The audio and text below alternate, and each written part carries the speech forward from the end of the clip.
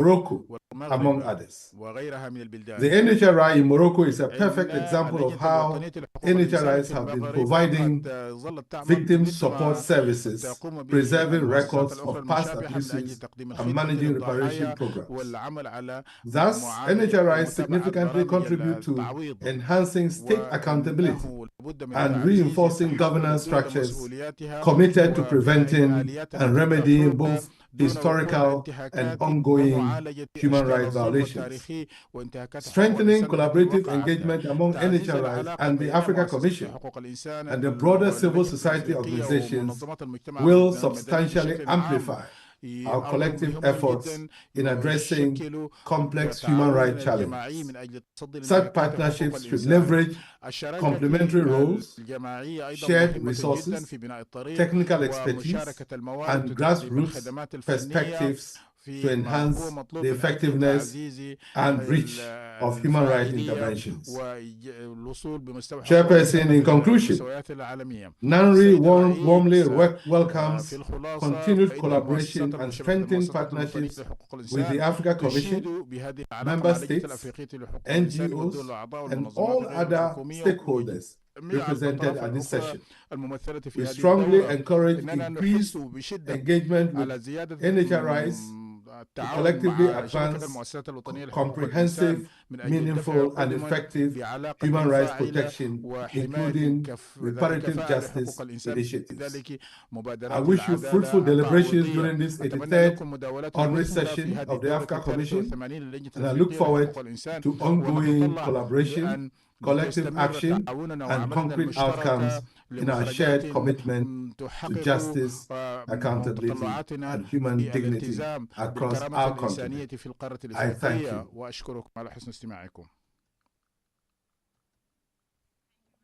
شكرا جزيلا للدكتور ويتال، وعبركم نقدم التحية والتقدير لشبكة المؤسسات الوطنية على الدور الذي تقوم به من أجل بتقوية مؤسسات حقوق الإنسان الوطنية في أفريقيا. الآن أدعو السيدة ماكولا روشا، ممثلة الاتحاد الأوروبي لتقديم كلمتها. تفضلي سيدتي بالحضور إلى المنصة. السيدة إيماكولادا روكا.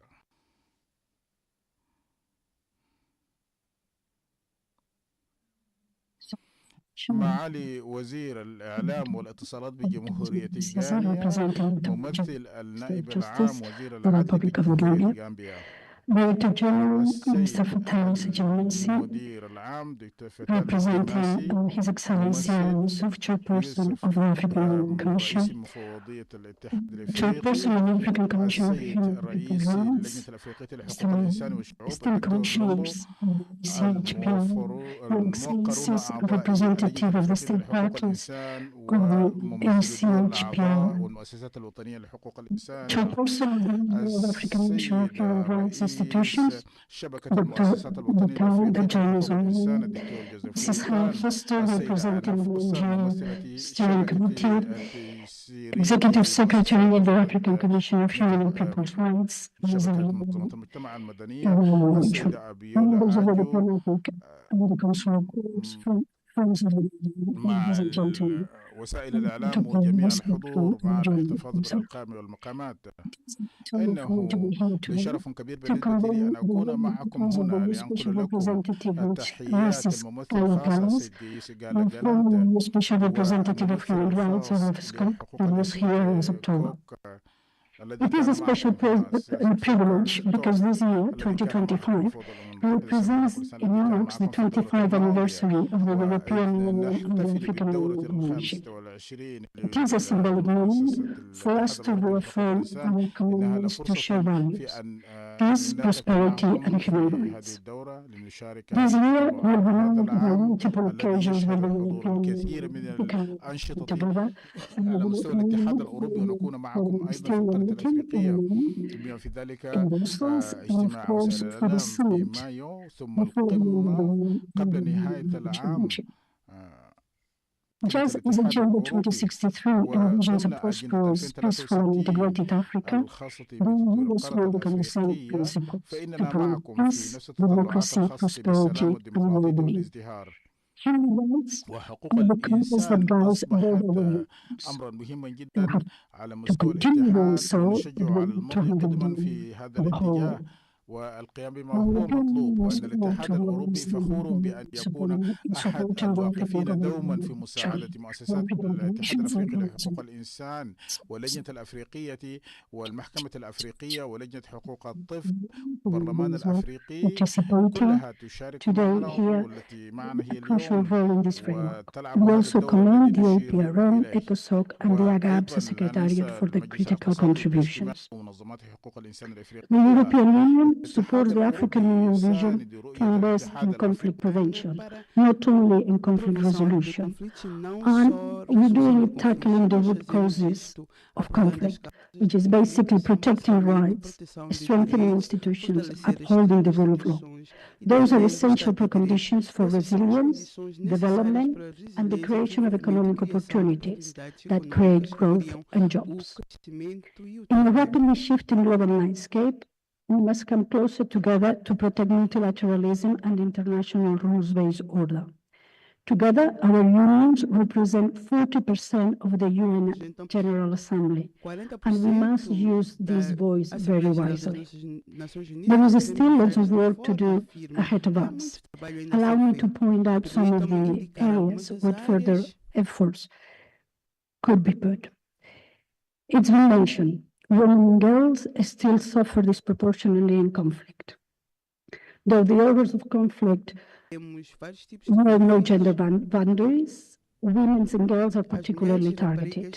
We become targets of sexual violence, used as tools of war to destroy not only our body, but also the social fabric that binds communities together. The Maputo Protocol on the Rights of Women in Africa still awaits universal ratification and implementation. And evidence shows that peace processes are more effective and sustainable when women and youth are actively involved. We support the African Union also in its efforts to uphold human rights in peace support operations and commend the Commission's focus on compliance under the UN Security Council Resolution 2719. It has also been mentioned that there are ongoing conflicts, and we remain very, very concerned about them. Sudan, Eastern DRC, Ethiopia, Mozambique, and even some post-electoral tensions that have risen up during 2024 in the country. The EU continues to support mediation efforts and conflict resolutions initiatives led by the African Union and its partners. We are also troubled by shrinking civil society space, rising restrictions of freedoms of expression and association, and acts of political and gender-based violence, including the stigmatization of LGBTQ+ persons. These trends run counter to the African Union's own guiding principles. In that context, we strongly support the Commission's leadership in protecting the rights of minorities and vulnerable groups. Your adoption of Resolution 252 is a milestone we fully endorse. But the European Union is not immune to human rights challenges. And in that framework, we value your honest feedback and remain committed to open, respectful dialogue. It is why we are now organizing the 20th European Union-African Union Human Rights Dialogue that will take place later this year in Brussels.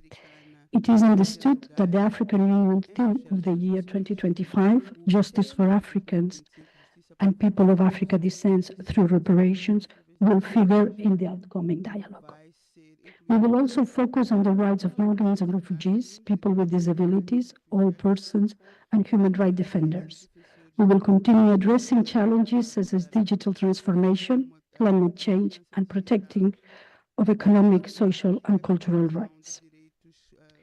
In that sense, we are pleased to support the African Union in implementing its business and human rights policy and developing a regional program of responsible business conduct.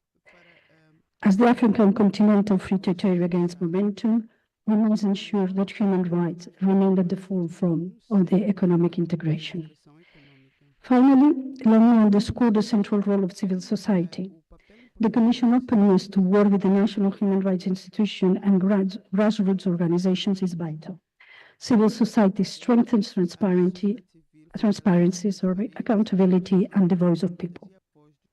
Ladies and gentlemen, the European Union and the African Union partnership is built on shared values, mutual respect, and a vision of a fairer and more just world. We renewed this partnership in our summit in 2022, and we adopted the Vision 2030. We will do it again this year, as I mentioned, in a summit before the end of the year. We need to renew it, reaffirming our joint commitment to human rights, democracy, and multilateralism with the reformed United Nations at the core. On behalf of the European Union, I thank you for the honor of participation in this opening session, and I wish you fruitful deliberations. Thank you very much.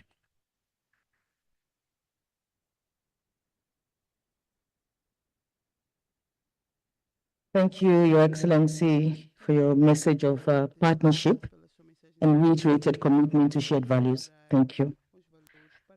Representing His Excellency, Mr. Volker Turk, United Nations High Commissioner for Human Rights, I now have the honor to invite Mr. Marcelo Povos, Regional Representative of the Office of the United Nations High Commissioner for Human Rights in East Africa and to the African Union, to deliver his statement.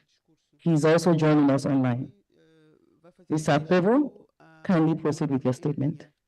Thank you. Thank you. Thank you very much. Allow me to stand by the established protocol and acknowledge the Honorable Chairperson of the Commission, distinguished commissioners, esteemed representatives and member states, and then all the colleagues and delegates there.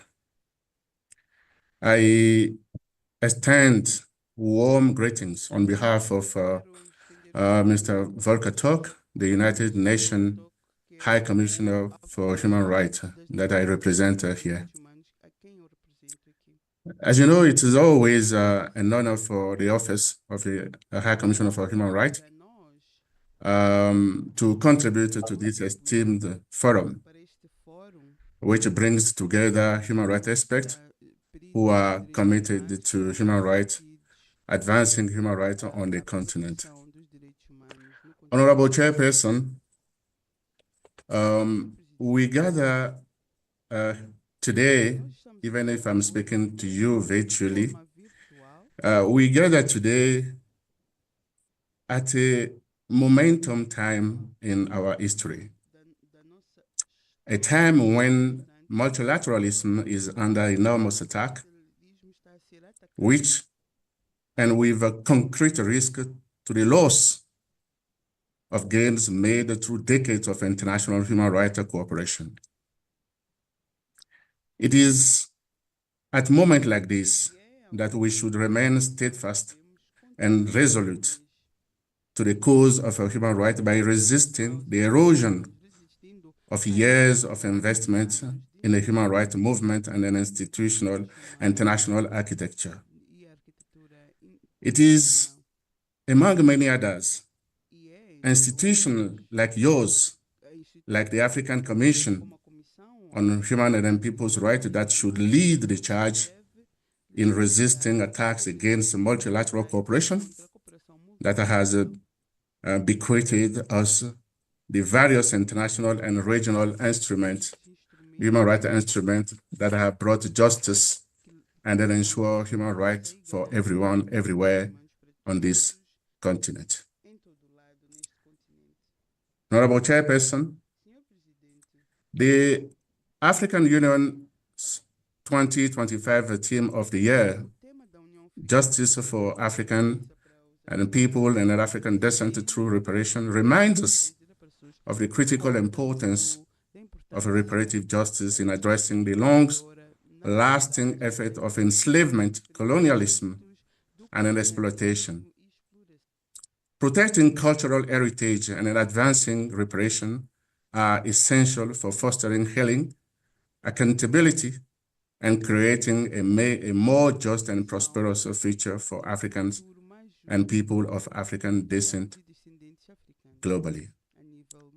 And then I might say that this aligns also with the second International Decade for People of African Descent, 2534, proclaimed by the UN General Assembly under the theme People of African Descent, Recognition, Justice, and Development. This new decade provides an opportunity to confront the historical injustice and promote the full enjoyment of human rights for people of African descent. My office, OCHR, is coordinating that initiative. Distinguished colleagues, reparations are cornerstone of OCHR transitional justice initiatives. And then as I speak, the Committee on the Elimination of Racial Discrimination is working on a new general recommendation on reparation. They have made and held some conversation of general discussion on reparation for injustice from transatlantic trade and an enslaved African, their treatment as chattel, and the ongoing harms and a crime against the people of African descent.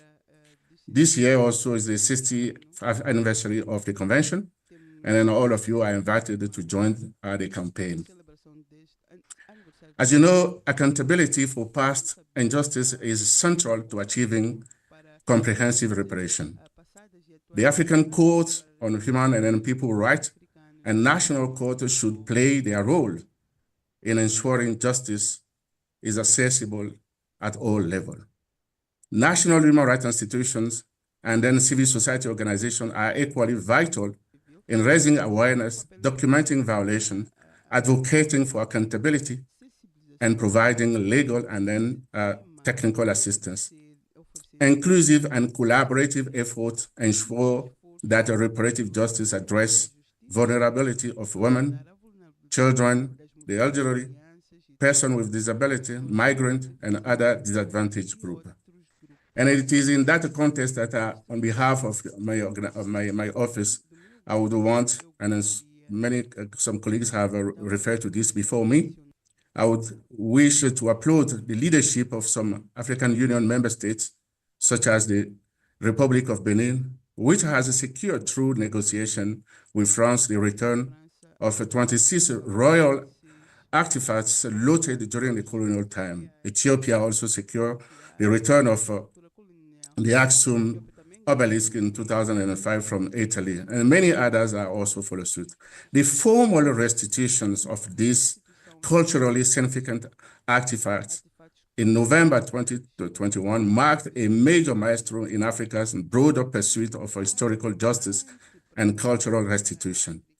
This development through gradual, even though they are very, very sequential and then gradual, inspire ongoing restitution processes across Africa and the global South. While the sensitivity of this issue remains, it is encouraging to see a number of European nations and many others taking tangible steps toward the return of African cultural properties and fostering reparative dialogue. However, it is essential to remember that true reparation goes beyond restitution, representing a broader framework of accountability and reconciliation. Measures taken to address the past should seek to transform the future of our societies. Reparative justice is crucial to dismantle systemic racism today and to build a stronger, more resilient future of dignity, equality, and a non-discrimination for all.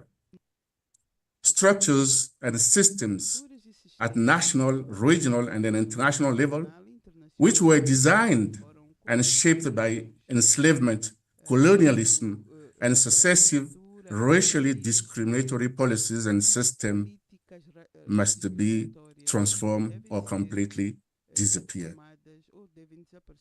Honorable Chairperson, distinguished friends and colleagues, participants, I would want to end this take by reaffirming OCHR unwavering commitment to continue supporting the African Union initiative through partnership that promotes justice, accountability, and reconciliation for all.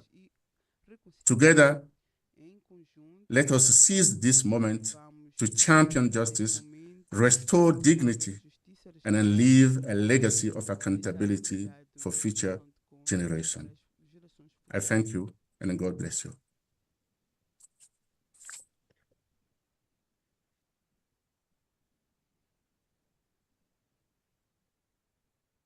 Thank you, Mr. Povos, for your message of shared responsibility and partnership for the protection and promotion of human rights on the continent, and for your highlight of the human rights significance of the African Union theme of the year. Next, I am pleased to welcome to the podium Chairperson of the African Committee of Experts on the Rights and Welfare of the Child, and Chairperson of the African Governance Architecture Platform, the African Union. Please statement. Excellency, please take the floor to make your statement. Thank you.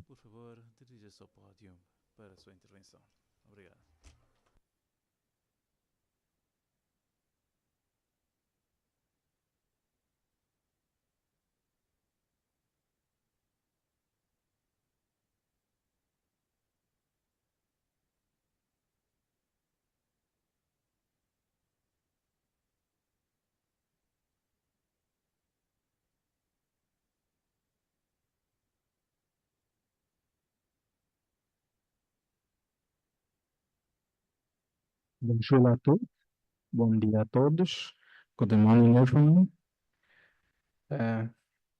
Excelência, Senhor Ismael Cissé, Ministro da Informação e representante do Governo da Gâmbia. Excelência, Senhor Fatala Slimans, Embaixador, representante do Presidente da Comissão Executiva da União Africana. Excelência, meu distinto irmão, Honorável Remy Lumbo, Presidente da Comissão Africana dos Direitos Humanos e dos Povos. Can we continue? Ok. Excelência, Lady Justice Imani Aboud, Presidente do Tribunal Africano dos Direitos Humanos e dos Povos. Honorável Chefe Fortune Chambeira, Presidente do Parlamento Pan-Africano. Excelências, representantes dos Estados-membros, distintos comissários da Comissão Africana do Comitê dos Direitos Humanos e dos Povos. Excelência, Imaculada Cortes, embaixadora da União Europeia na Gâmbia. Excelentíssimo senhor Povos, diretor regional das Nações do Alto Comissário das Nações Unidas para a África Central e a União Africana. Distintos convidados, representantes dos Estados-membros, das organizações da sociedade civil, das instituições nacionais de direitos humanos, minhas senhoras e meus senhores, todos os protocolos observados. É uma honra para mim fazer este discurso na minha qualidade de presidente do Comitê dos Direitos e Bem-Estar da Criança e também presidente da Arquitetura de Governação Africana.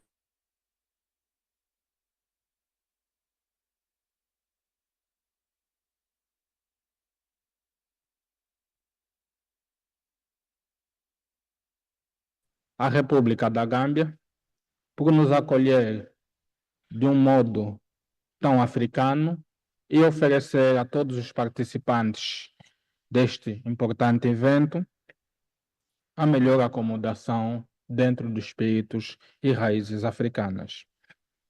Gostaria também de agradecer à Comissão Africana dos Direitos Humanos e dos Povos por realizar a 83ª Sessão Ordinária.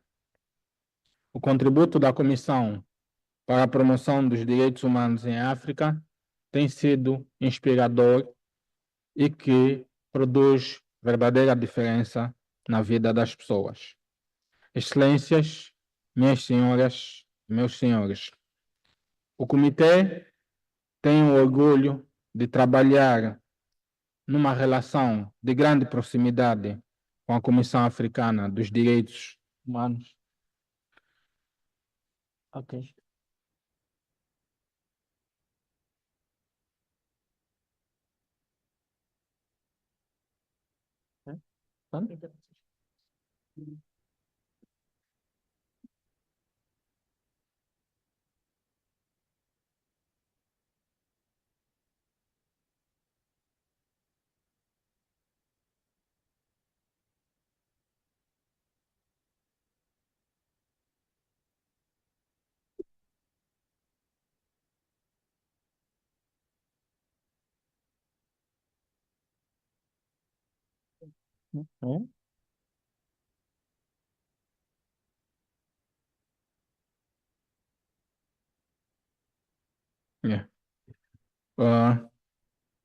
O Comitê tem orgulho de trabalhar com a Comissão Africana dos Direitos Humanos dos Povos em um conjunto de iniciativas que produzem resultados concretos para a promoção dos direitos humanos em África. Gostaríamos de destacar, dentre estas iniciativas, a produção de comentários conjuntos, bem como também declarações conjuntas ou cartas de urgências quando estão relacionados a eventuais violações de direitos humanos, incluindo de crianças. No mesmo sentido, estes dois órgãos têm estado a trabalhar para a clarificação de normas importantes no capítulo da proteção dos direitos humanos.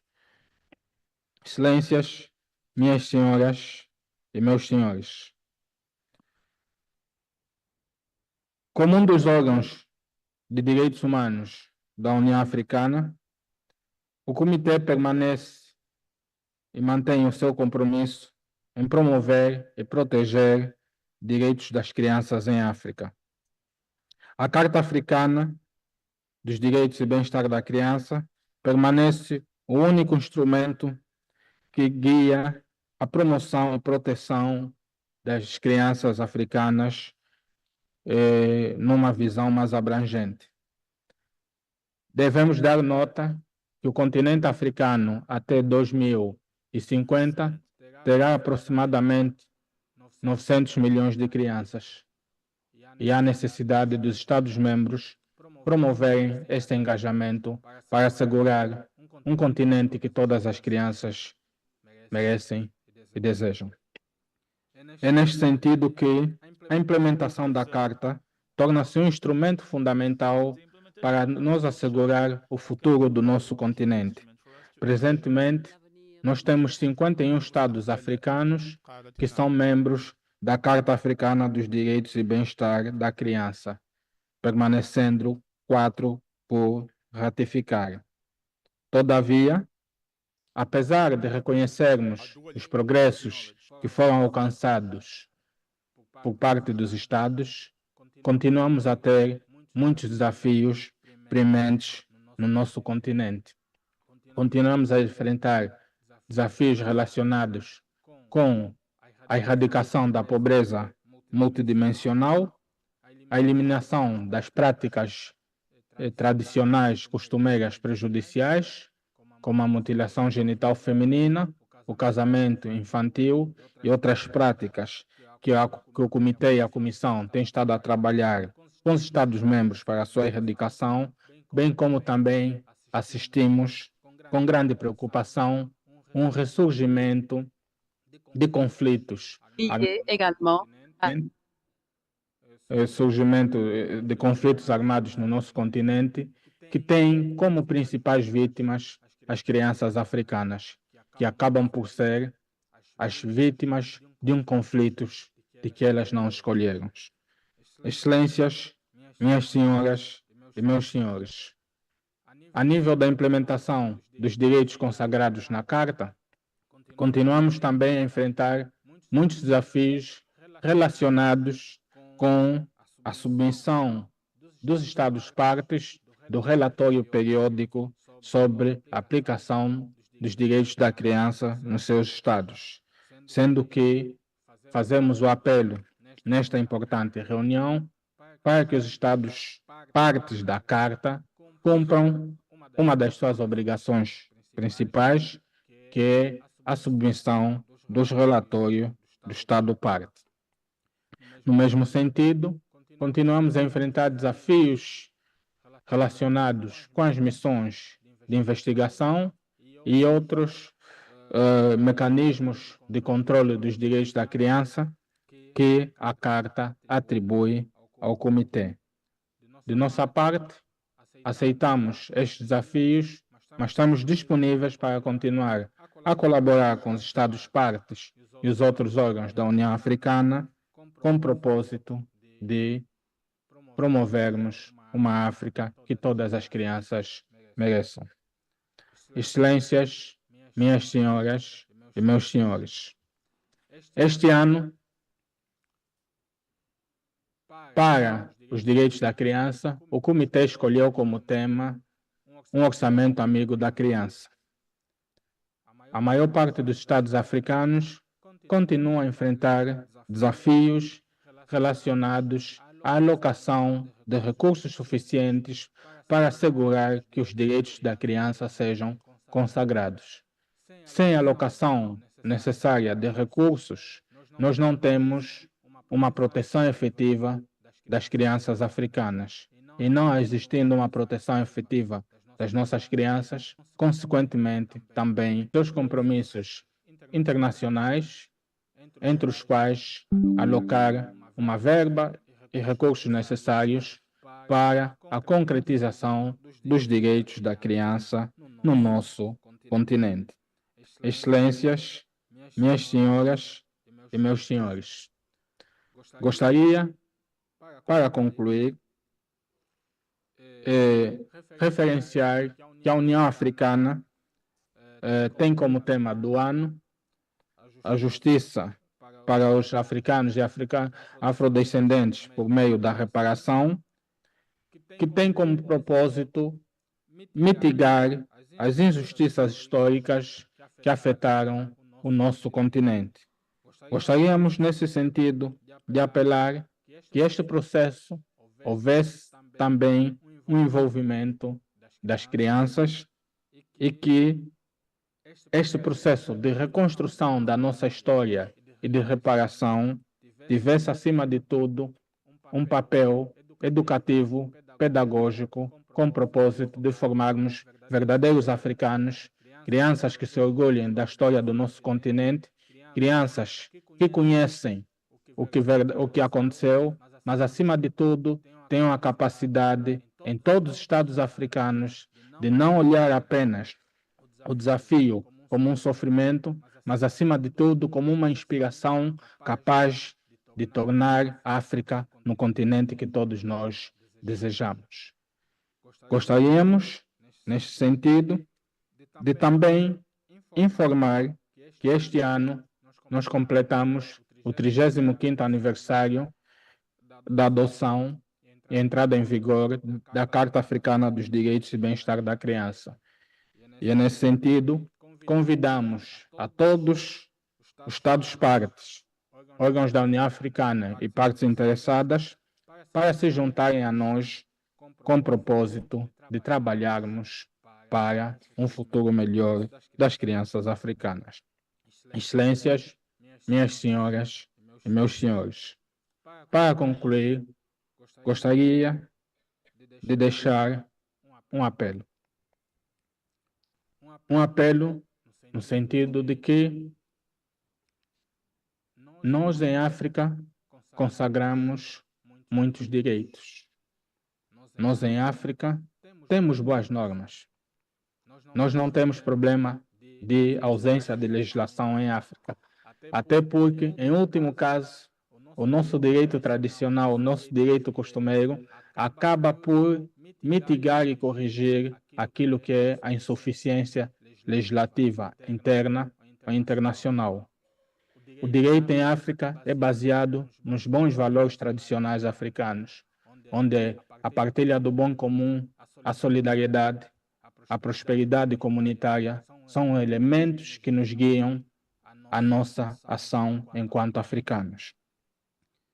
Todavia, temos que reconhecer que continua a existir um grande desafio na implementação destes direitos que os Estados livremente adotam na sua ordem jurídica.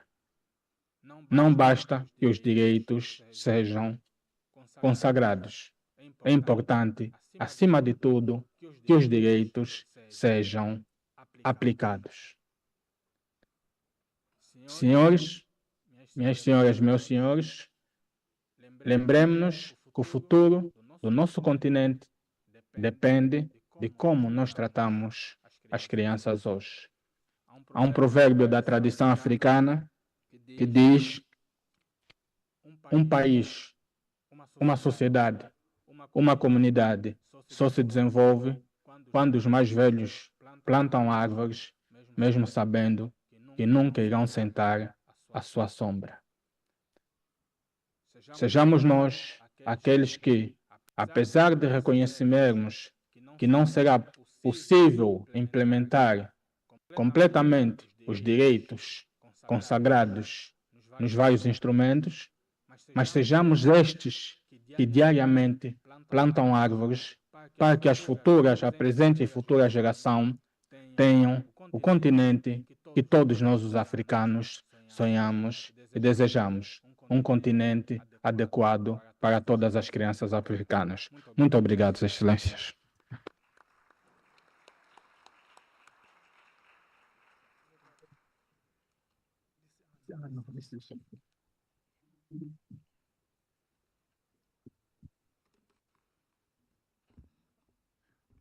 Obrigada, Excellency. Thank you very much for your statement, highlighting among others the collaborations between the African Commission and the Committee, our shared purpose of promoting and protecting the rights of our peoples, including the children of Africa, and for the clarion call on how we strengthen the protection of the African children who are tomorrow's leaders of the continent. I now wish to invite the President of the African Court on Human and People's Rights, Honorable Justice Emmanuel Aboud, joining us online to deliver her statement. Honorable President, please proceed to deliver your statement. Thank you.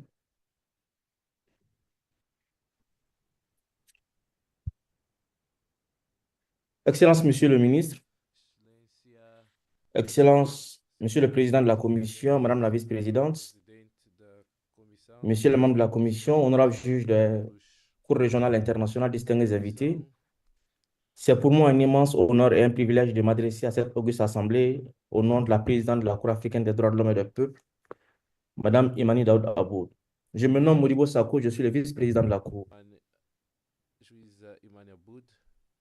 À l'occasion de la cérémonie de cette 83e session ordinaire de la Commission africaine des droits de l'homme et du peuple, les honorables juges du personnel de la Cour se joignent à moi pour féliciter la Commission pour la tenue de cette session et pour le travail inlassable accompli dans le cadre de la promotion et de la protection des droits humains sur le continent. Cette session s'ouvre à un moment où le continent africain continue de faire face à des défis persistants en matière de droits de l'homme, mais aussi à une nouvelle dynamique qui requiert une vigilance et une action accrue. Dans ce contexte, le rôle de la Commission africaine en tant qu'organe de promotion et de protection des droits de l'homme et des peuples en Afrique est plus que jamais indispensable. La Charte africaine des droits de l'homme et des peuples, texte fondamental qui guide notre action commune et conjointe, confie à la Commission des missions essentielles de promotion et de protection. La mission de promotion, moins visible mais vitale, permet de sensibiliser, d'éduquer et de diffuser les principes des droits de l'homme à travers le continent. Elle contribue à former une culture de respect des droits de l'homme et des libertés fondamentales, pierre angulaire des sociétés stables. Ainsi, par ses activités de recherche, ses résolutions thématiques,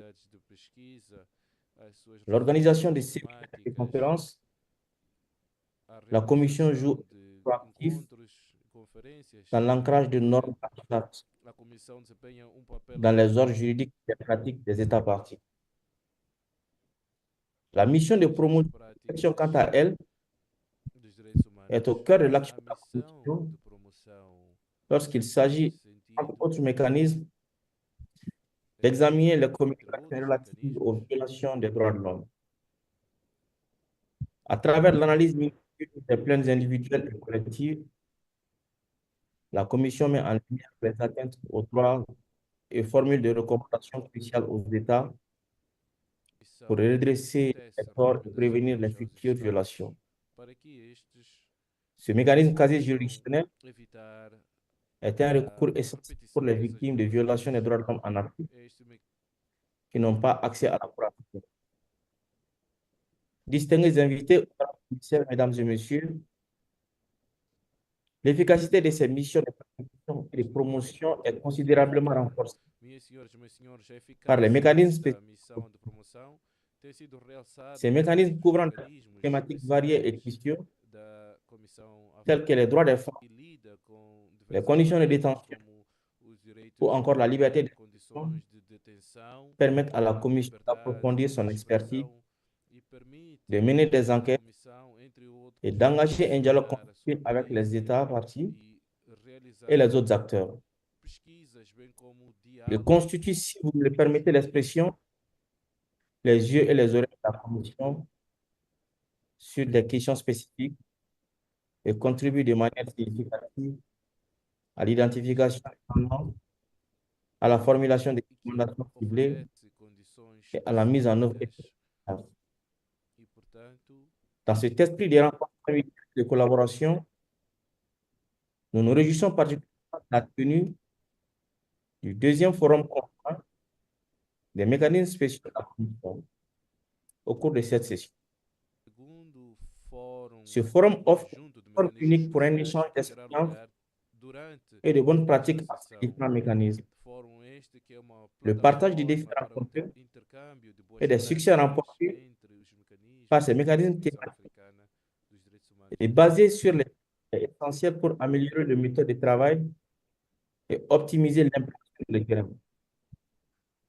Le thème de ce deuxième, les droits de l'homme, un impératif pour un État général axé sur la population africaine, dont la pertinence est indubitable, souligne l'interconnexion fondamentale entre les droits de l'homme et le développement. Il fait écho au contenu de l'article 22 de la Charte qui consacre le droit au développement et son corollaire, l'obligation des États d'en assurer l'exercice.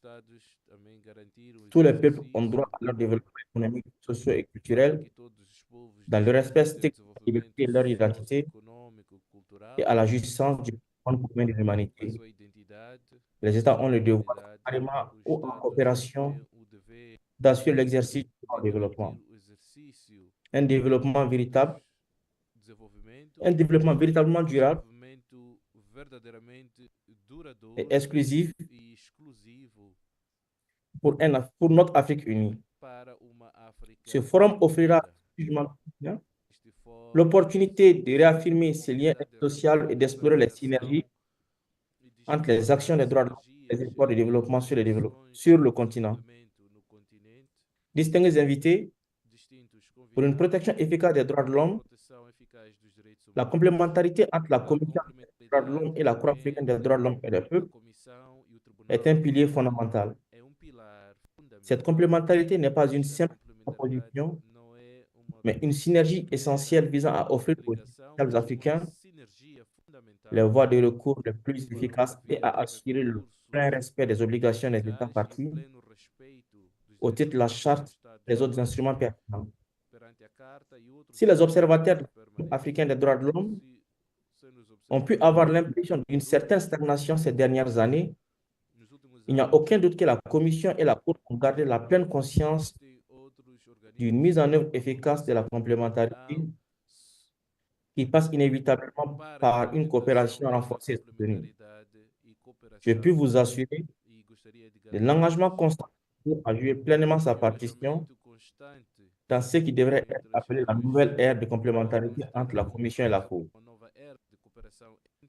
J'en veux pour preuve les multiples interactions tant au niveau institutionnel que juridictionnel intervenues ces 3 dernières années, notamment la retraite entre les fonctionnaires du greffe, la Cour, le secrétariat de la Commission, et entre les membres des 2 bureaux, ainsi que l'adoption de la feuille de route d'Addis Abeba. Il faut noter la participation coordonnée et conjointe aux rencontres continentales et nationales, la saisine de la Commission par la Cour et la tenue prochaine au mois de juin d'une retraite entre les 2 institutions qui ouvrira sans nul doute la voie à l'adoption d'instruments techniques d'accélération de la complémentarité juridictionnelle. Eu égard à cette coopération, je tiens à souligner le leadership notable du président de la Commission en la personne de Rémi Longongoy et de la présidente de la Cour, Dawda, qui ont déployé des efforts diplomatiques impressionnants en vue de restaurer l'esprit de la complémentarité prescrit par l'article 2 du protocole. Il est pertinent et il est de notre devoir historique de rester engagé à explorer toutes les pistes pour la renforcer davantage. Il est de notre responsabilité collective de veiller à renforcer l'efficacité du système africain de protection des droits de l'homme pour répondre aux attentes des populations africaines. Mesdames et messieurs distingués invités, honorables commissaires, au nom de la Cour africaine des droits de l'homme et des peuples, je vous souhaite plein succès. La Cour est convaincue que vos délibérations seront fructueuses et contribueront de manière significative au renforcement du système africain de protection des droits de l'homme et subséquemment à l'amélioration de la jouissance effective des droits et des libertés de tous les Africains et par tous les Africains. Je vous remercie de votre aimable attention.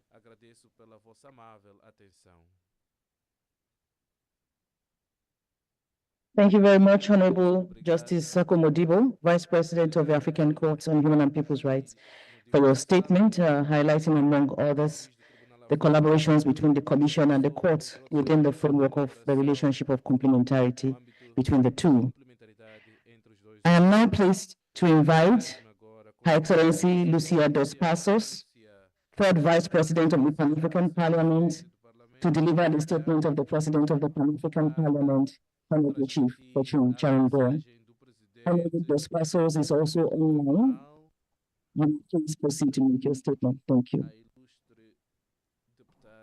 Lúcia dos Passos está em modo virtual. Pode proceder à sua apresentação. I think please assist. Muito bom dia a todos e a todas. Muito obrigada, senhora moderadora. Sua Excelência, senhor Ministro, Sua Excelência Rémi Lungu, Presidente da Comissão Africana dos Direitos Humanos e dos Povos, Excelências Presidentes dos órgãos e agências da União Africana, digníssimos comissários, caros colegas, minhas senhoras e meus senhores. É com enorme honra e sentido de responsabilidade que me dirijo hoje a vós de forma virtual na abertura oficial da 83ª Sessão Ordinária da Comissão Africana dos Direitos Humanos e dos Povos. O tema desta sessão, os direitos humanos como um imperativo para o desenvolvimento sustentável centrado nos povos em África, relaciona-se profundamente com o mandato e as aspirações do Parlamento Pan-Africano.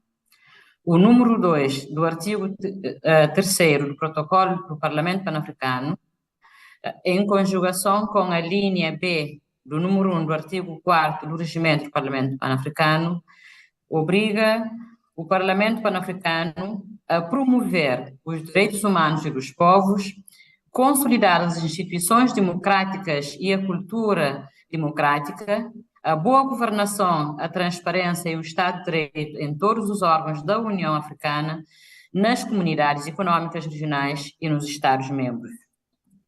Excelência, na qualidade de vice-presidente do Parlamento Pan-Africano e em representação do presidente, estou aqui para reafirmar a nossa convicção de que os direitos humanos dos povos africanos não são opcionais.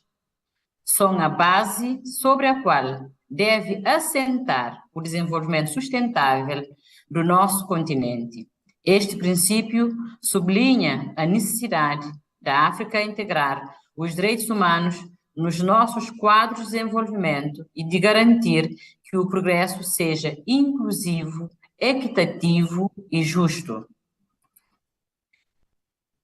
Os parlamentares, em geral, e os membros do Parlamento Pan-Africano, em particular, são os representantes eleitos pelo povo a nível nacional.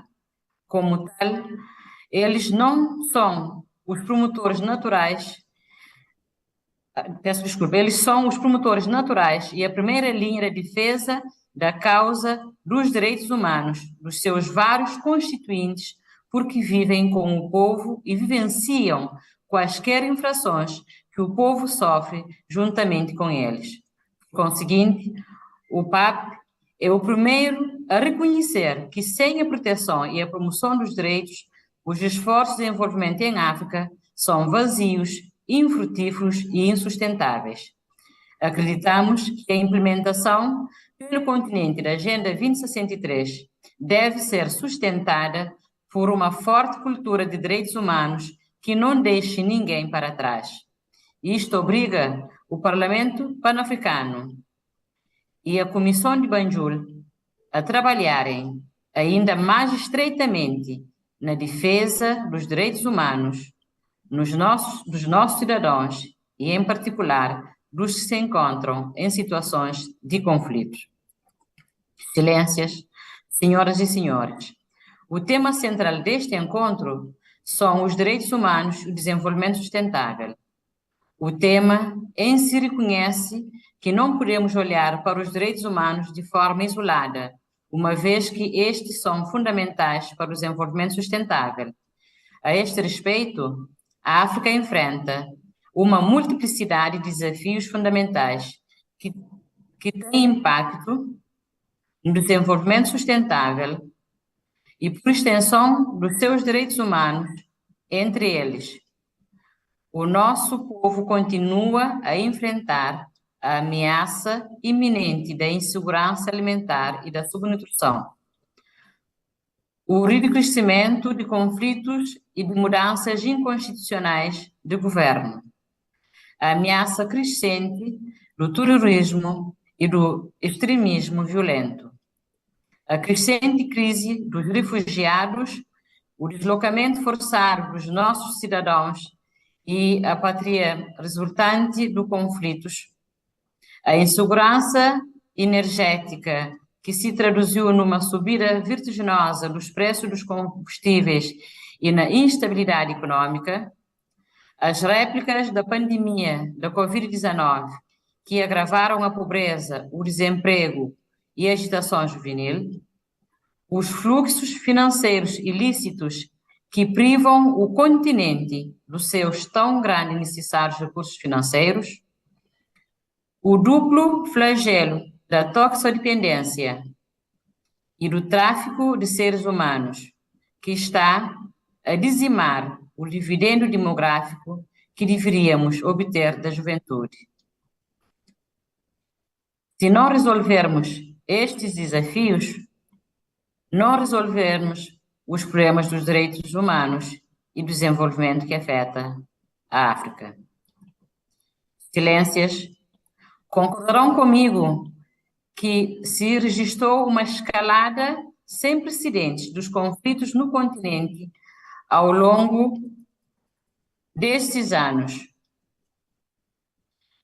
Apesar do compromisso declarado da União Africana de silenciar das armas até 2030, o aumento de golpes de Estado e dos golpes dentro dos Estados da África Ocidental, bem como a escalada dos conflitos no Sudão e na República Democrática do Congo, apontam para o fracasso de todas as medidas de intervenção tentadas até a data, tanto pela União Africana como por outras partes interessadas.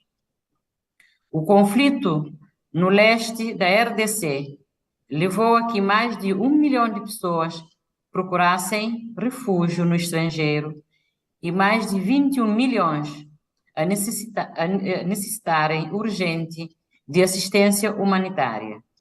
Do mesmo modo, no Sudão, mais de 15 mil pessoas foram mortas e 8,2 milhões foram deslocadas, desencadeando a pior crise de refugiados da atualidade no mundo.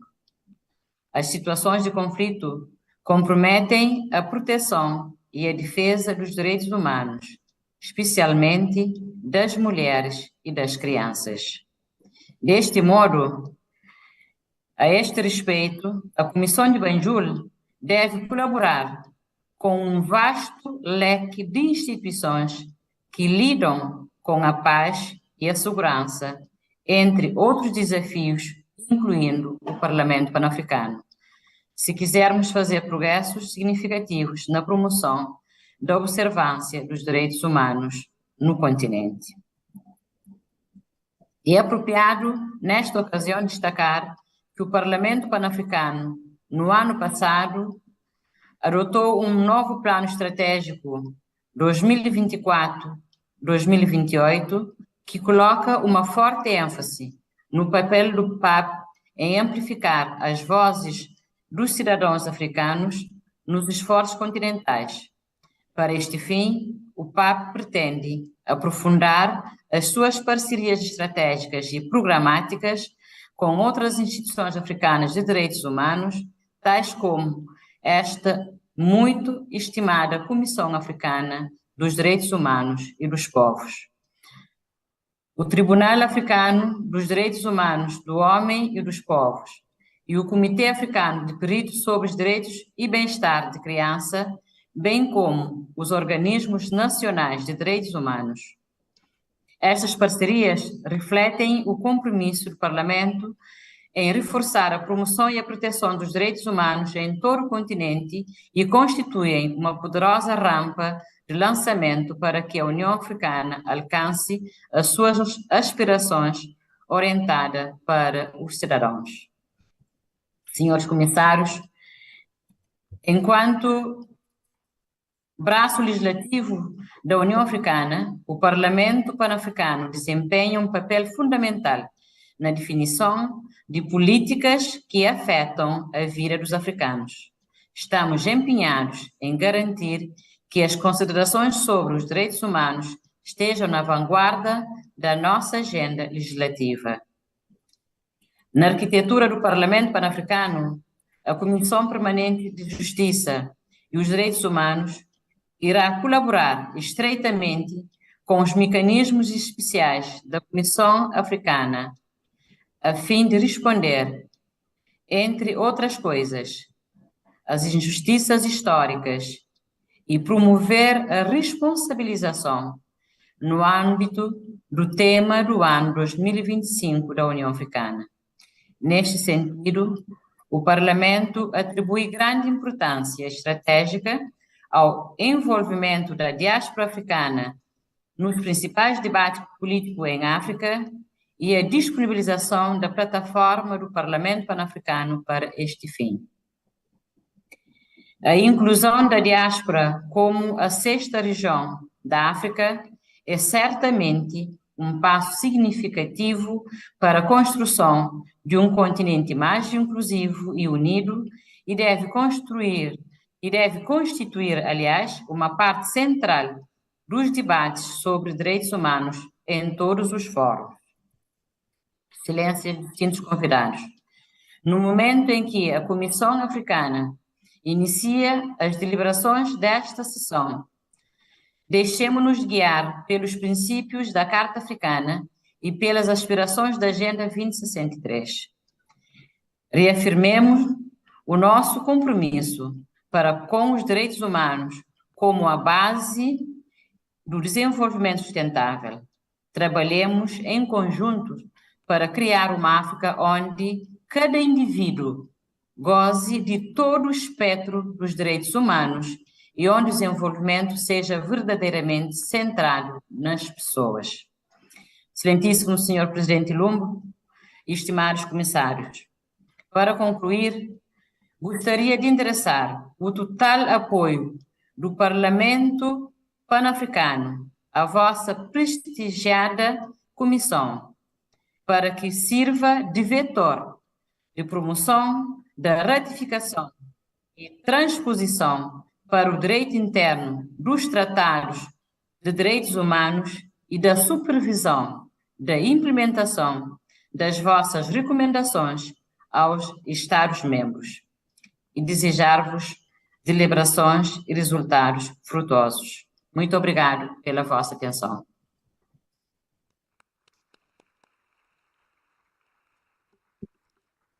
Thank you very much, Your Excellency, for your statement of solidarity in our common resolve as AU human rights and governance mechanisms to advance the situation of human rights on the continent. At this juncture, Excellencies, distinguished participants, we will have a short interlude. We will have a performance by a cultural troupe from the Gambia to share with us part of the rich culture of this beautiful country for 5 minutes. Protocol, kindly assist. Deste país.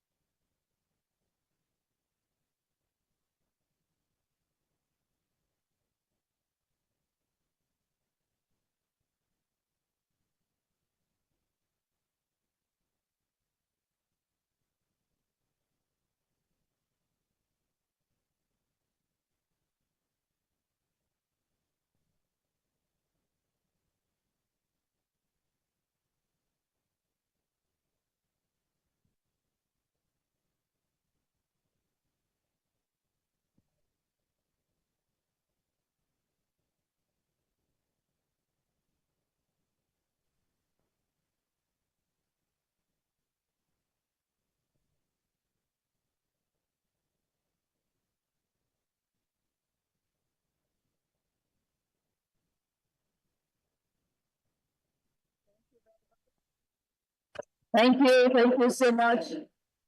A big thank you to the cultural troupe for the beautiful performance. Thank you.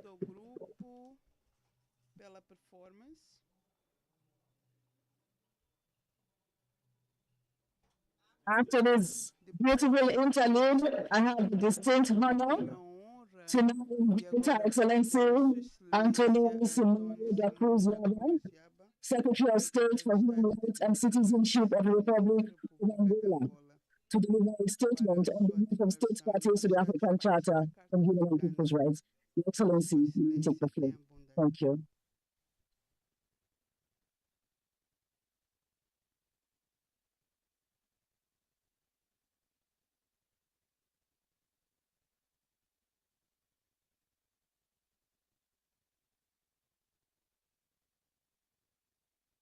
Excelência, Ministro da Informação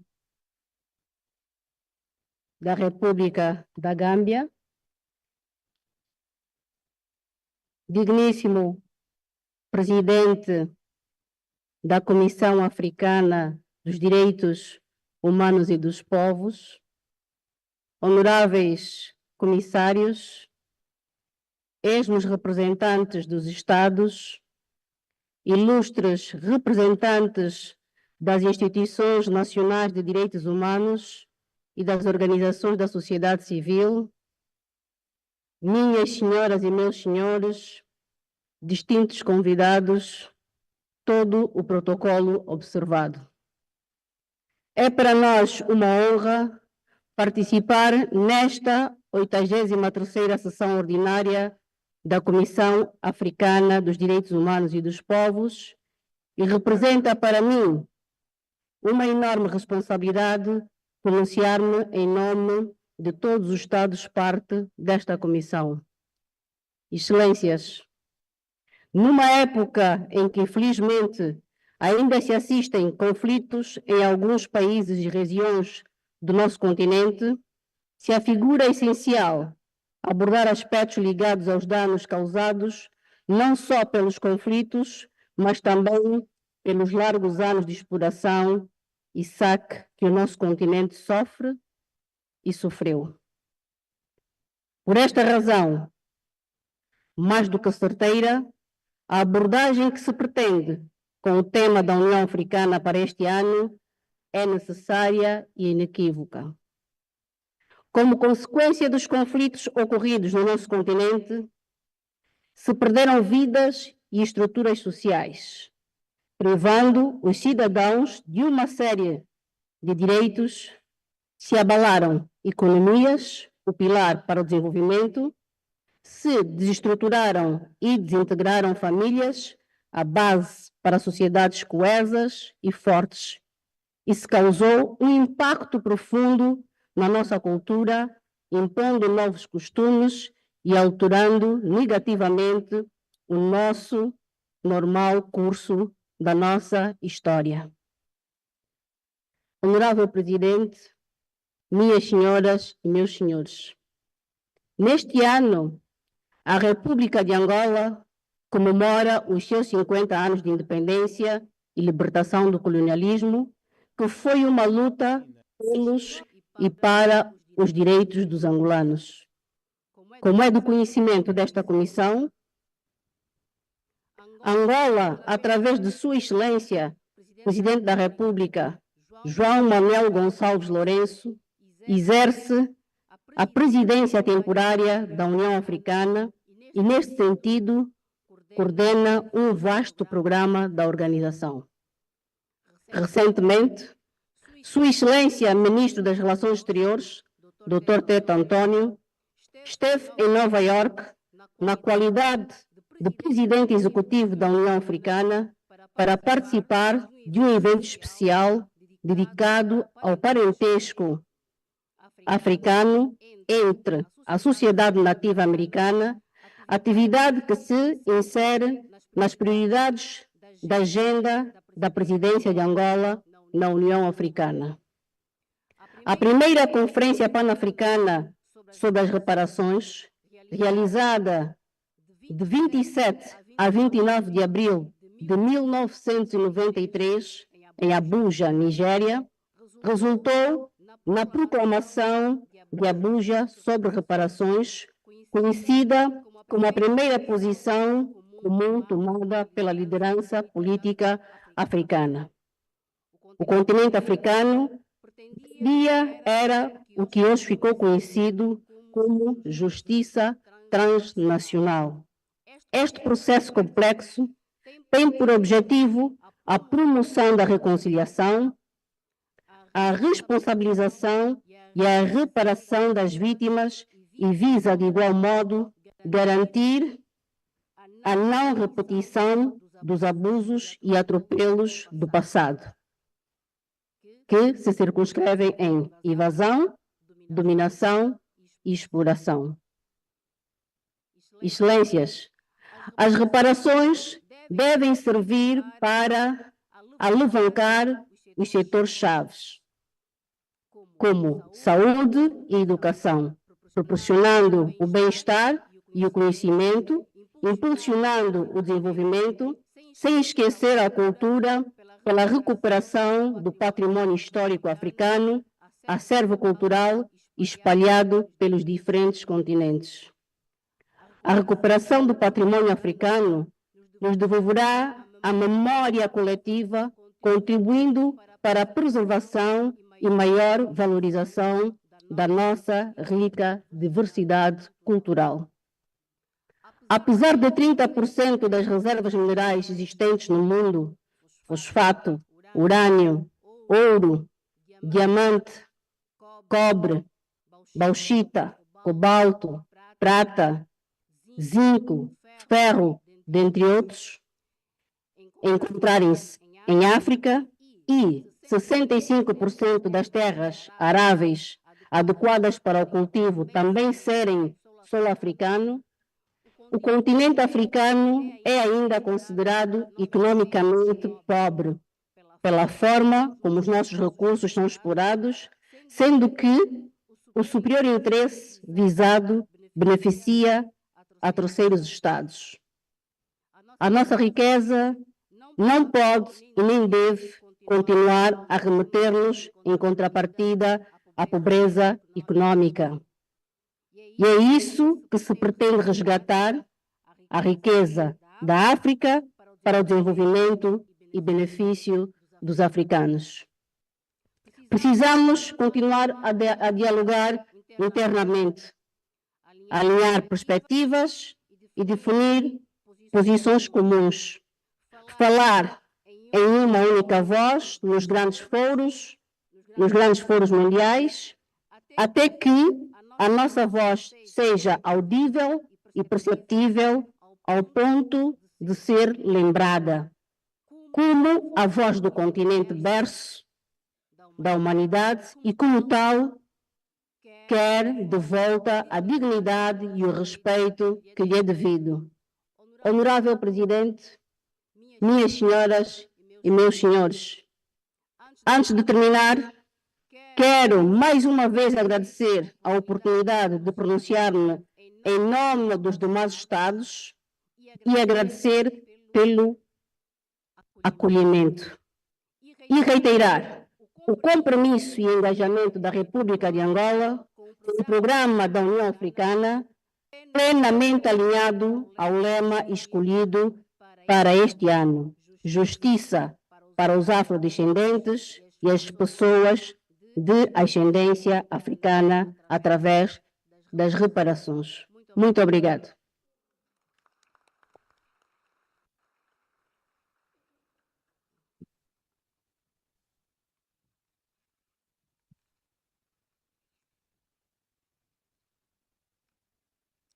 Thank you very much, Your Excellency, for your highly insightful and eloquent statement on behalf of states parties today.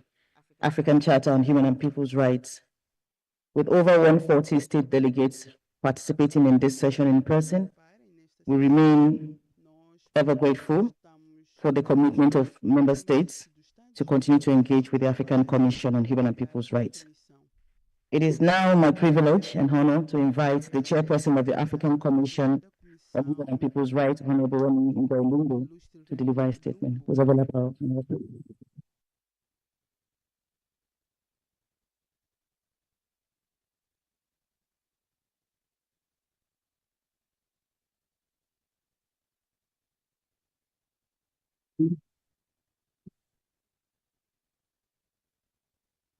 Monsieur le ministre Ismaïl Assissé, représentant du gouvernement de Gambie, Excellence Madame Antonia Simao da Cruz Iaba, secrétaire d'État en charge des droits humains et de la citoyenneté en République d'Angola, Mesdames et Messieurs les ambassadeurs ici représentés, je n'oublie pas non plus de citer les collègues qui dirigent les différentes institutions au sein de l'Union africaine, Chief Fortune Charumbira, les collègues en leur titre et qualité respectifs, Chief Fortune Charumbira, honorable juge Modibo Sako, qui a présenté le discours au nom de Madame la juge Imani Aboud, Monsieur Wilson de Almeida Dao, qui est présent dans la salle.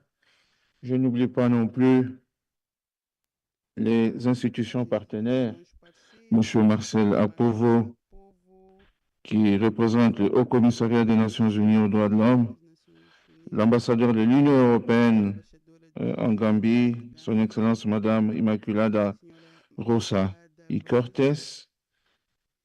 Je mentionne également le représentant des institutions nationales des droits de l'homme, M. Joseph Whittal, et je n'oublie pas Mme Anna Foster, qui représente les organisations de la société civile. J'ai oublié de mentionner M. l'ambassadeur Sigil Massi, qui est le directeur général au sein de notre institution de l'Union africaine. Je n'oublie pas non plus de rendre un hommage mérité à tous mes collègues, honorables commissaires, qui sont présents dans la salle et ceux qui nous suivent à partir de chez eux, vu qu'il s'agit d'une session en format hybride. L'Afrique est malade, le mal dont elle souffre a un nom, le non-respect des droits de l'homme et des peuples par les gouvernements d'ici et d'ailleurs. Elle est tellement malade que si nous ne la mettons pas en soins intensifs, son pronostic vital va être engagé. Nous sommes ici dans cette salle réunis principalement pour cette question-là. C'est avec une profonde gratitude et un grand honneur que je m'adresse à cette auguste assemblée aujourd'hui au nom de mes collègues membres de la Commission africaine des droits de l'homme et des peuples et à mon nom propre à l'occasion de l'ouverture de la 83e session ordinaire que nous allons tenir du 2 au 22 mai 2025 à Banjul, capitale de la République de Gambie, ce qui m'offre une occasion d'exprimer une profonde reconnaissance à son Excellence, Monsieur le Président de la République, Adama Barrow, ainsi qu'à son gouvernement pour leur hospitalité depuis toutes ces années, hospitalité constante à l'endroit des membres de la commission et de son personnel ici à Banjul, et pour leur soutien logistique indéfectible pour une organisation toujours réussie de nos sessions ordinaires. À l'occasion de cette 83e session ordinaire, notre institution se réunit une fois de plus, guidée par la même aspiration à la dignité, à la justice et à la paix. Par ma modeste voix, la Commission adresse ses salutations empreintes de respect et de gratitude à l'ensemble des dignitaires ici présents, aux invités de marque ainsi qu'à tous les acteurs engagés dans la promotion et la protection des droits de l'homme et des peuples sur notre continent. La Commission voudrait également souhaiter une chaleureuse bienvenue à toutes les personnalités qui se sont virtuellement jointes à nous et vous remercier pour votre présence à ce grand rassemblement. Votre participation régulière de votre attachement au service de notre continent et votre volonté de contribuer à l'amélioration de la situation des droits de l'homme et au bien-être des populations africaines. Excellences, Monsieur le ministre, distingués invités, chers participants, Mesdames et Messieurs, comme nous le soulignons souvent, la promotion et la protection des droits de l'homme et des peuples reste un idéal à atteindre, exigeant de nous tous vigilance, engagement et coopération. Cette 83e session ordinaire offre aux différentes parties prenantes une bonne occasion de dresser un état des lieux critique, honnête et collectif de la situation des droits de l'homme sur notre continent. Les représentants du comité de pilotage du Forum des ONG et du réseau des institutions nationales des droits de l'homme ont déjà présenté un premier diagnostic. Nous poursuivrons et approfondirons cette démarche tout au long des prochains jours en nous engageant de manière approfondie, responsable et collective sur les progrès réalisés lors de l'intercession, tout en identifiant les obstacles et les défis sans complaisance qui entravent la pleine réalisation des droits de l'homme garantis par la Charte africaine des droits de l'homme et des peuples et d'autres instruments pertinents des droits de l'homme ratifiés par nos États. Je voudrais à ce stade partager avec vous quelques domaines de préoccupation d'une part et de développement positif constatés depuis la 81e session ordinaire d'autre part.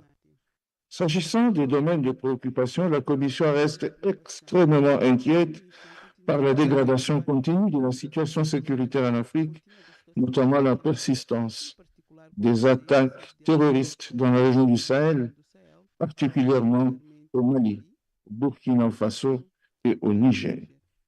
Elle est également préoccupée par l'intensification des conflits armés persistants à l'est de la République démocratique du Congo, le groupe AFC M23 RDF et les forces armées gouvernementales de ce pays, conflits qui ont été condamnés par la résolution 627 adoptée au cours de la 82e session de la Commission africaine des droits de l'homme et des peuples. Il est maintenant plus que temps d'arrêter ces massacres qui ont duré pendant 30 ans et de sécuriser durablement la région des Grands Lacs pour que notre génocide ne puisse y avoir lieu. La Commission est aussi préoccupée par la guerre civile au Soudan, qui a plongé le pays dans une crise humanitaire sans précédent. Ce conflit fait actuellement l'objet d'une enquête très sérieuse de la Commission africaine pour essayer d'établir des responsabilités. Ici aussi, une pacification durable est nécessaire pour éviter un autre génocide juste à quelques kilomètres du conflit que j'ai cité précédemment. La Commission demeure inquiète par le conflit en cours dans la région d'Amara en Éthiopie.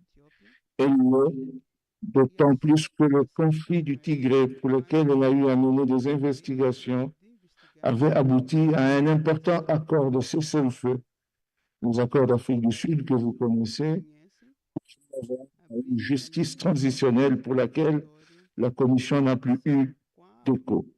Ce pays a également inquiété ces dernières années avec le risque aussi de génocide. Bref, beaucoup de pays en Afrique sont devenus des territoires à risque élevé pour les crimes de guerre, les crimes contre l'humanité et le génocide.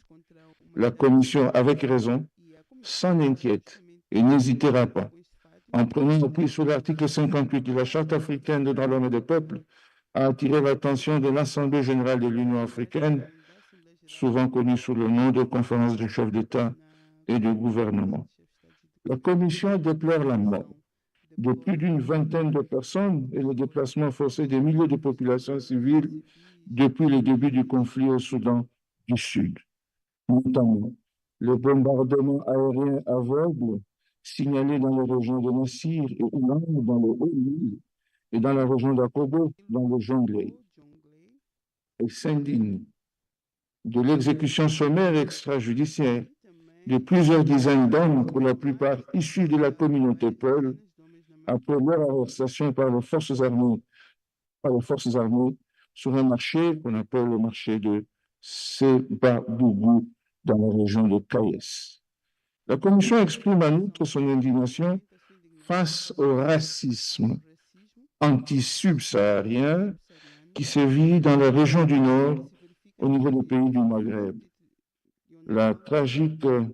Le tragique sort de nombreux migrants, qu'ils soient portés disparus en mer Méditerranée ou au large des côtes africaines, qu'ils périssent sur les routes migratoires ou soient victimes d'expulsions forcées dans les conditions inhumaines par le pays de destination, met en évidence une fois de plus l'urgence pour nos pays d'élaborer des stratégies, de politiques publiques et programmes concertés de développement visant à améliorer le bien-être de leurs citoyens et à prévenir de telles tragédies qui sont dues par des mouvements de population.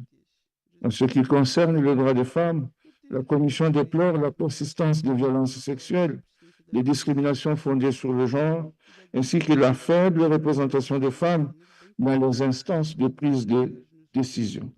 La Commission exprime une vive préoccupation concernant les pays qui n'ont pas encore adopté des lois spécifiques criminalisant les mutilations génitales féminines et rappelle aux États concernés les graves conséquences que cette omission entraîne pour le droit des femmes. Et pour l'instant, les autorités compétentes ont instauré des mécanismes de protection robustes pour garantir les droits fondamentaux des femmes.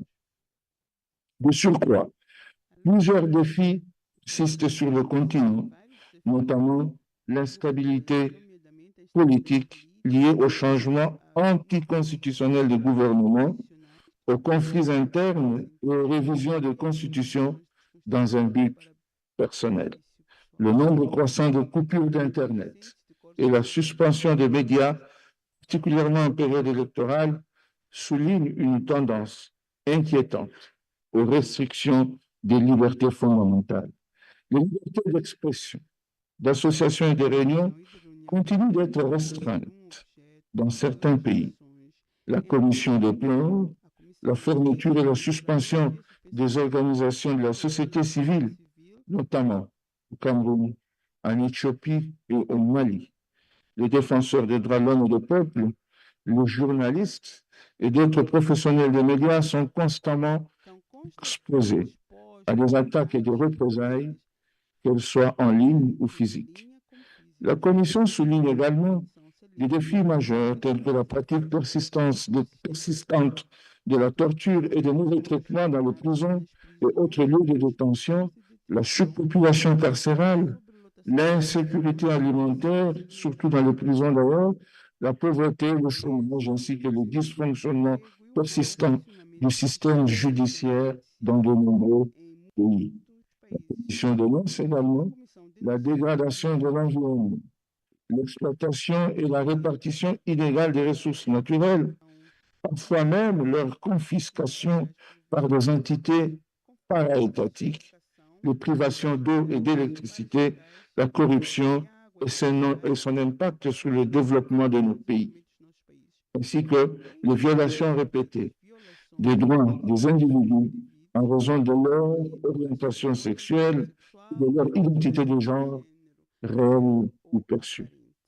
De plus, l'expulsion des communautés autochtones de leurs terres ancestrales constitue une autre forme manifeste de violation des droits de l'homme, documentée à travers des rapports de victimes et des acteurs engagés dans la défense des droits de l'homme. L'objectif visé à travers ce passage en revue est de mettre en lumière ces défis dans toute leur complexité. Il ne s'agit pas de chercher à accuser, mais d'interpeller les États parties, les décideurs politiques, ainsi que toutes les parties prenantes, afin qu'ils adoptent des mesures appropriées pour préserver les droits garantis par la Charte africaine des droits de l'homme et du peuple et les autres instruments pertinents des droits de l'homme. C'est si, et seulement si, cette interpellation est faite de cette manière que voilà qu'il est possible d'accompagner les États auteurs, victimes de violations des droits de l'homme et des peuples, suivant leur vœu souverain, une fois exprimé. Excellences, Monsieur le ministre, distingués invités, chers participants, Mesdames et Messieurs, malgré les nombreuses préoccupations qui subsistent, des améliorations significatives ont été observées dans le domaine de la promotion et de la protection des droits de l'homme et des peuples au cours de la période d'intercession. Ces développements positifs témoignent d'une volonté persistante de renforcer les droits de l'homme malgré les défis auxquels nous sommes confrontés. C'est dans ce contexte que la Commission salue l'adoption par l'Union africaine de la Convention de l'Union africaine visant à mettre fin à la violence à l'égard des femmes et des filles, tout en félicitant d'ailleurs la République du Djibouti, qui est le premier pays à l'avoir signé en date du 9 avril 2025.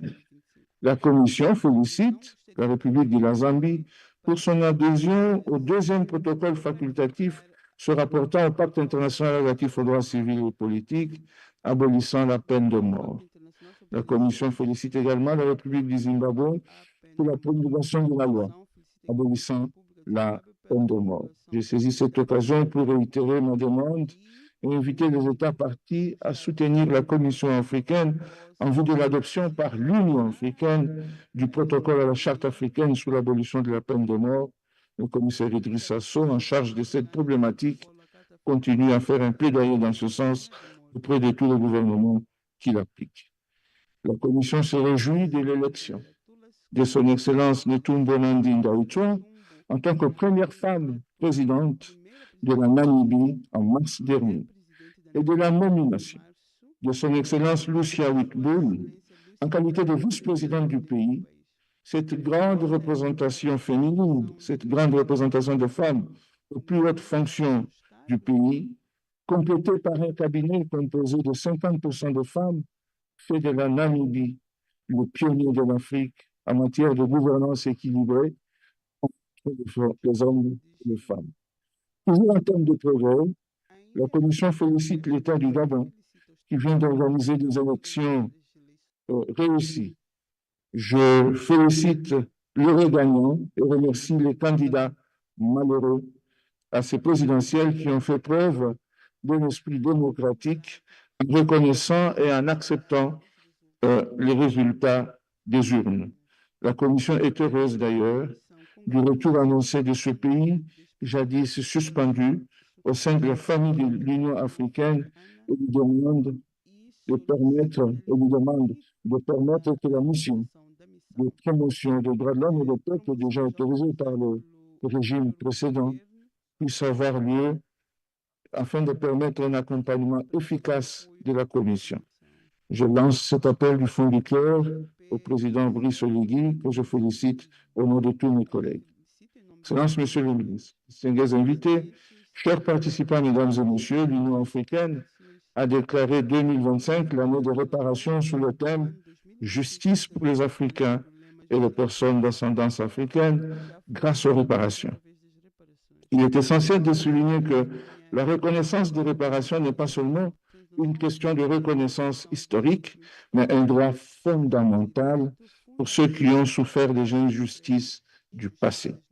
Bien que des avancées notables ont été faites dans la reconnaissance des souffrances subies par les peuples africains, l'Afrique reste le continent avec le plus grand nombre de personnes dont les droits ont été bafoués à cause du colonialisme, de l'esclavage et de la discrimination systématique. Des millions de descendants d'Africains continuent à vivre avec les séquelles de ces injustices, tant sur le plan économique, social et culturel. La réparation de ces injustices passées est un levier essentiel pour la réalisation des objectifs de l'agenda 2063 et des objectifs du développement durable. Nous pensons dans ce contexte également que c'est un impératif catégorique que de rendre justice aux anciens, à nos ancêtres, exploités sur leur propre terre, parfois déracinés, de et par force de l'Afrique pour aller travailler à l'étranger, Nous pensons également à ces nombreux Africains contemporains disséminés à travers le monde dans ce que l'on appelle désormais la 6e région d'Afrique. L'Afrique a été victime d'un véritable ubuntucide, au sens de volonté d'anéantir l'Ubuntu, qui dans plusieurs langues renvoie à l'humain. Ils l'ont dépeuplé et ignoré pour longtemps encore les efforts de sa jeunesse au profit des grandes puissances qui la dominent encore. Excellence, Monsieur le Ministre, à la lumière de ce bilan indicatif, la Commission est convaincue que les discussions, les échanges d'idées, le partage d'expériences et de bonnes pratiques, ainsi que les recommandations formulées dans un esprit de respect, de tolérance et de dialogue constructif, joueront un rôle clé pour surmonter, même partiellement, les défis identifiés. Avant de conclure, et conformément à la tradition de nos sessions tenues durant la période de 100 jours de commémoration du génocide contre le Tutsi au Rwanda, la Commission voudrait se joindre au gouvernement et au peuple rwandais pour commémorer le 31e anniversaire du génocide de 1993 contre le Tutsi au Rwanda et saisir ainsi cette occasion pour rendre un hommage solennel aux victimes et pour réitérer l'expression de sa profonde et sincère solidarité aux survivants. Avant de conclure, permettez-moi que je partage avec vous le message que j'ai prononcé au cours du dialogue de haut niveau au cours de la 58e session ordinaire du Conseil des droits de l'homme à Genève en date du 24 mars 2025. L'Afrique en a marre de tendre sa main pour réclamer le respect des droits de l'homme et le peuple. Il faut que nous cessions avec ce régime honteux de charité des droits de l'homme. Je pense du fond de mon cœur que les droits de l'homme et le peuple sont des droits subjectifs et collectifs. Ce sont des biens, ce sont des éléments appartenant à des patrimoines protégés de chacun d'entre nous. Il ne s'agit pas des offrandes offertes par le gouvernement. Au nom de tous mes collègues, je souhaite plein succès à cette 83e session ordinaire et je vous remercie chaleureusement pour votre attention bienveillante. Je vous remercie.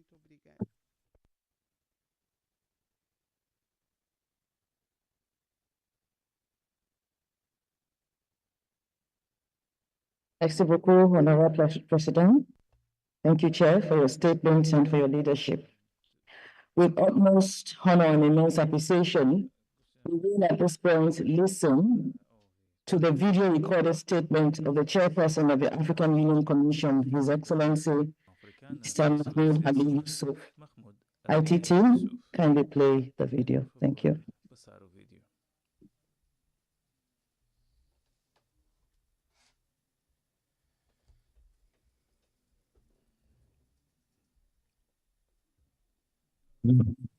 Your Excellency Dawda Jallow, Attorney General and Minister of Justice of the Republic of the Gambia, Honorable Commissioner Remy Ngoy-Lumbu, Chairperson of the African Commission on Human and People's Rights, and Honorable Commissioners of the African Commission on Human and People's Rights, distinguished representatives of the United Nations, European Union, and other international organizations who are present, Excellencies, distinguished representatives of African Union member states, representatives and staff of African Union institutions who are present, representatives of national human rights institutions, civil society, and media organizations, distinguished guests, ladies and gentlemen.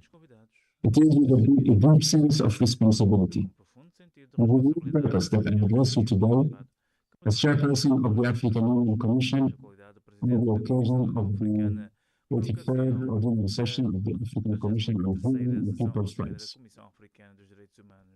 This session is a critical point in the shared journey. As the African enters in a phase of leadership with the appointment of a new leader, we do so with full awareness of the urgent needs of the present and the weight of the expectations placed on us. We are committed to responding with focus, consistency, and ambition. The Commission is always continues to play a vital role in defining the country's legal compass. It has stood for decades as the voice of principle, guided by shifting political needs by the standards of the African Charter. Its contribution through jurisprudence, dialogue, and cooperation have shaped the African human rights system into one of the most respected on the global stage. It's a time for reflection. It is a moment for alignment.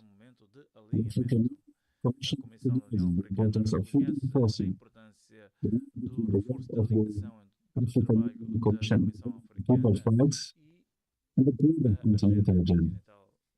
Our commitment to good governance, rule of law, and human rights is not rhetorical, it is structural. It is embedded in the aspirations of Agenda 2063 and in every framework that aims to bring peace, stability, and dignity to our citizens. In this session, we affirm the African Union Commission's full support for the African Commission on Human and People's Rights mandate and its independence.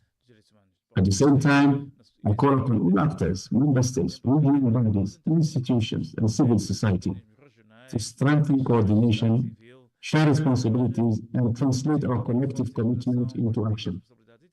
Africa cannot afford fragmentation, where coherence is needed, where urgency is clear.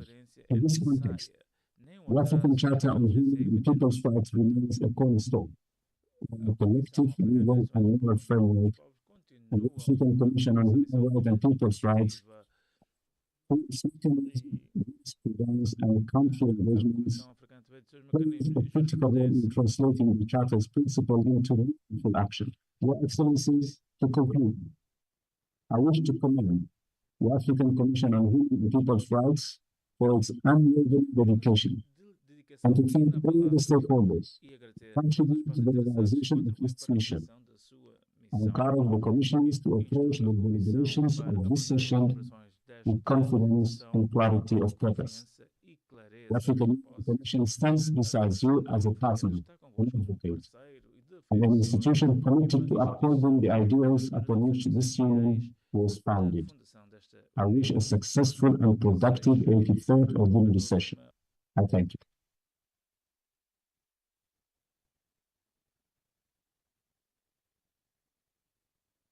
Appreciation to His Excellency, the Chairperson of the African Union Commission, for his statement to the 83rd Ordinary Session of the African Commission on Human and People's Rights, despite his very tight schedule.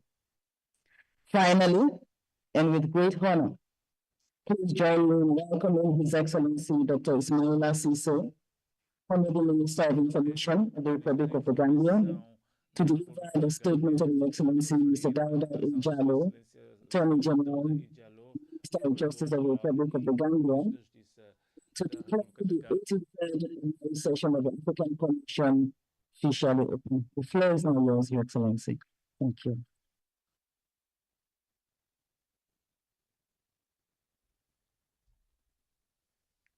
Good morning. I wish to remind this August gathering that I'll be delivering the speech on behalf of the Honorable Minister of Justice, Honorable Dawda A. Jallow, who is unavoidably absent today, and also to take the opportunity to, on behalf of the President, His Excellency Adama Barrow, and the government and the people of the Gambia, to welcome our guests to the Gambia and to wish you a pleasant stay and productive sessions. Your Excellency, Chairperson of the African Commission on Human and People's Rights, esteemed commissioners, honorable ministers and secretaries of state, distinguished representatives of member states, honorable members of the diplomatic and consular corps, respected delegates from national and international human rights institutions, esteemed members of civil society, ladies and gentlemen. On behalf of His Excellency, President Adama Barrow, the President of the Republic of the Gambia, the government and the peoples of our nation, It is with great honor that I extend a very warm welcome to all participants of this significant session of the African Commission on Human and People's Rights. Hosting this session in Banjul affirms the Gambia's unwavering commitment to promoting and protecting human rights across our continent. We are privileged to provide a platform for critical discussions and decisions to advance the rights and freedom of all African people. This gathering brings together diverse stakeholders, governments, civil society, human rights organizations, national human rights commissions, human rights defenders, and international partners, each playing a vital role in our collective mission for advancing human rights in our continent. Your presence here underscores our shared responsibility in upholding the principles enshrined under the Universal Declaration on Human Rights and the African Charter on Human and People's Rights. Excellencies, ladies and gentlemen, as we mark the 83rd session, it is evident that we are living in a tumultuous world, characterized by international wars and widespread violence across the continent, leading to mass displacement of citizens, as well as the traumatic effects of sexual and gender-based violence against women and children. The situation of the globe today amounts to a threat to international stability. The international rule of law, as well as the collective values that we shared after the Second World War, as enshrined under the UDHR in 1948. Today, the threat to human dignity, life, property, and humanity is manifested all over the globe. We therefore, as a people, need to recommit ourselves to the protection and preservation of the sanctity of life and the dignity of the human person. The Universal Declaration on Human Rights is unequivocally proclaims that humans are born free and equal. It is indeed high time we revert our minds back to the Universal Declaration of Human Rights and why it was created. As a milestone document, it demands that we resist the globalized, transnational, and localized attacks against our rights. We can and we must be bold, encourage visionary leadership, institutions, and systems that can protect our planet for future generations, together with our economic, social, and political rights as a whole. While human rights development in Africa has shown significant progress with the establishment of key institutions and agreements, challenges still do remain. The African Charter on Human and People's Rights, the African Commission on Human and People's Rights, and the African Court on Human and People's Rights have all contributed to a more robust human rights framework. However, the enforcement of these rights and the level of protection vary across the continent, with persistent challenges in areas like democracy, governance, and the rights of marginalized groups, such as migrants, stateless persons, refugees, and internally displaced persons. Most importantly, the African Court on Human and People's Rights has taken positive actions in promoting and protecting human rights in Africa. It has issued landmark rulings on issues like women's rights and the rights of the child, influencing legal and societal norms. The court has also held corporations accountable for human rights violations, expanding the scope of human rights accountability. Furthermore, it has helped to raise awareness about human rights issues and promote a culture of respect for human dignity. Excellencies, ladies and gentlemen, fighting corruption and impunity in society and within the state is vital. as unequal vein, respect for democratic norms and processes. Corruption significantly undermines human rights by creating conditions that allow or exacerbate violations impacting a wide range of rights, particularly those related to social, economic, and political participation. Corruption diverts public resources, undermines institutions, builds trust in governance, and severely hampers the realization of economic, social, and cultural rights. Corruption should not be seen only as a financial crime. It is one that affects the very fabric of our society, including women and children, migrants and refugees, as well as marginalized and vulnerable groups in our society. Excellencies, ladies and gentlemen, and we also take this opportunity to complement the initiative behind the African Continental Free Trade, which is one of the flagship projects of Agenda 2063, and a landmark initiative aimed at creating a single market for goods and services across the African continent. It seeks to promote the African trade by eliminating tariffs on most goods, facilitating the movement of capital and people, fostering economic integration, and enhancing competitiveness. Thus, the vision of the AFCFTA is to create a single liberalized market for goods and services, facilitated by the movement of persons to deepen the economic integration of the African continent. Coming to the African Union theme for this year, slavery and the slave trade, including the transatlantic slave trade, were appalling tragedies in the history of humanity, not only because of their abhorrent barbarism, but also in terms of their magnitude. As crimes against humanity, they are therefore among the major sources and manifestations of racism, racial discrimination, xenophobia, and related intolerance that seriously affect the lives of Africans and the people of African descent. It is therefore fitting and widely recognized that Africans and people of African descent are entitled to reparations. Evidence abounds and precedents of reparations granted for past abuses.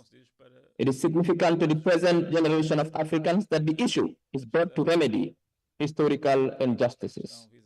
The theme, justice for Africans and people of African descent through reparations, is of absolute relevance. We must, however, be cautious as the issue is complex and costly. We need to be very comprehensive as well as calculative in terms of what we want, bearing in mind that reparations involve more than just financial compensation.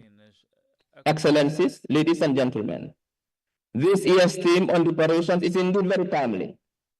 Reparation, as we know, comes in many forms. And applying reparations at home, the government of the Gambia has initiated its reparations process. We passed the Victims Reparations Act 2023, which establishes a framework for reparations as recommended by the TRRC. E quando houver organização de acordos, nós poderemos logo avançar com os acordos de consultations with society organizations to ensure that the reparations process is responsive to the needs and concerns of those who are harmed. Reparations as envisaged under our law include financial compensation, healthcare, education, and psychological support. The intention is to address both material and non-material harms suffered by victims of the 22-year dictatorship of the past regime. For purposes of administration, the Act creates a reparations commission with the mandate to manage and administer the reparations process. This includes receiving and processing claims from victims, determining eligibility for reparations, and overseeing the disbursement of funds and other forms of support. The commission is headed by 7 commissioners and an executive secretary who is responsible for the day-to-day administration and financial management of the commission. The Act in its totality underscores the government's commitment to acknowledging the suffering of victims and survivors in taking concrete steps towards ensuring closure for victims. Civil society organizations and human rights defenders have played a critical role in the Gambia's human rights advancements. Their advocacy and engagement have been vital in promoting transparency, accountability, and citizen participation in governance. While significant progress has been made, the Gambia continues to face challenges in fully realizing human rights for all citizens. Issues such as gender-based violence and the need for comprehensive legal reforms remain areas requiring ongoing attention and action. The government of the Gambia recognizes that the values of human protection, promotion, and fulfillment are essential pillars for the achievement of our much cherished development. We must therefore vigorously guard these values zealously. In the same vein, create the necessary space and environment for human rights defenders to operate. No longer should we sit idly while they continue to be targeted with violence and assassinations as they continue on their duties. We must never relent in pursuing their assailants for justice. To those who oppress them, I say loudly, stop your cowardly acts. And remember, you can never escape justice in this day, in this era. As we commence our deliberations, let us be guided by a spirit of collaboration and a steadfast dedication to justice, equality, and human dignity. May our discussions be fruitful and lead to actionable outcomes that will positively impact the lives of individuals across the African continent. In this spirit, I hereby declare the 83rd session officially open and wish you all productive and insightful engagements. Thank you.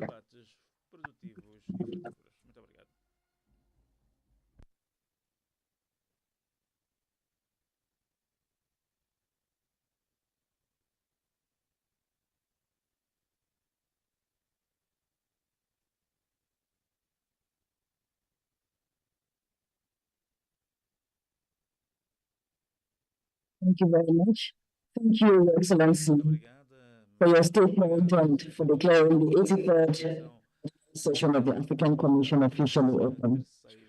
Excellencies, distinguished participants, this brings us to the end of the ceremony of the 83rd annual session. Now, members of the table will leave to take a family photo, to which all dignitaries, delegates, and participants will observe tea and coffee break. Ushers are on standby to lead Excellencies, distinguished delegates, and distinguished participants to the respective service points for the tea and coffee break, and I will shortly. Normally, after the tea and coffee break, the full session is confirmed, but the press will take place.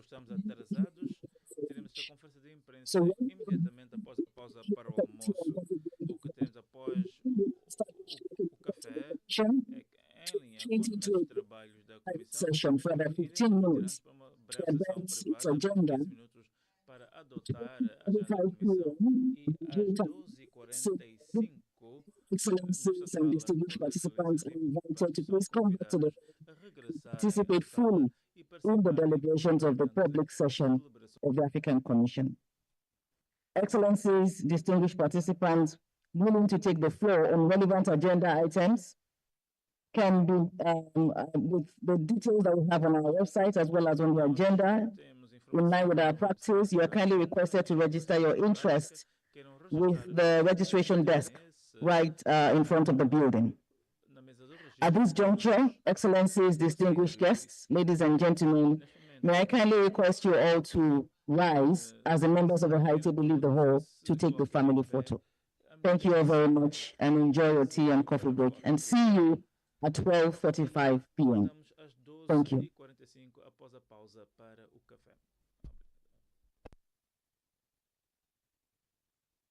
The protocol officers will lead us to the point of the family photo. For the tea and coffee break, For member states, it will take place in the banquet hall on the ground floor. The banquet hall on the ground floor for delegates from member states for the tea and coffee break. For the distinguished delegates and participants, to do the banquet hall on the first floor.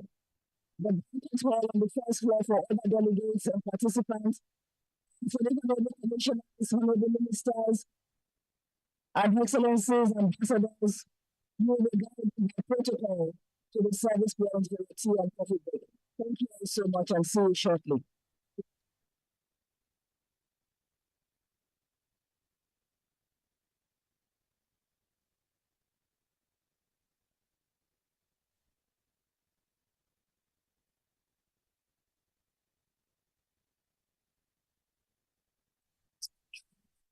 First session of the African Commission on People's Rights to a close. Again, on October 17th, and culminates today on November 6th, 2024. Please to days. Welcome to state delegates, representatives of NHRIs and NGOs, as well as esteemed participants who are witnessed in valuable discussions, share profound insights, and forged connections that transcend borders. Opening statements that set the tone for our deliberations, so the passionate debate on pressing human rights issues in Africa each moment has underscored our collective commitment to the promotion and protection of human rights across our continent. We also celebrated Africa Human Rights Day on 21st of October with a joint curriculum on realizing economic, social, and cultural rights in Africa. We held various panels that addressed critical topics essential to the promotion and protection of human rights, in which diversity of voices represented strengthened our resolve and enriched our understanding of the challenges we face. As we celebrate our achievements, let us also remember the work that lies ahead, guiding us as we strive to create a future where the rights of every individual are respected and upheld. Extend our heartfelt gratitude to all participants, advocates of human rights, and organizations who contributed their time, expertise, and passion to the 81st Ordinary Session. Their dedication is the heartbeat of our mission. When we draw to a close, we must carry forward the spirit of collaboration and solidarity that has defined these discussions. Together, we can build a brighter future for Africans, ensuring that the principles of human dignity, equality, and justice remain at the forefront of our efforts. Thank you for your invaluable contributions and for your unwavering commitment to human rights. Safe travels, and we look forward to reconvening in the spirit of progress and unity. And as we plead, may we always remember that human rights is our collective responsibility.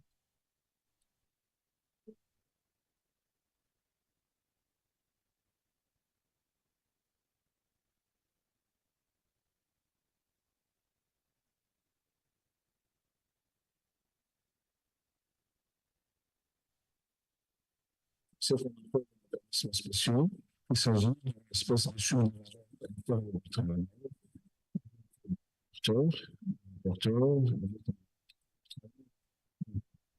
C'est comme ça que la commission fait le travail. C'est sur une base thématique. Le rapporteur ne travaille seul, il peut travailler sur les réfugiés, sur la défense de l'environnement.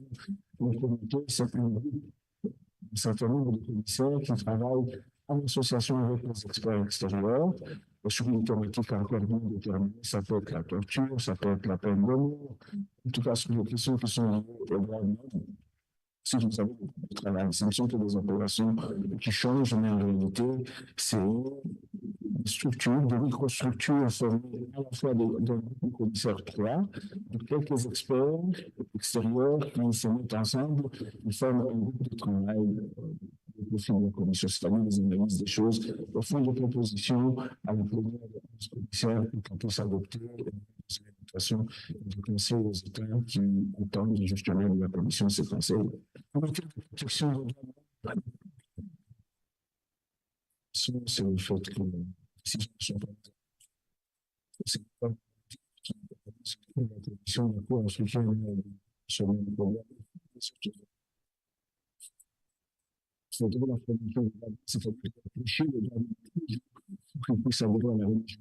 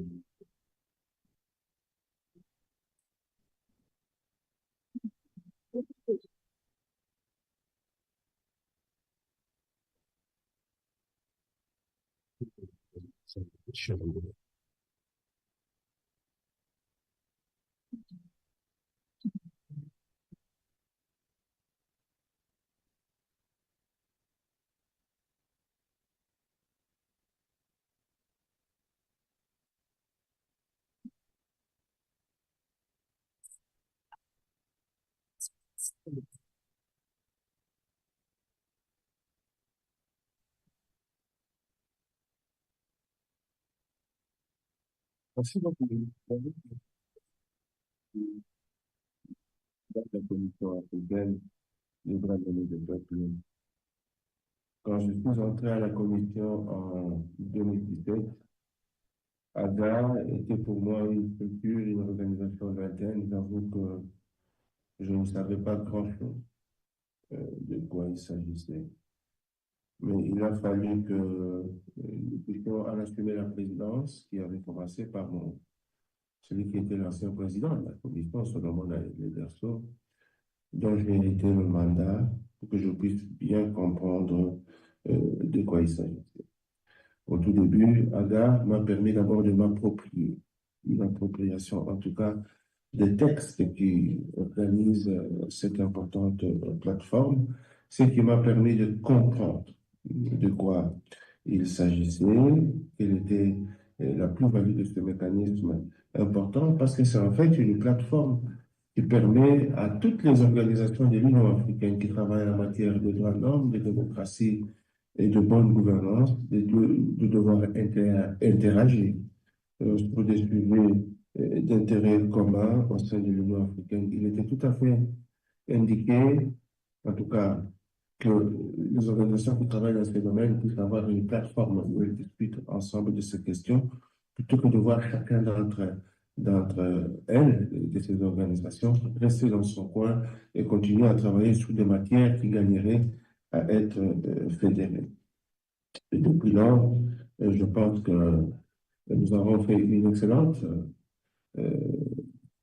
mandat, une excellente présidence en tant que membre de la Commission africaine de droits de l'homme et des peuples, mais le temps est court.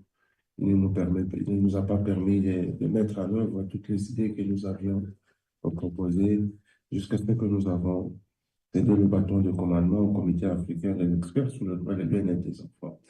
Merci beaucoup.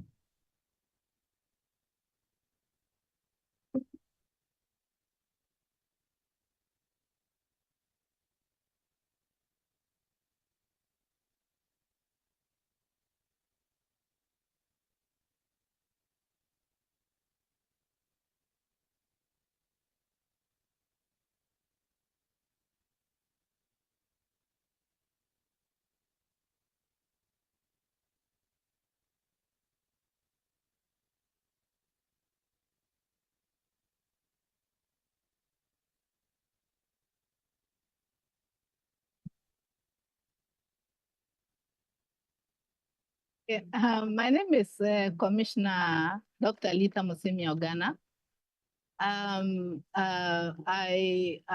My capacity is dual. I am the commissioner responsible for the rights of people living with HIV and AIDS in Africa, and also the commissioner in charge of the protection of rights of indigenous communities and minorities in Africa. This was an amazing forum. When we were conceiving the idea of having this joint forum, we thought of a space where, as a commission, we could have stakeholders every year come join us to discuss some of the things and items that are not normally covered specifically in our mandates. We thought of issues that we may not be able otherwise to deal with during our normal work in the commission. And so it has been a huge success from the first day to the second day to the last day. Even now, people are still in the room. Nobody has left.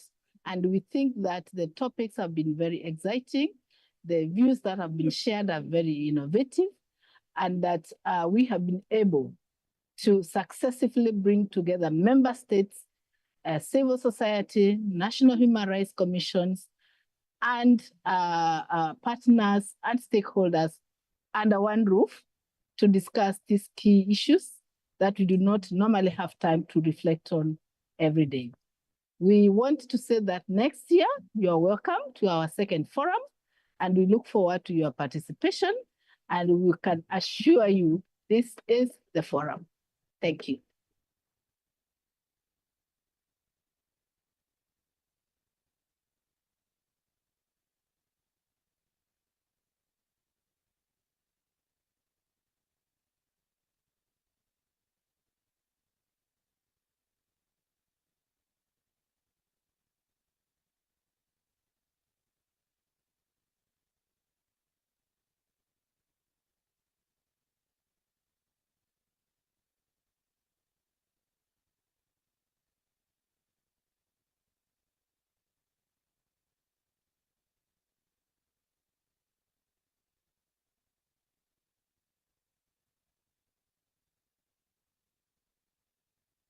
Hello, my name is Abiola Idowu-Ojo, and I'm the Acting Executive Secretary to the African Commission on Human and People's Rights. Indeed, they just concluded AGA SP support to AU organs with human rights mandates, recorded a lot of success, and on the part of the African Commission, ACHPR for short, there was a significant contribution to the development of normative instruments within the African human rights system.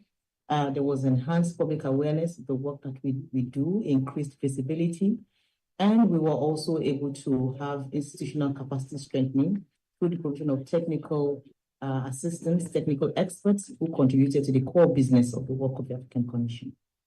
On normative frameworks, as you know, one of the things that we do is to increasingly interpret the provisions of the African Charter and to develop knowledge products, knowledge tools that help member states to better implement the human rights obligations that they have under the African Charter. Two key knowledge products that emerged from this support would include the alert and reporting mechanism for torture victims and the guidelines for the protection of persons from enforced disappearances in Africa. These tools provide clear directives to state parties on implementing AU shared value treaties. On increased visibility and through numerous activities such as regional conferences and validation meetings, the ACHPR significantly raised its profile and enhanced citizens' access to its services. Notable events include the conference that we had on the impact of COVID-19 on HIV responses in Africa, and the development of a use of force training module for police and prison officers in Africa. And lastly, on capacity building, the ACHPR, through this support, recruited 6 staff members to strengthen its operational capacity and contribute to its core businesses. This included senior litigation officers, a senior monitoring and evaluation, accountability and learning officer for the first time in the history of the African Commission, and a finance officer that was also committed to overseeing the financial aspect of this support project. These were all core capacities that were contributed to the daily and ongoing businesses of the African Commission, enhancing its capacity to better protect and promote human and people's rights on the continent. We're grateful for the support. I thank you.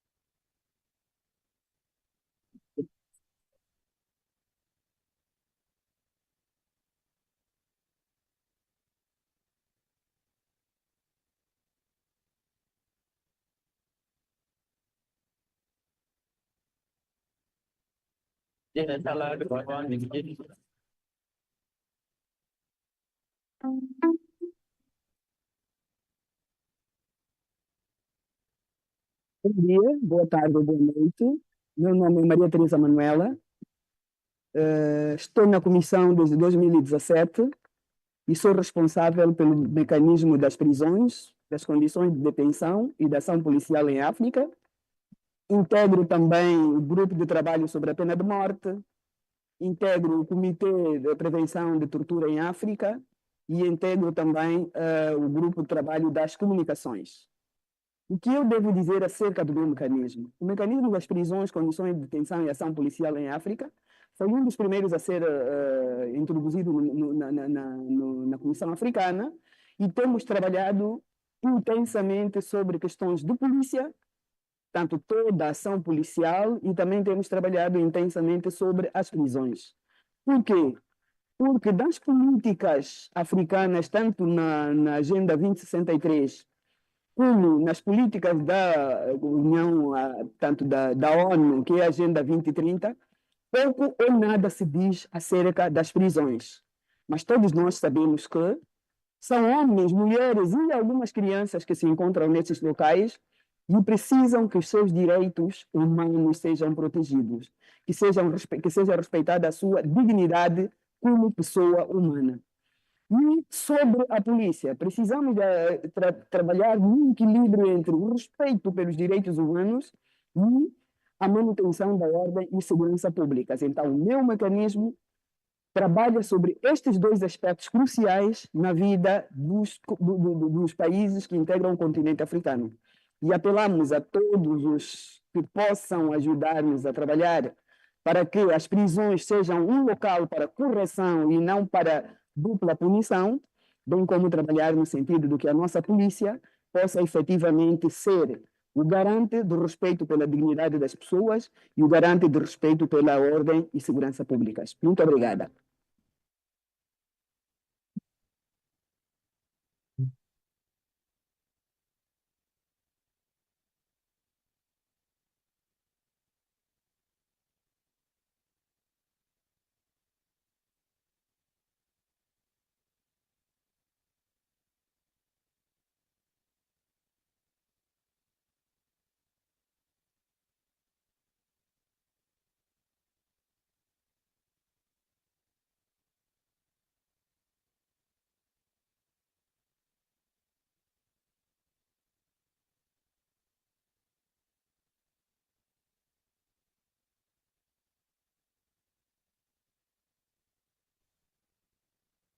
human rights and collective responsibility.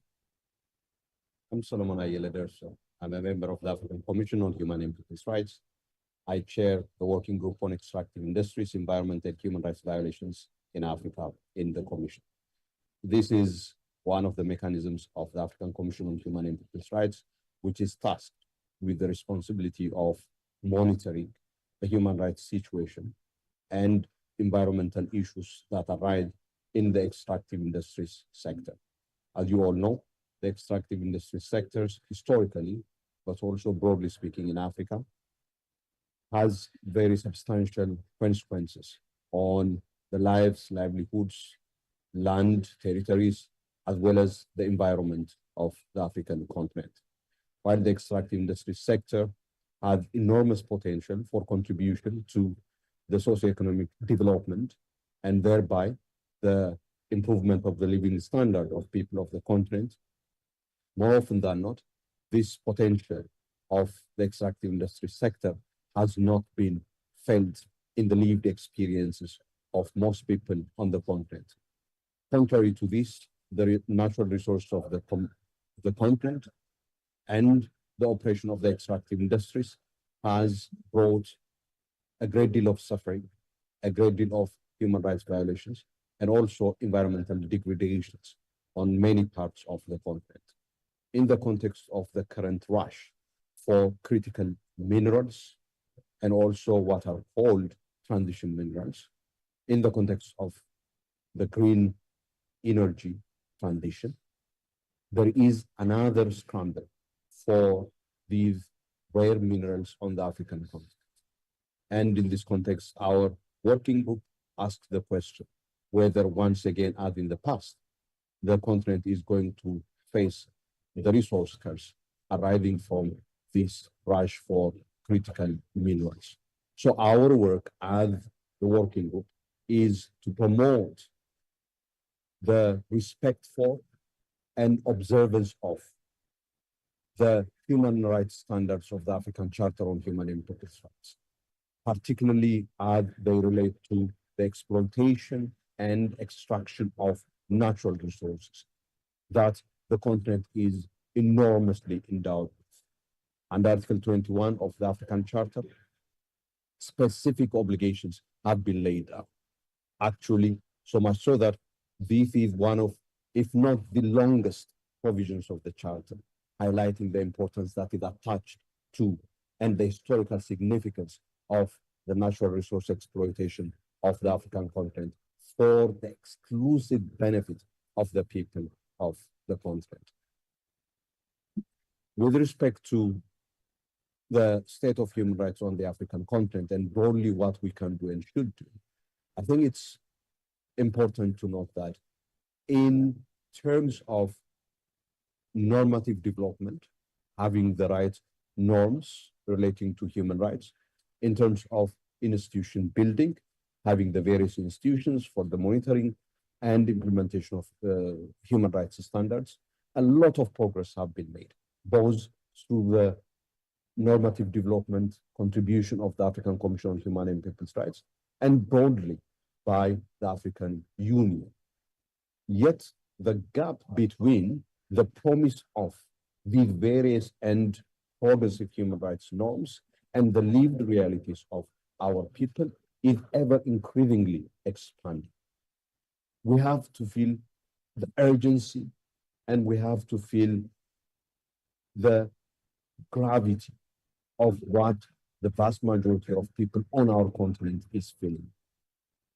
The higher the gulf between the promise of human rights and the lived realities of our people, the higher the challenge for appreciating the relevance of our work and the role of the commission.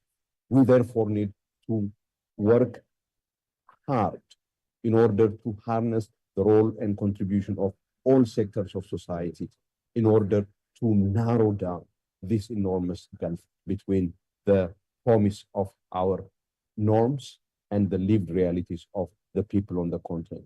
That is why it's extremely important for the Commission to work with other sectors of society beyond and above human rights institutions, human rights NGOs, and civil society organizations. The role of the media needs to be harnessed, and to be harnessed enormously. The role of policymakers, particularly in the economic sphere, needs to be harnessed. The role of policymakers in other areas, the digital space, also needs to be appreciated and harnessed and taken advantage of. We have to use civil society organizations, use women, and the enormous potentials and entrepreneurial skills of our people. I thank you very much.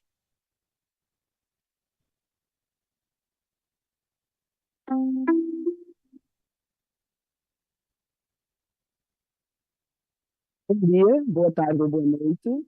Meu nome é Maria Teresa Manuela. Estou na comissão desde 2017 e sou responsável pelo mecanismo das prisões, das condições de detenção e da ação policial em África. Integro também o grupo de trabalho sobre a pena de morte, integro o Comitê de Prevenção de Tortura em África e integro também o grupo de trabalho das comunicações. O que eu devo dizer acerca do meu mecanismo? O mecanismo das prisões, condições de detenção e ação policial em África foi um dos primeiros a ser introduzido na Comissão Africana e temos trabalhado intensamente sobre questões de polícia, tanto toda a ação policial, e também temos trabalhado intensamente sobre as prisões. Por quê? Porque das políticas africanas, tanto na Agenda 2063, como nas políticas da União, tanto da ONU, que é a Agenda 2030, pouco ou nada se diz acerca das prisões. Mas todos nós sabemos que são homens, mulheres e algumas crianças que se encontram nesses locais e precisam que os seus direitos humanos sejam protegidos, que seja respeitada a sua dignidade como pessoa humana.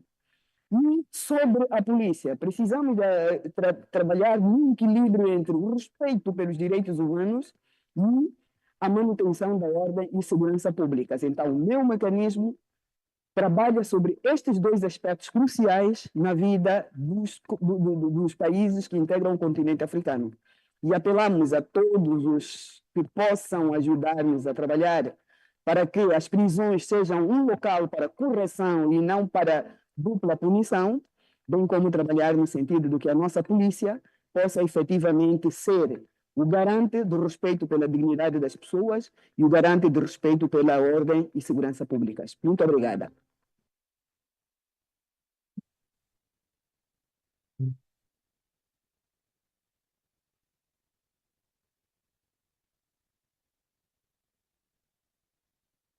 Je suis Marie-Louise Aboumou. Je suis juge à la Cour suprême du Cameroun, je suis camerounaise, et je suis commissaire à la Commission africaine des droits de l'homme et des peuples depuis 2020. Au sein de cette commission, je suis la présidente du groupe de travail sur les droits des personnes âgées et des personnes handicapées et la présidente du groupe de travail sur les communications.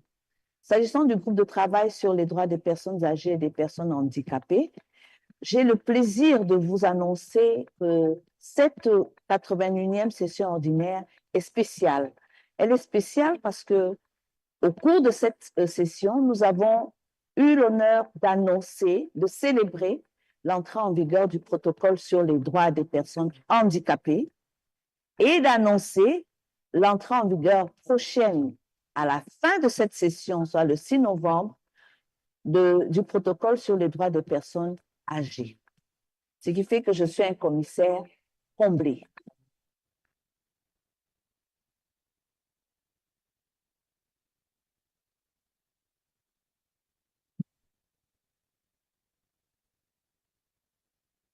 Mon nom est Selma Sassi Safer, je suis de la République algérienne démocratique et populaire et je suis professeure de droit international à l'Université d'Alger.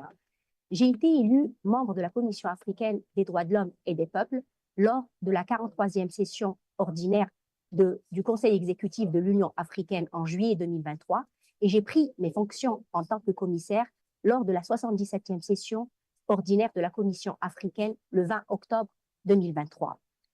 En matière de mécanismes spéciaux, je suis le rapporteur spécial en charge des réfugiés, des demandeurs d'asile, des personnes déplacées en Afrique et des migrants. En ce qui concerne les pays dont je suis en charge, je suis responsable de la promotion et de la protection des droits de l'homme et des peuples dans 4 États africains qui sont...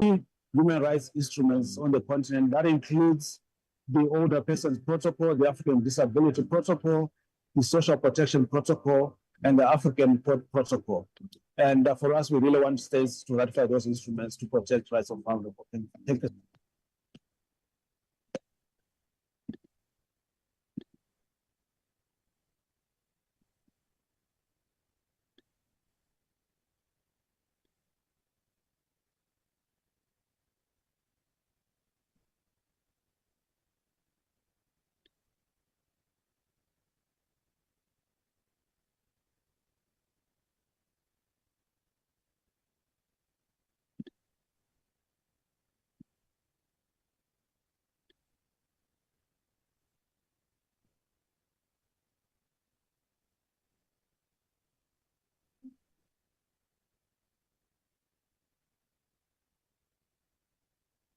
My name is Michael Janyakun, Deputy Executive Director of the Institute for Human Rights and Development in Africa, here in Banjul, the Gambia. Today, I participated in a panel discussion on the implications of Article 59(1) with regards to confidentiality for the communications procedure of the Commission and how it impacts on litigants. I also, prior to that, delivered a statement on the human rights.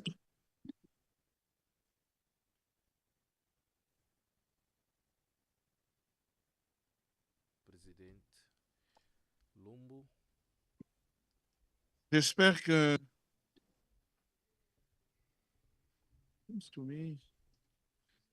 Allô.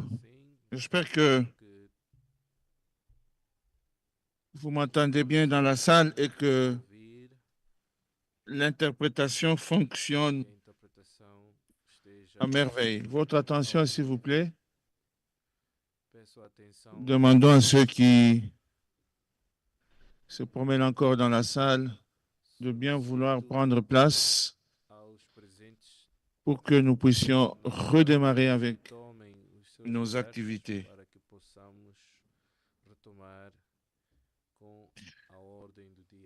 Mesdames, Mesdemoiselles et Messieurs, c'est avec beaucoup d'enthousiasme, beaucoup de plaisir que la Commission africaine des droits de l'homme et des peuples vous accueille cet après-midi pour poursuivre avec le calendrier de ces travaux après cette séance inaugurale du matin, protocolaire avec beaucoup de discours, cette petite pause qu'il y a eu, la Commission a dû se retirer pour adopter son agenda et poursuivre avec ses activités. L'agenda étant adopté, nous nous retrouvons encore devant vous pour entamer le premier point qui figure à notre agenda. Il s'agit des statements on the human rights situation in Africa. C'est un exercice auquel beaucoup sont habitués. Pour ceux qui sont là pour la première fois, c'est à cette occasion que toutes les parties prenantes ont la possibilité de demander la parole pour les États d'abord, pour les INDH ensuite qui ont le statut d'affilié et pour les organisations de la société civile qui ont le statut d'observateur. Demander la parole pour nous présenter l'état général de la situation des droits de l'homme sur notre continent, à l'effet de permettre à la Commission de mettre à jour ces informations, au rapporteur pays de prendre note et de faire le suivi. C'est ça le but de cet exercice. Nous n'avons pas encore la possibilité d'accorder aux individus la possibilité de prendre la parole directement, mais nous espérons que les ONG qui le feront à leur nom rendent fidèlement compte de ce qu'ils ont pris au niveau de nos communautés respectives. Je vais rappeler les règles de procédure. Les délégués des États qui prendront la parole en premier lieu ont 7 minutes. Chaque délégation aura droit à 7 minutes. Pour les organes de l'Union africaine qui ont un mandat en matière de droits de l'homme, ils ont également 7 minutes. Pour les organisations internationales et intergouvernementales, 7 minutes. Les institutions nationales des droits de l'homme, ils ont droit à 5 minutes. Et pour les ONG, ont également droit à 5 minutes. Mais il n'est pas dit que vous devez nécessairement utiliser les minutes qui vous sont accordées. Si vous nous faites grâce de quelques minutes, vous nous permettrez, en tout cas, vous permettrez à d'autres personnes de parler et vous nous permettrez à nous de gagner aussi du temps. Sans tarder, je vais commencer avec la liste des États. J'appelle Embassy of Egypt in Sénégal, Son Excellence l'ambassadeur Khaled Aref. 7 minutes maximum. Et la technique aide l'ambassadeur Khaled à ouvrir son micro.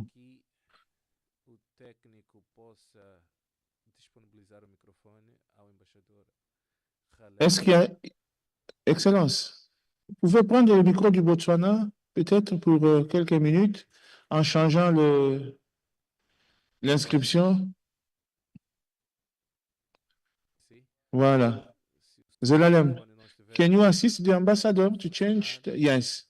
You can remove the Air Congo now. 7 minutes. Excellence, Monsieur l'ambassadeur.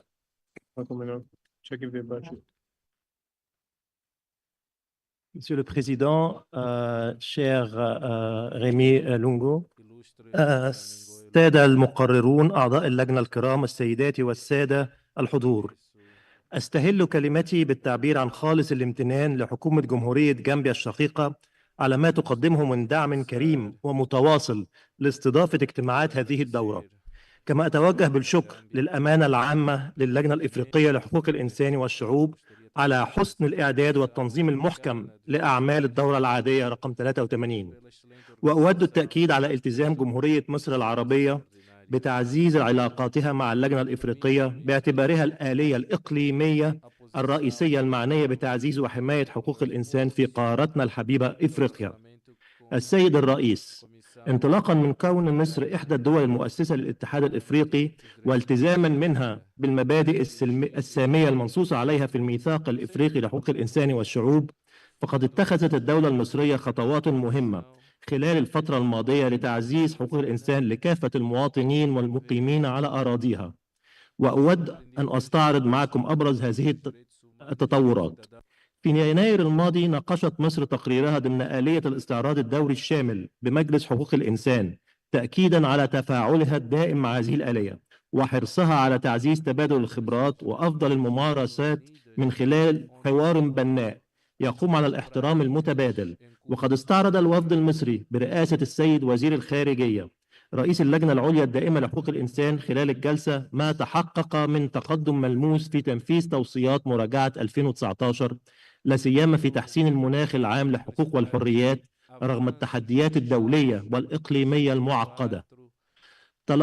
تلقت مصر خلال جلسة الاستعراض 343 توصية، حيث أشادت العديد من الدول وفي مقدمتها الدول الإفريقية الشقيقة بما حققته مصر من إنجازات ملحوظة في مجال حقوق الإنسان منذ عام 2019. وجاري في هذا الصدد إعداد التقرير الوطني بشأن الموقف من هذه التوصيات. واصلت مصر تعزيز مفهوم شامل لحقوق الإنسان دون تمييز، مع التأكيد على إشراك كافة أطياف المجتمع في جلسات الحوار الوطني وإجراء مراجعات مستمرة لقوائم الإرهاب شملت رفع أسماء عدد من المدرجين خاصة من الشباب بهدف منحهم فرصة لإعادة الاندماج الإيجابي بالمجتمع. وفي إطار تحديث المنظومة التشريعية لمواكبة التطورات الداخلية والإقليمية وموائمة التشريعات الوطنية مع التزامات مصر الدولية، فقد قام مجلس النواب المصري بمناقشة مشروع قانون الإجراءات الجنائية الجديد، بما يشكل نقلة نوعية في مجال العدالة الجنائية، خاصة فيما يتعلق الدفاع وضوابط ومدد الحبس الاحتياط، فضلا عن قانون اللجوء وقانون العمل. كذلك تواصل مصر أداء دورها الريادي الإنساني في استضافة أكثر من 10 ملايين أجنبي من 62 جنسية، وضمان تمتعهم بكافة الخدمات الأساسية من تعليم وصحة ونفاذ إلى سوق العمل، إلى جانب دمجهم بالمجتمع المصري دون إلزامهم بالبقاء في مخيمات رغم التحديات الاقتصادية وضعف الدعم الدولي. سيد الرئيس، السيدات والسادة الحضور، تقوم الرؤية المصرية لحقوق الإنسان على مبادئ جوهرية أبرزها الترابط والتكامل بين جميع الحقوق والحريات، والتلازم بين الديمقراطية وحقوق الإنسان، وأهمية تحقيق التوازن بين حقوق الفرد وحقوق المجتمع مع مكافحة الفساد كضمان رئيسي لحماية الحقوق.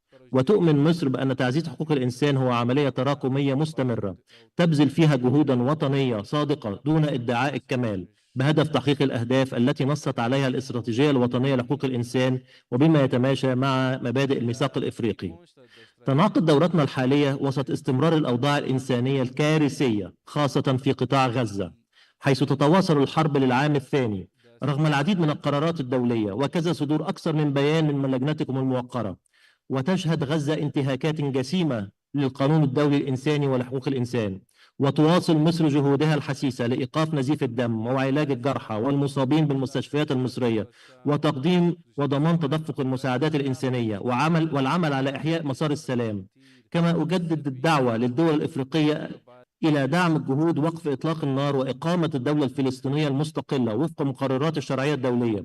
وفي هذا السياق أشدد مجددا على موقف مصر الثابت الرافض لكافة مساعي التهجير أو تشجيع النقل واقتلاع الشعوب من أراضيهم، سواء كان بشكل مؤقت أو طويل الأجل، وبما يهدد الاستقرار ويقوض فرص السلام والتعايش بين الشعوب، وهو الموقف الذي أدعو لجنتكم الموقرة لأهمية إعادة التأكيد عليه. كذلك تواصل مصر دعمها الكامل لكافة المبادرات الإقليمية والدولية الرامية إلى إنهاء النزاع في السودان، وتقديم العون اللازم لتعزيز استقراره والحفاظ على مؤسسات الدولة السودانية الحيوية. أود الإشارة إلى أن مصر ترحب بما اعتمدته قمة الاتحاد الإفريقي مؤخرا بشأن قضية التعويضات للأفارقة والأشخاص المنحدرين من أصل إفريقي عن الحقبة الاستعمارية وتاريخ العبودية عبر الأطلسي. إن مصر تدعم هذا التوجه العادل، وترى أن معالجة هذه المظالم التاريخية تمثل خطوة أساسية لتعزيز المصالحة والعدالة بين الشعوب، وتؤكد استعدادها الكامل للتعاون مع أشقائها الأفارقة لدفع هذا الملف الهام إلى الأمام في كافة المحافل الدولية. كما تعتبر مصر أن قضية استرداد الآثار المنهوبة تمثل أولوية محورية، انطلاقا من إيمانها بحق الشعوب الإفريقية في استعادة تراثها الثقافي والحضاري الذي تعرض للنهب خلال فترة الاستعمار. وتؤكد مصر أن استرداد هذه الكنوز الثقافية يشكل مكونا أساسيا من مسار معالجة المظالم التاريخية وتحقيق العدالة الثقافية، بما يسهم في تعزيز الهوية الوطنية وتحقيق المصالحة التاريخية بين الشعوب. وتعمل مصر على التعامل مع القضايا الدولية الناشئة وعلاقتها بحقوق الإنسان، وذلك مثل التغير المناخ والذكاء الاصطناعي، وذلك بالتنسيق مع فرق العمل الإفريقي في كل من جنيف ونيويورك، وبما يحافظ على مصالح قارتنا الإفريقية ومستقبل أبنائها.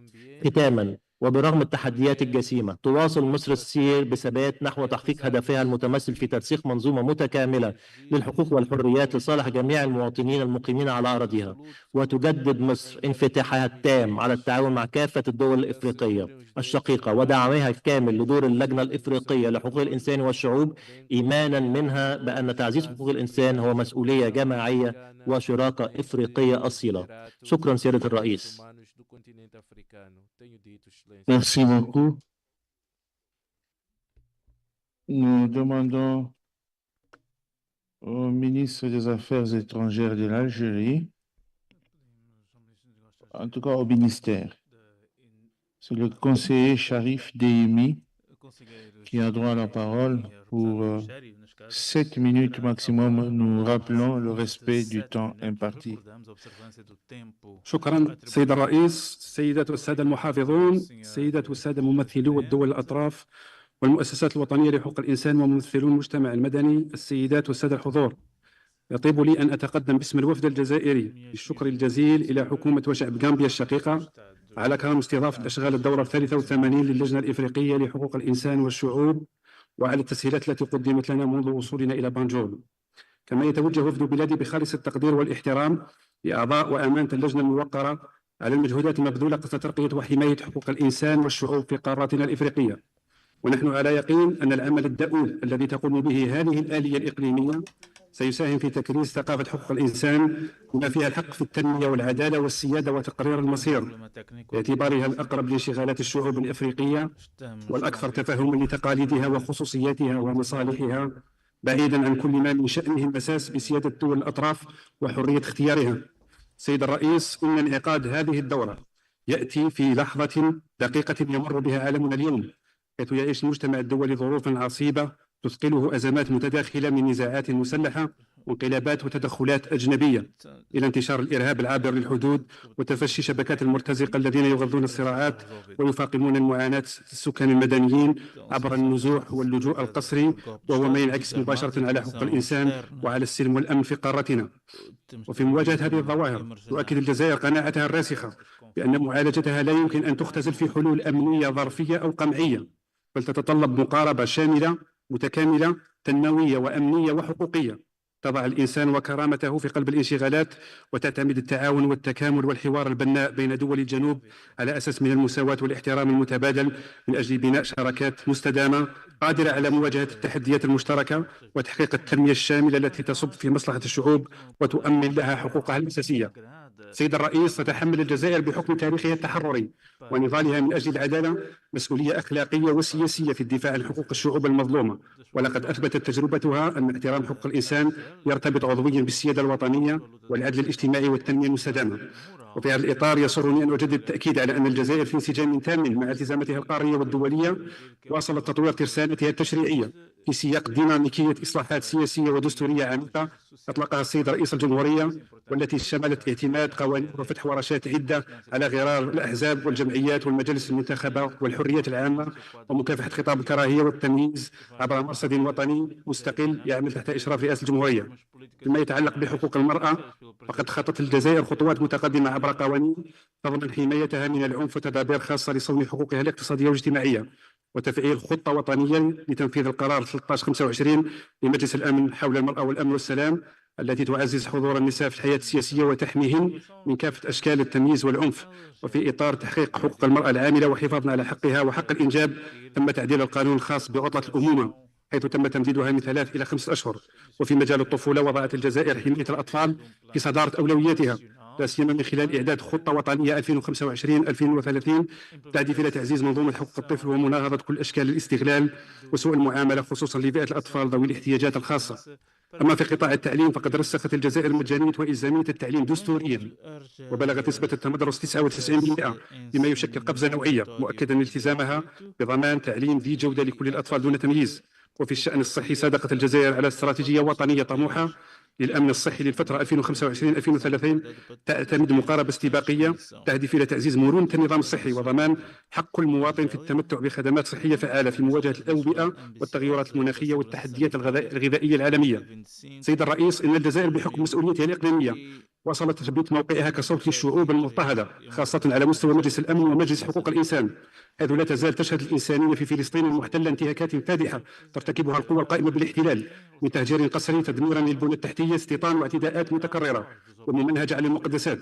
إن الجزائر تجدد من هذا المنبر رفضها لهذه الانتهاكات ودعمها المطلق لحق الشعب الفلسطيني في إقامة دولته المستقلة وعاصمتها القدس الشريف دولة حرة كاملة السيادة طبقا للشرعية الدولية. كما تجدد الجزائر موقفها الثابت بدعم حق الشعب الصحراوي غير القابل للتصرف أو التقادم في تقرير مصيره، وتدعو اللجنة الإفريقية إلى ممارسة ولايتها الكاملة لمتابعة وتوثيق انتهاكات حقوق الإنسان المرتكبة داخل الأراضي الصحراوية المحتلة، والعمل على إرساء آلية دائمة ومحايدة لرصد هذه الانتهاكات وضمان مساءلة مرتكبيها. سيد الرئيس، وفي سياق التزام الجزائر بمبدأ التضامن الإفريقي، تفتخر بلادي بالدور الرائد الذي تلعبه في إطار التعاون مع بلدان القارة، لا سيما من خلال الوكالة الوطنية للتعاون الدولي من أجل التضامن والتنمية كإطار مؤسساتي فاعل لدعم الدول الإفريقية الشقيقة في ميادين بناء القدرات، نقل المعرفة، تطوير المهارات، وتعزيز التنمية المستدامة عبر برامج في قطاعات حيوية مثل الصحة والتعليم والزراعة والطاقة. وتجسيدا لهذا التضامن كذلك قامت الجزائر منذ سنة 2010 بإلغاء ديون 16 دولة إفريقية شقيقة بقيمة تفوق 1.4 مليار دولار أمريكي، مساهمة في تعزيز سيادة هذه الدول على مواردها وتمكينها من استثمارها في التنمية وتحسين شروط الحياة لشعوبها. وقد توازى هذا المجهود مع نهج مالي متزن، حيث حافظت الجزائر على مستوى دين خارجي لا يتجاوز 0.4% من الناتج الداخلي الخام لنهاية 2023، ما مكنها من توجيه مواردها نحو الخدمات الأساسية وضمان تمويل البرامج الاجتماعية والصحية والتعليمية دون المساس بالاستقرار المالي. في هذا السياق تؤكد الجزائر على التأثير السلبي الكبير لعدم إعادة الأموال المنهوبة إلى قاراتنا من البلدان الأجنبية، حيث استمر احتجاز هذه الأموال، حيث أن استمرار احتجاز هذه الأموال يعوق قدرة الدول الإفريقية على تعبئة مواردها الوطنية، خاصة في أوقات الأزمات، وهذا ينعكس سلبا على تمويل أهداف التنمية المستدامة ويزيد من الفجوة في قدرة الدول على توفير الموارد اللازمة لتحقيق رفاهية شعوبها. وبناء على ذلك تدعو الجزائر إلى تكليف الدعم للائحة الإفريقية المتعلقة بحقوق الإنسان مقدمة في جنيف، وتحث على ضرورة تفعيل الآليات الدولية المعنية لإلزام دول الوجهة بإعادة هذه الأموال في إطار التزاماتها القانونية، بما في ذلك التصدي للتحديات القانونية والتقنية التي تعترض سيرورة هذه العملية. إن استعادة هذه الأموال ليست مجرد مسألة اقتصادية، بل هي حق من حقوق الإنسان يساهم في تعزيز السيادة الاقتصادية لدولنا ويمكنها من الوفاء بتعهداتها تجاه شعوبها وتحقيق تنمية مستدامة وعادلة. السيد الرئيس، تبقى الجزائر منفتحة بإرادة صادقة على آليات حقوق الإنسان الأممية، حيث استقبلت نهاية 2023 مقررين خاصين تابعين للأمم المتحدة في ظروف تميزت بالتعاون والشفافية، وتعتزم مواصلة هذا النهج في سبيل تعميق الثقة وترسيخ ثقافة حقوق الإنسان. في الختام، تجدد الجزائر قناعتها الثابتة أن احترام حقوق الإنسان يشكل حجر الزاوية لبناء مجتمعات مستقرة وعادلة، وأن هذه الحقوق تظل وحدة متكاملة غير قابلة للتجزئة، تعتمد على سيادة القانون، العدالة الاجتماعية، واحترام حق الشعوب في التنمية وفي تحديد مساراتها. إن تحقيق هذه الحقوق ليس فقط مسؤولية فردية أو وطنية، بل هو واجب جماعي يتطلب تعاون دولي مستمرا لتوفير الظروف الملائمة التي تتيح لشعوبنا التمتع بكافة الحقوق. شكرا سيد الرئيس. Merci beaucoup, Monsieur le Conseiller Sharif. Nous avons pris bonne note.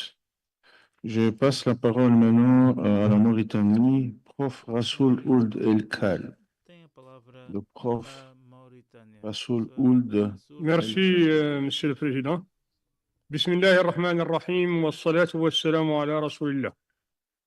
السيد رئيس اللجنة الإفريقية لحقوق الإنسان والشعوب، أصحاب السعادة السفراء ومندوبي الدول، السادة والسيدات أعضاء اللجنة الموقرة، السادة والسيدات ممثلي المنظمات الدولية والإقليمية، السادة والسيدات رؤساء وممثلو المؤسسات الوطنية لحقوق الإنسان ومنظمات المجتمع المدني، أيها السادة والسيدات، إنه لمن دواعي السرور أن نشارككم اليوم باسم حكومة الجمهورية الإسلامية الموريتانية انعقاد الدورة 83 للجنة الإفريقية لحقوق الإنسان والشعوب. كما أغتنم هذه الفرصة ليتقدم بخالص الشكر وعظيم الامتنان لحكومة جمهورية غامبيا الشقيقة على احتضانها لهذه الدورة وعلى كرم الاستقبال وحسن الضيافة اللذين قويت بهما أنا والوفد المرافق لي منذ قدومنا إلى أرض جمهورية غامبيا الشقيقة بلد الأمن والسلام. كما يطيب لي أن أهنئ باسم وفد بلادي السيد الرئيس وأعضاء اللجنة الموقرة على العمل الجبار الذي يقومون به بالنهوض بحقوق الإنسان والشعوب على مستوى قارتنا، معبرا كذلك عن ارتياحنا لمستوى التعاون المتميز بين بلادنا واللجنة وآلياتها الخاصة. سيد الرئيس، على الرغم من الجهود الكبيرة المبذولة في مجال حقوق الإنسان، لا تزال قارتنا الإفريقية تواجه تحديات كبرى تقف حاجزا دون التمتع البعض بالحقوق الأساسية والضرورية، من بينها النزاعات المسلحة والإرهاب والمتاجرة بالبشر والهجرة السرية والتغيرات المناخية. وفي هذا السياق تواصل موريتانيا جهودها الحثيثة على المستويين الدولي والإقليمي للمساهمة الفعالة في إيجاد حلول لمختلف دور النزاع في العالم، وخاصة تلك القائمة في جوارنا الإقليمي، باستقبال وإيواء النازحين وطالبي اللجوء، وتنفيذ مقاربة أمنية شاملة نجحت في التصدي للإرهاب والتطرف والجريمة المنظمة العابرة للحدود. ولعل رئاسة بلاد الاتحاد الإفريقي التي انتهت في 17 من شهر فبراير الماضي وما تم خلاله من إنجازات في العديد من الملفات الاستراتيجية للقارة خير دليل على هذا الالتزام.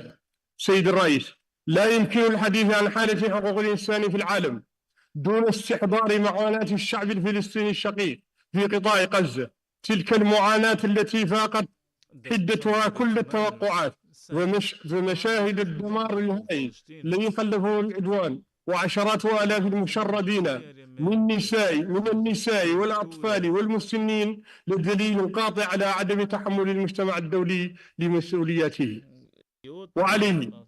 وهو مطالب اليوم أكثر من أي مواطن مضى بمضاعفة الجهود لمواصلة وقف إطلاق النار وإدخال المساعدات الإنسانية بالكم المطلوب ودعم جهود الإغاثة والإعمار سعيا لإنهاء معاناة الشعب الفلسطيني الشقيق وفتح آفاق لحل عادل يضمن إقامة دولة فلسطينية مستقلة عاصمة القدس الشريف. سيد الرئيس، عرفت حالة حقوق الإنسان في بلادي خلال العام المنصرم إنجازات كبيرة تعززت معها المكتسبات الوطنية في مجال بناء دولة القانون والمؤسسات وترسيخ قيم الديمقراطية والحقوق والحريات. وفي هذا السياق شرعنا في تنفيذ الاستراتيجية الوطنية لترقية وحماية حقوق الإنسان 2024-2028 الأولى من نوعها في البلاد.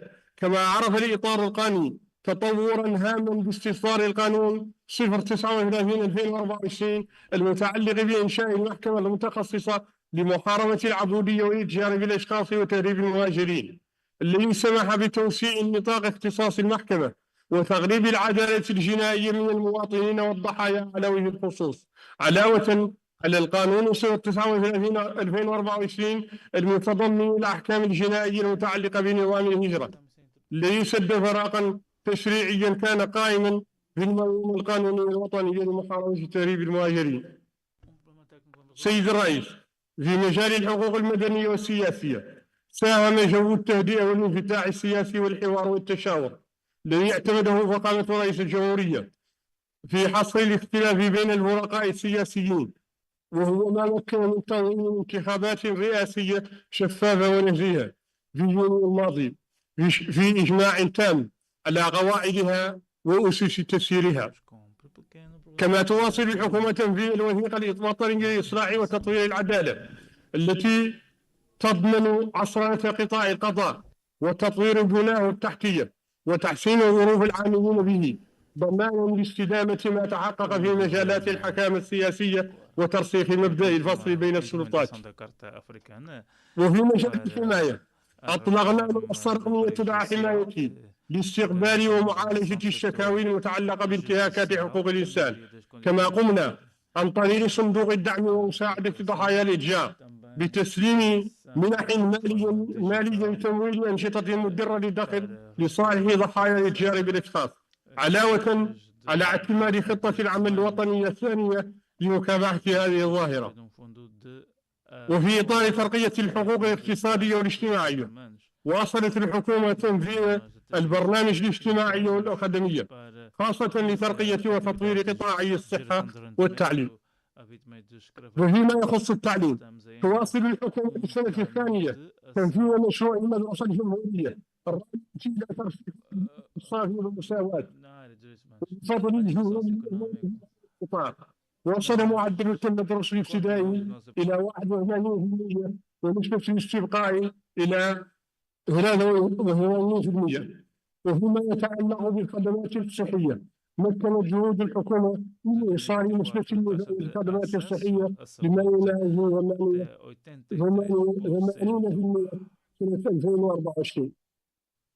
سيد الرئيس، عملنا خلال العام المنصرم على تعزيز تفاعل البلاد إيجابي مع الآليات الدولية لحقوق الإنسان وتعزيز تواجد الخبراء الوطنيين في لجان المعاهدات الدولية.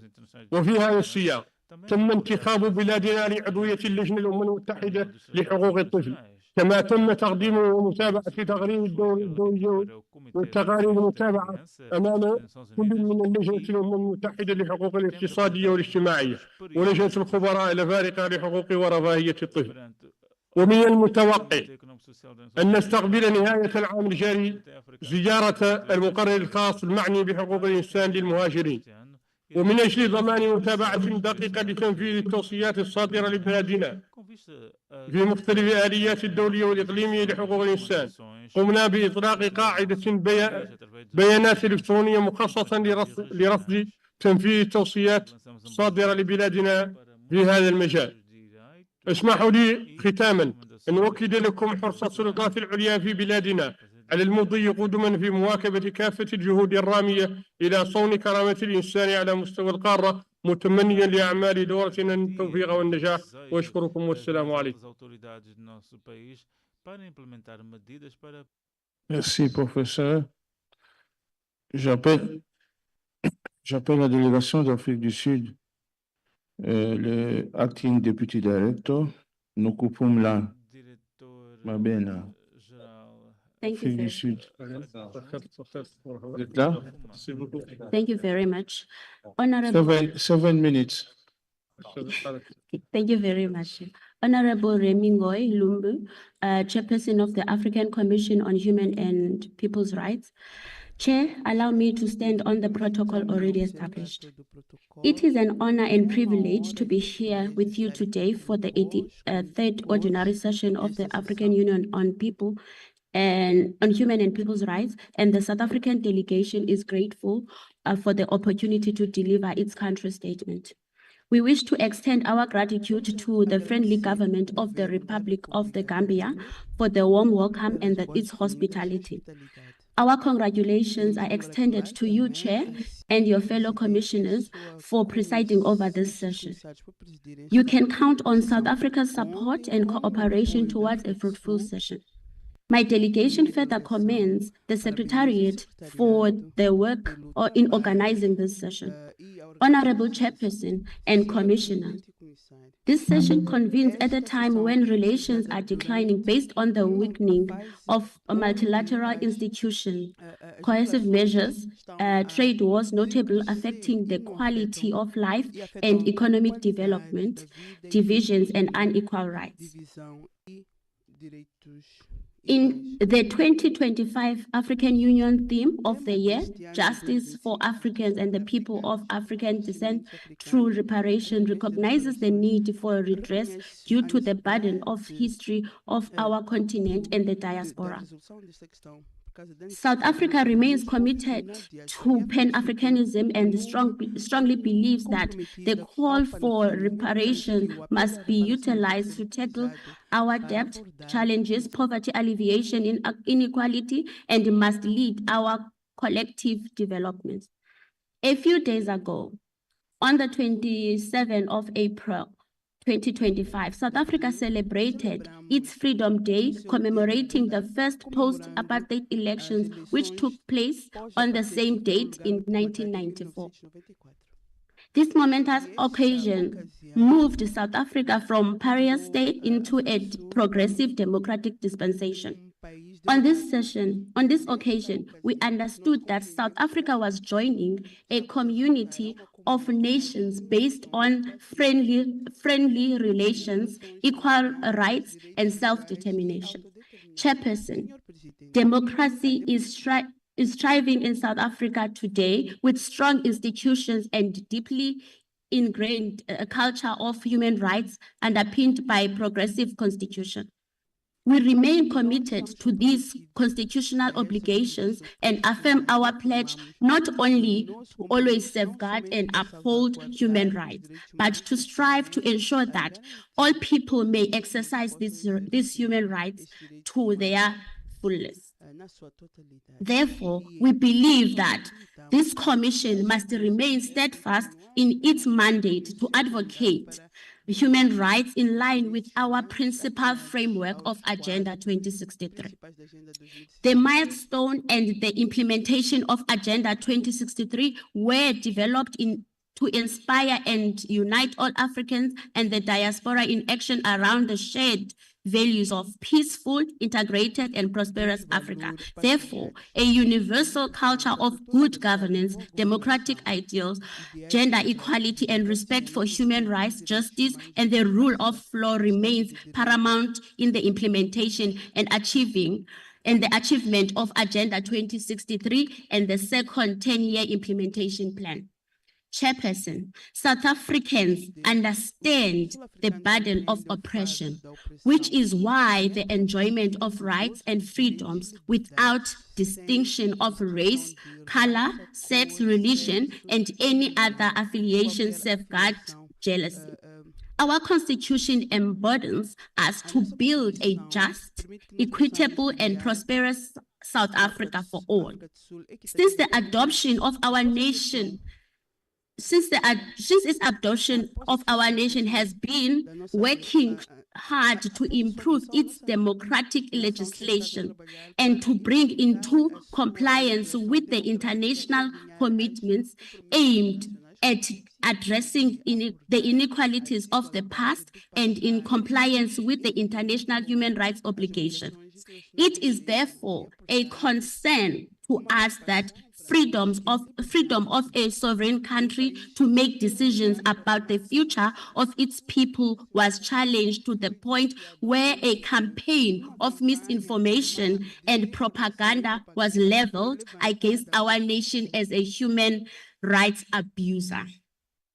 It is in this context that His Excellency President Cyril Matamela Ramaphosa signed the Basic Education Laws Amendment Act on the 13th September 2024, and it is at its implementation stage. The Basic Education Laws Amendment Act intends to ensure that everyone has a fair chance at learning in the language they understand, including the recognition of the South African Sign Language as the official language to the for the educational purposes. Similarly, President Cyril Ramaphosa recently signed into law the Expropriation Bill, which repeals the 1975 Expropriation Act and sets out how organs of the state may expropriate land in public interest for various reasons.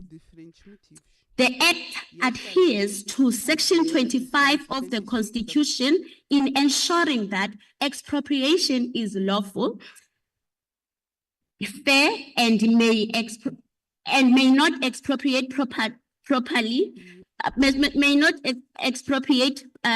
properties unlawful. An expropriation authority is obliged to enter into a negotiation with the owners of property. Expropriation Act 13 of 2004 was signed into law in December 2024.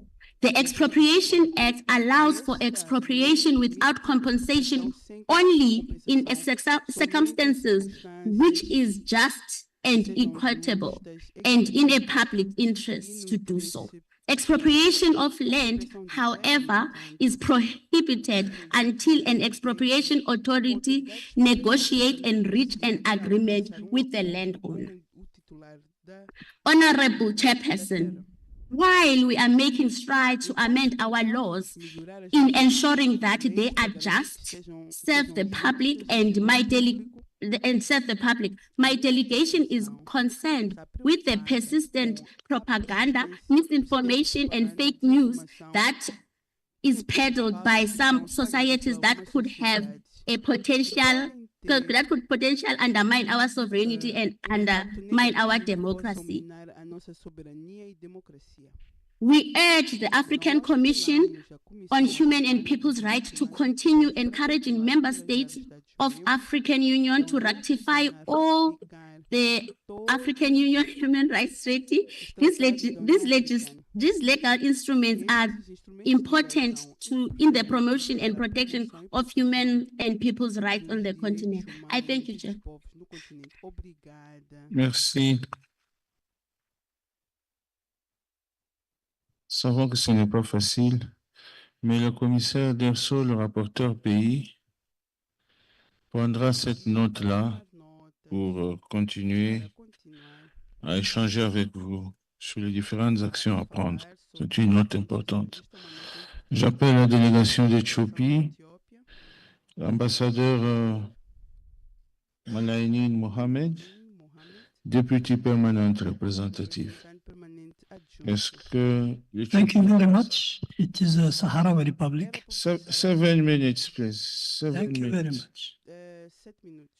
Your Excellency, Chairperson of the Commission, Excellencies, Commissioners, Ambassadors, distinguished Member State delegates, representatives of national human rights mechanisms, NGOs, all protocols observed. Allow me first to express the Sahrawi Republic's sincere thanks to the Republic of the Gambia for its continued generosity in hosting and supporting the work of the Commission. Let me also stress the crucial role this August Commission and all other related African institutions are playing in promoting, monitoring, and protecting human rights across Africa. The African Union's 2025 theme on reparations highlights the need for justice, healing, and accountability for historical and ongoing colonial injustices. It is within this general spirit that I am addressing you on behalf of the Sahrawi Republic to inform you with deep concern about one of the most severe, persistent, and yet overlooked human rights and humanitarian crises on our continent. I am talking, Your Excellencies, about the situation in the occupied zones of the Sahrawi Republic, Western Sahara, Africa's last colony, under Morocco's ongoing illegal occupation. The Sahrawi people are being denied their basic rights to self-determination, freedom and dignity, and as His Excellency, the Chairperson of the Commission, just said a few minutes ago, Africa is sick and suffering because of the non-respect of the African human and people's right. I cannot agree more on this diagnostic, Mr. Chairperson. For decades, the Sahrawi people have suffered under foreign military occupation in clear violation of African and international law, including the African Charter, the United Nations Charter, and the African Union Constitutive Act. This occupation is not only a denial of sovereignty to a founding AU member, but also the source of widespread systemic abuses that this Commission and all relevant African and UN bodies can no longer ignore, given the grave implications for regional and continental stability. At the heart of this crisis is, of course, the illegal exploitation of Sahrawi natural resources. For years, multinationals and complicit states have looted Western Sahara's fisheries, phosphates, and more in open defiance of international law, including the latest 2024 ruling of the European Court of Justice. This is not mere illegality, it is shameless economic aggression and the theft of African wealth. Meanwhile, Sahrawis endure systematic repression, enforced disappearances, torture, even of children and people with special needs, extrajudicial executions, sexual violence, arbitrary arrests, and sham military trials against civilians.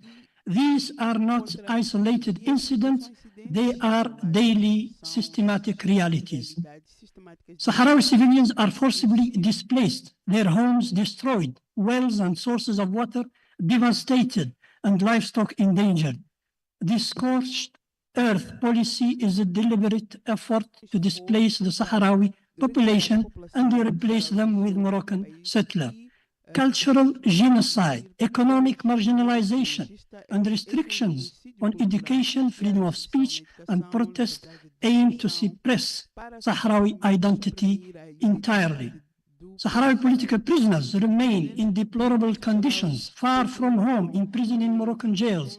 The Gdeim is a group, especially a group of human rights defenders convicted in trials widely condemned by international observers, symbolize the impunity Morocco enjoys, shielded, of course, by powerful ex-colonial allies willing to disregard international law and believing that might can or should make rights in our world. Even more alarming is the media blackout. Journalists, UN bodies, and AU observers are barred from the occupied territory, while activists are punished for speaking out. Western Sahara has become Africa's largest open-air prison, sealed from scrutiny and ruled by fear. The African Commission itself has been blocked from visiting the territory since 2013, 12 years of silence while violations worsen. Since Morocco violated the ceasefire on November 13, 2020, armed conflict resumed between the Moroccan Army of Invasion and the Sahrawi Army of Liberation. Violence against Sahrawi civilians has escalated.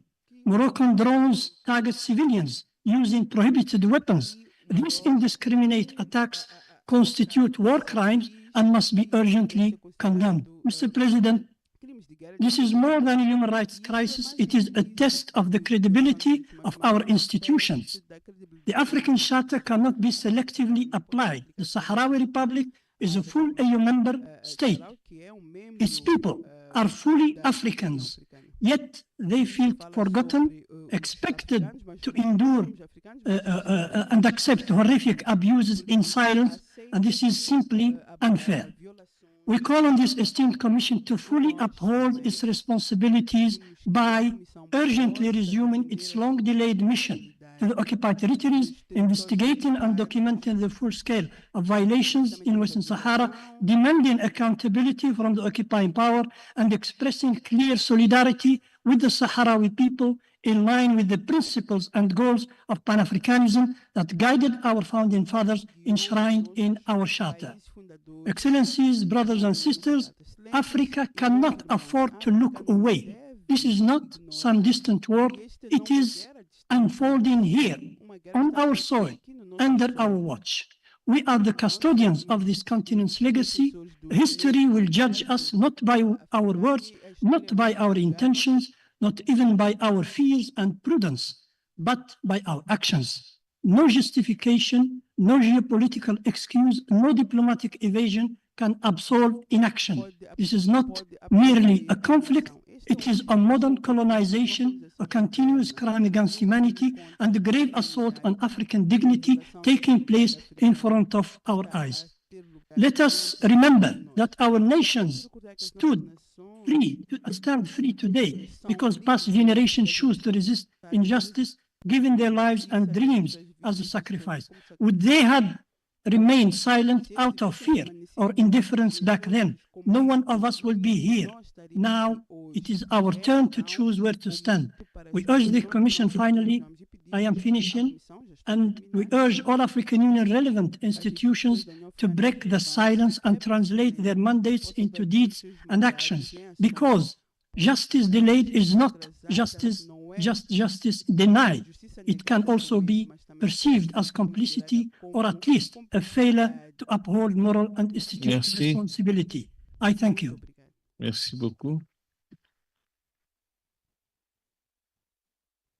Nous allons appeler maintenant le Soudan, Monsieur Elzain Ibrahim Hussein, Son Excellence, Monsieur l'Ambassadeur Elzain Ibrahim Hussein, Soudan.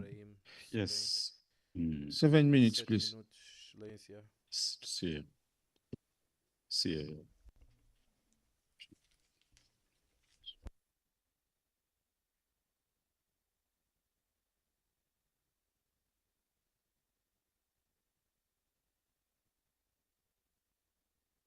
Dans ce temps, je demande à la République sahraoui de couper السيد الرئيس السيد الرئيس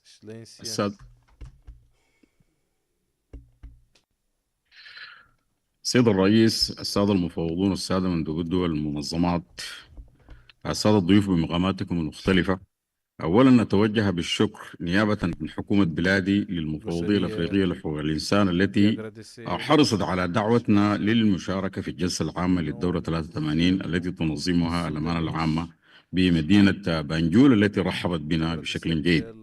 ولأهمية الوضع الحالي في السودان أنفذ مباشرة للموضوع الشاغل الآن لفائدة المشاركين. السيد الرئيس، تعود بداية الحرب الحالية في جمهورية السودان إلى انقلاب قامت به قوات الدعم السريع المتمردة في صبيحة يوم 15 أبريل عام 2023، وهو فصيل تحت مظلة قوات الشعب المسلح الرسمية. وقد هاجمت هذه القوات مقر القيادة العامة للقوات المسلحة، واستهدفت القائد العام للقوات المسلحة والذي هو رئيس مجلس السيادة الانتقالي والقيادات التي معه، في محاولة لقتله، وبالتالي إنهاء تطورات النظام الدستوري الانتقالي في البلاد ووقفه من بلوغ آياته. وسبق يوم الانقلاب الفاشل أن أرسلت تلك القوى المتمردة مركبات قتالية عسكرية يوم 12 أبريل عام 2023، أي قبل يومين من هذه المحاولة الفاشلة، إلى مطار مروي 100 كيلومتر شمال الخرطوم تقريبا.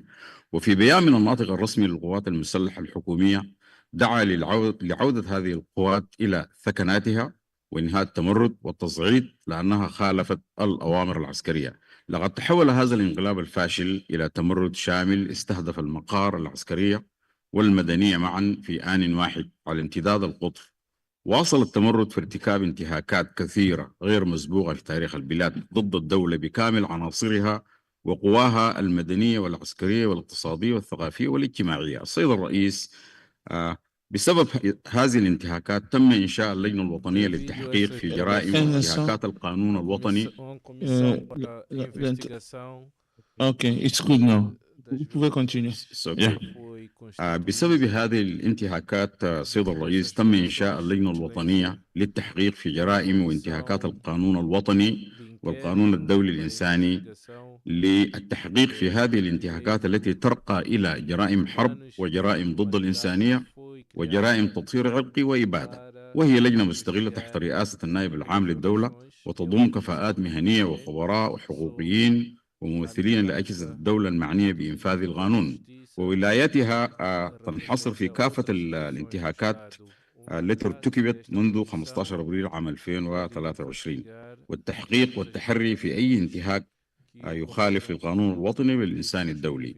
وقد قامت اللجنة الوطنية بحصر كافة الانتهاكات في القطر، وتحصلت على الوثائق والمواد الموثقة، وتلقت الدعاوى والشكاوى المختلفة، وقيدت الدعاوى الجنائية المتعلقة بالحق العام والحق الخاص، وزارت المواقع المختلفة. لقد تأكد اللجنة وجهات دولية عديدة مستقلة ارتكاب ميليشيا الدعم السريع المتمردة لجرائم حرب وجرائم ضد الإنسانية وجرائم تطهير عرقي وإبادة. ومن الأمثلة الواضحة ما جرى في مدينة الجنينة ضد شعب المساليد، وانتهاكات كبيرة ضد معسكرات النازحين حول مدينة الفاشر في زمزم وأبو شوك، وليس آخرها ما جرى في غرب أم درمان الأسبوع المنصرم. هذه مجرد أمثلة لانتهاكات كثيرة. ومن الجرائم أيضا معاملة الأسرى بشكل مخالف للقانون الإنساني من تعذيب وقتل وتصوير. لقد ارتكبت الميليشيا جريمة الارتزاق باستيعاب مرتزقة أجانب من دول عديدة، وقد تم اعتقال بعض هؤلاء المرتزقة بواسطة السلطات السودانية من دول عديدة تبلغ 13 دولة، بعضها أيضا خارج القارة.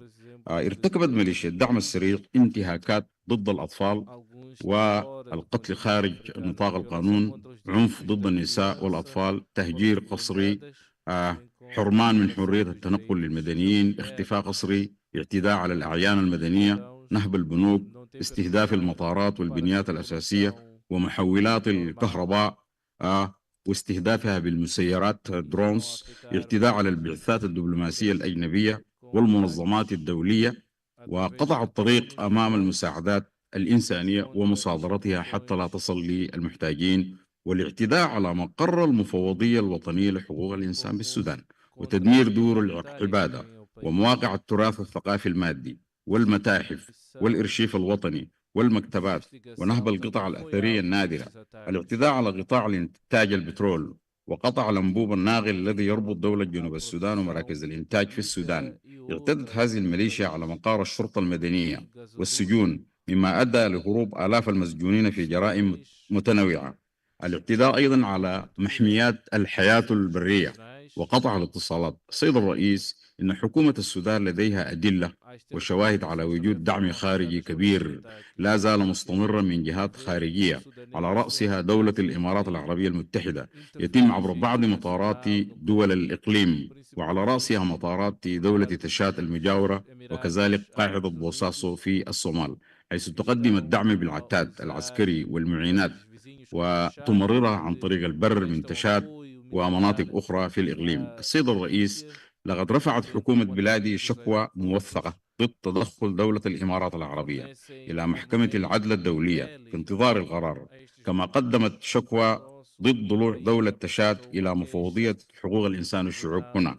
وسيواصل السودان في طرق باب العدالة الدولية وتطبيق أسس العدالة الوطنية أيضا في الداخل عبر مؤسسات إنفاذ القانون، وتقديم التقارير إلى منظومة الأمم المتحدة عبر مجلس الأمن والمناظر الأخرى. ختاما السيد الرئيس، أصدرت اللجنة الوطنية للتحقيق في جرائم انتهاكات القانون الوطني والقانون الدولي الإنساني تقاريرها، وهي متاحة باللغتين العربية والإنجليزية، ولا زالت منعقدة وفق اختصاصها. السيد الرئيس، آخر ما قامت به الميليشيا ميليشيا الدعم السريع المتمردة بعد فشلها في السيطرة على البلاد هو اللجوء إلى التحالف مع بعض القوى المساندة لها وبدعم خارجي بصياغة ترتيبات لإقامة حكومة موازية في مناطق سيطرتها عبر ما يعرف بتحالف نيروبي، الأمر الذي أدانه مجلس السلم والأمن الأفريقي ببيان قوي صادر في 11 مارس عام 2025 رافضا أي ترتيبات انفصالية داخل القطر الموحد، وكذلك مجلس الأمن الدولي. وفي تقديرنا إن لجوء ميليشيا الدعم السريع والقوى المساندة لها إلى تلك الترتيبات يؤكد أن هناك أهداف خارجية تريد تفتيت السودان ودول الإقليم وخلق بؤر لصراع دائم. يؤكد السودان مجددا في الختام السيد الرئيس بالتزامه بالحلول الإفريقية لقضايا وتحديات القارة، ومنها الوضع في السودان عبر عملية يقودها السودانيون ويدعمها الاتحاد الأفريقي حتى يخرج السودان من هذه الأزمة. ولكم الشكر للاستماع. شكرا جزيلا. Merci beaucoup, Monsieur l'Ambassadeur. Nous allons appeler la dernière intervention avant de suspendre les travaux pour 1 heure, pour permettre à ceux qui doivent aller à la mosquée d'aller prier, et ceux qui veulent aller manger, de manger. Donc, j'appelle la République du Djibouti, M. Ibrahim Mohamed Amadou, qui est assistant juridique, je crois, à l'ambassade, au nom du gouvernement de Djibouti. M. Ibrahim, vous êtes là?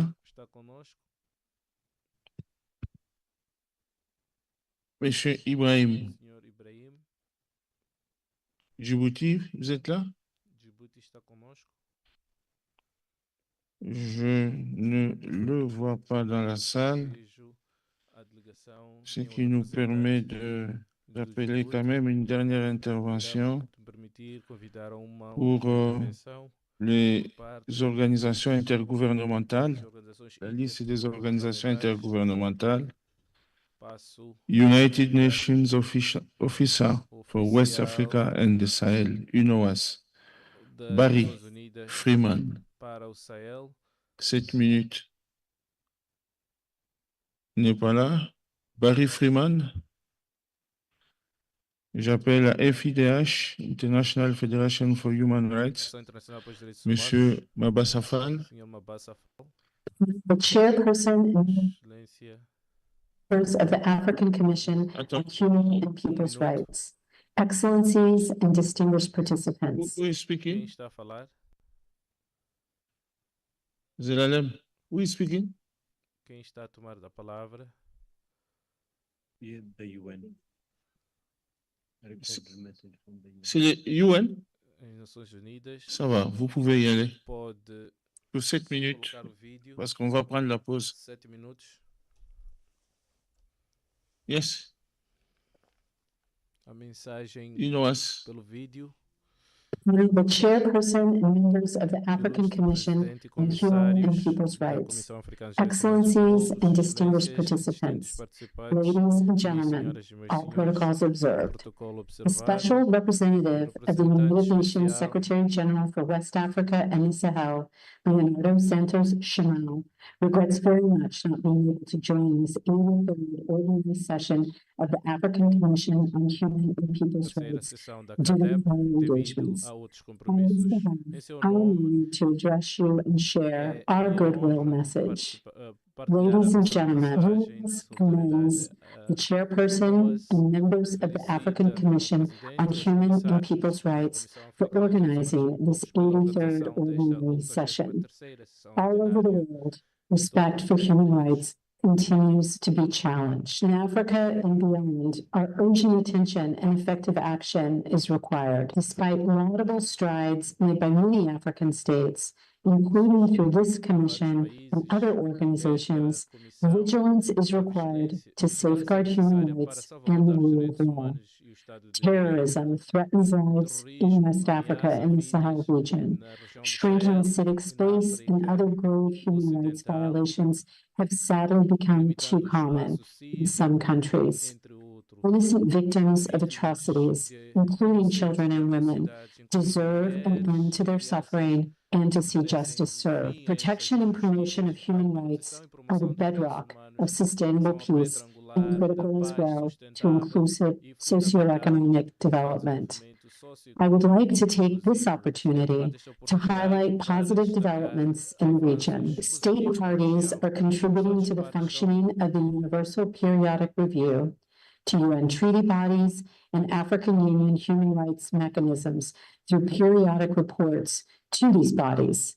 The United Nations encourages EU member states to implement all human rights and governance-related instruments they have ratified, including by fulfilling their obligations to submit timely periodic reports as required. Ladies and gentlemen, the role played by many national human rights institutions on the continent in reinforcing democracy, good governance, rule of law, and respect for human rights is commendable. The UN encourages state parties to allocate adequate resources to enable national human rights institutions to implement their mandated responsibilities, and for states that have dissolved their human rights commissions to reinstate them. Ladies and gentlemen, I would also like to take this opportunity to recognize and appreciate the efforts of human rights defenders who play a critical role in the promotion and protection of fundamental liberties in the region, often at great risk to themselves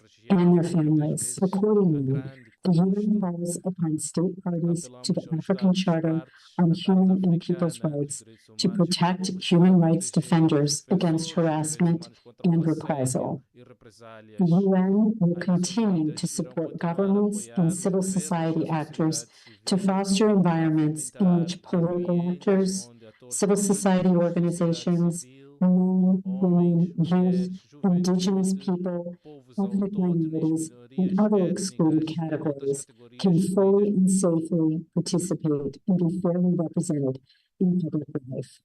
We at UNIS look forward to continuing our interactions with this august commission. I wish you fruitful deliberations and I thank you for your kind attention. Merci beaucoup. Nous allons donc, avec cette déclaration de United Nations Office for West Africa and the Sahel, suspendre les travaux pour 1 heure. Les gens doivent aller à la mosquée et d'autres doivent se sustenter pour revenir dans 1 heure. 1 heure vraiment, donc à 15h20, heure de Banjul. Je serai déjà ici pour continuer avec l'agenda. Merci beaucoup. Bonne prière et bon appétit pour ceux qui vont manger.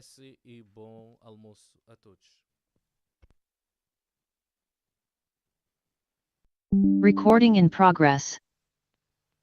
Recording in progress.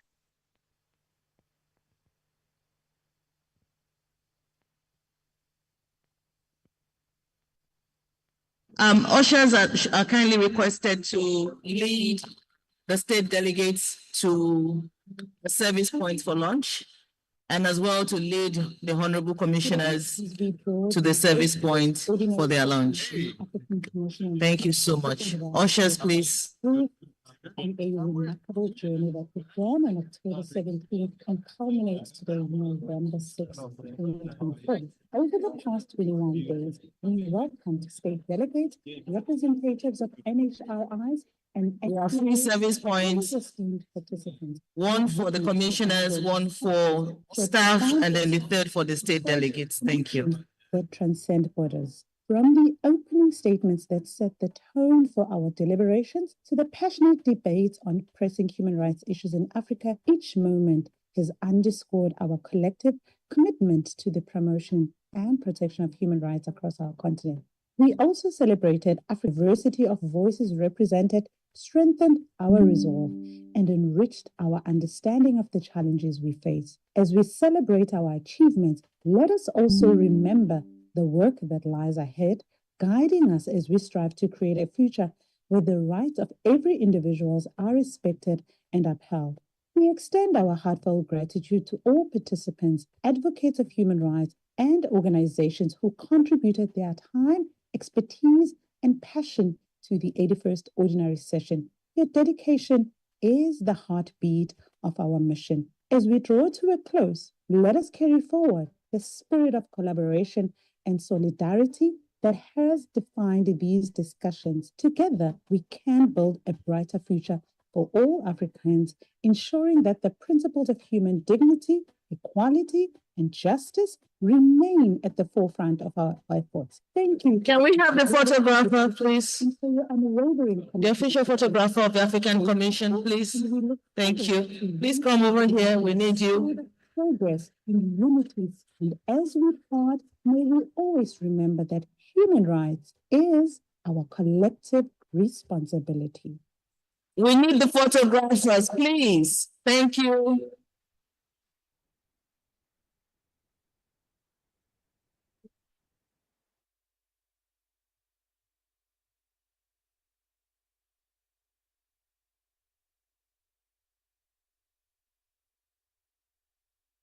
Commission on Human and People's Rights to a close, we reflect on a remarkable journey that began on October 17th and culminates today, November 6th, 2024. Over the past 21 days, we welcomed state delegates, representatives of NHRIs and NGOs, as well as esteemed participants. We witnessed vibrant discussions, shared profound insights, and forged connections that transcend borders. From the opening statements that set the tone for our deliberations to the passionate debates on pressing human rights issues in Africa, each moment has underscored our collective commitment to the promotion and protection of human rights across our continent.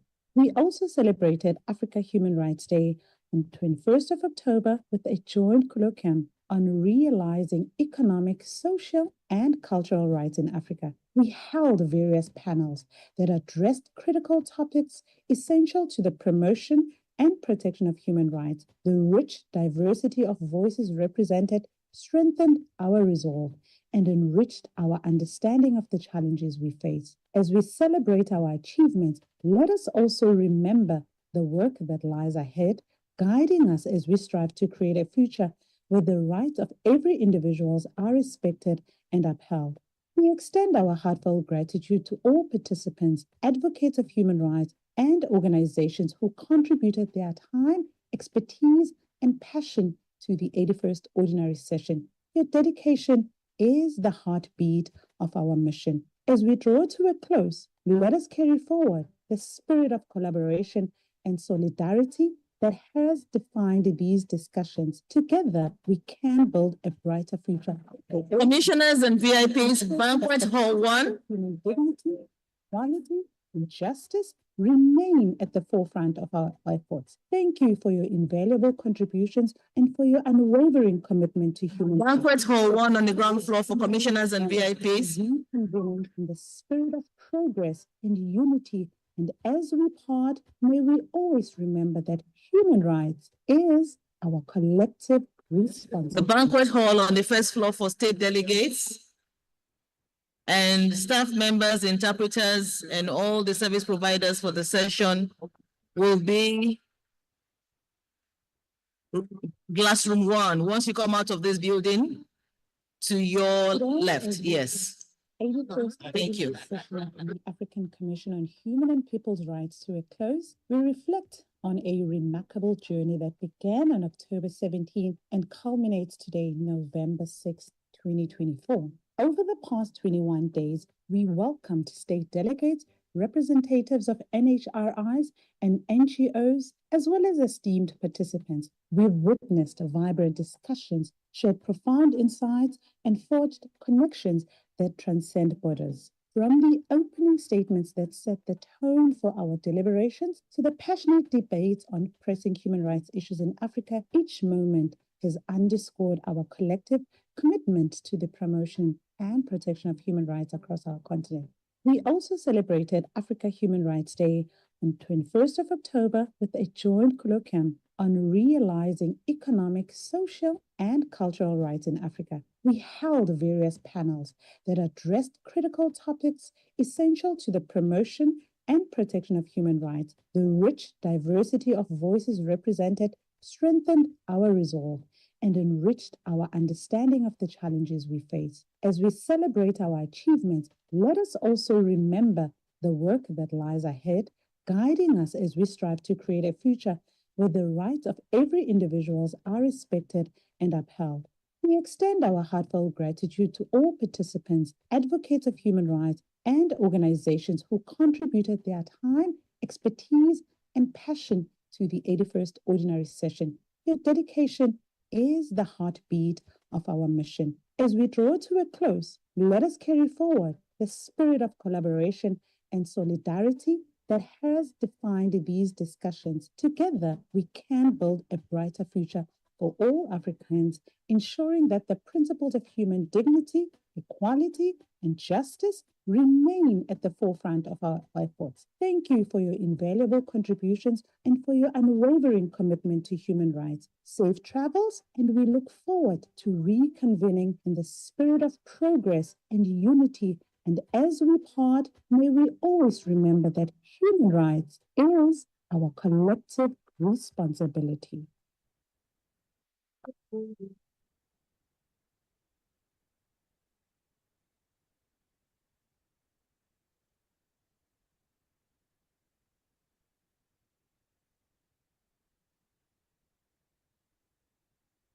As we draw the 81st Ordinary Session of the African Commission on Human and People's Rights to a close, we reflect on a remarkable journey that began on October 17 and culminates today, November 6, 2024. Over the past 21 days, we welcomed state delegates, representatives of NHRIs and NGOs, as well as esteemed participants. We witnessed vibrant discussions, shared profound insights, and forged connections that transcend borders. From the opening statements that set the tone for our deliberations to the passionate debates on pressing human rights issues in Africa, each moment has underscored our collective commitment to the promotion and protection of human rights across our continent. We also celebrated Africa Human Rights Day on 21st of October with a joint colloquium on realizing economic, social, and cultural rights in Africa. We held various panels that addressed critical topics essential to the promotion and protection of human rights. The rich diversity of voices represented strengthened our resolve and enriched our understanding of the challenges we face. As we celebrate our achievements, let us also remember the work that lies ahead, guiding us as we strive to create a future where the rights of every individual are respected and upheld. We extend our heartfelt gratitude to all participants, advocates of human rights, and organizations who contributed their time, expertise, and passion to the 81st Ordinary Session.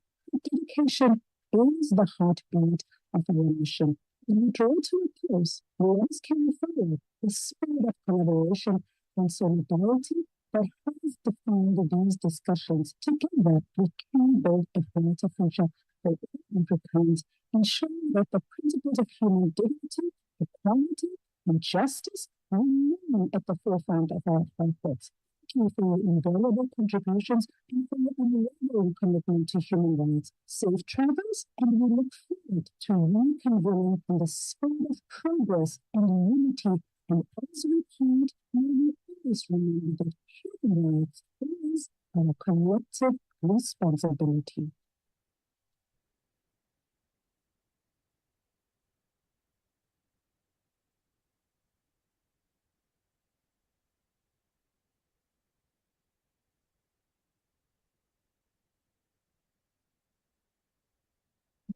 As we draw the 81st Ordinary Session of the African Commission on Human and People's Rights to a close, we reflect on a remarkable journey that began on October 17 and culminates today, November 6, 2024. In the past 21 days, we welcomed state delegates, representatives of NHRIs and NGOs, as well as esteemed participants. We witnessed viable discussions, shared profound insights, and forged connections that transcend borders. From opening statements that set the tone for our deliberations to the passionate debates on pressing human rights issues in Africa, each moment has underscored our collective commitment to the promotion and protection of human rights across our continent. We also celebrated Africa Human Rights Day on 21st of October with a joint curriculum on realizing economic, social, and cultural rights in Africa. We held various panels that addressed critical topics essential to the promotion and protection of human rights, in which diversity of voices represented strengthened our resolve and enriched our understanding of the challenges we face. As we celebrate our achievements, let us also remember the work that lies ahead, guiding us as we strive to create a future where the rights of every individual are respected and upheld. Extend our heartfelt gratitude to all participants, advocates of human rights, and organizations who contributed their time, expertise, and passion to the 81st Ordinary Session. Their dedication is the heartbeat of our mission. As we draw to a close, let us carry forward the spirit of collaboration and solidarity that has defined these discussions. Together, we can build a brighter future for all Africans, ensuring that the principles of human dignity, equality, and justice remain at the forefront of our efforts. Thank you for your invaluable contributions and for your unwavering commitment to human rights. Safe travels, and we look forward to reconvening in the spirit of progress and unity. And as we plead, may we always remember that human rights is our collective responsibility.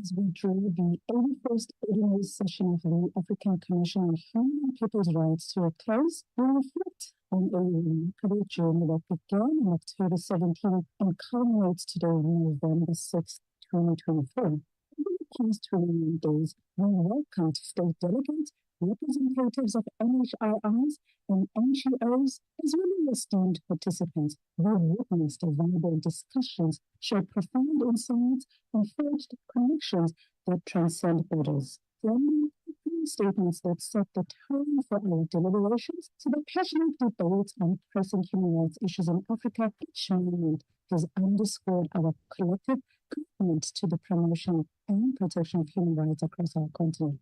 We also celebrated Africa Human Rights Day on 21st of October with a joint curriculum on realizing economic, social, and cultural rights in Africa. We held various panels that addressed critical topics essential to the promotion and protection of human rights, in which diversity of voices represented strengthened our resolve and enriched our understanding of the challenges we face. As we celebrate our achievements, let us also remember the work that lies ahead, guiding us as we strive to create a future where the rights of every individual are respected and upheld.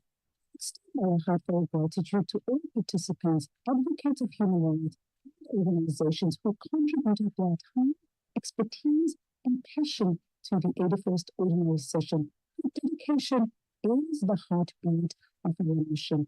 We draw to a close. Let us carry forward the spirit of collaboration and solidarity that has defined these discussions. Together, we can build a brighter future for Africans, ensuring that the principles of human dignity, equality, and justice remain at the forefront of our efforts.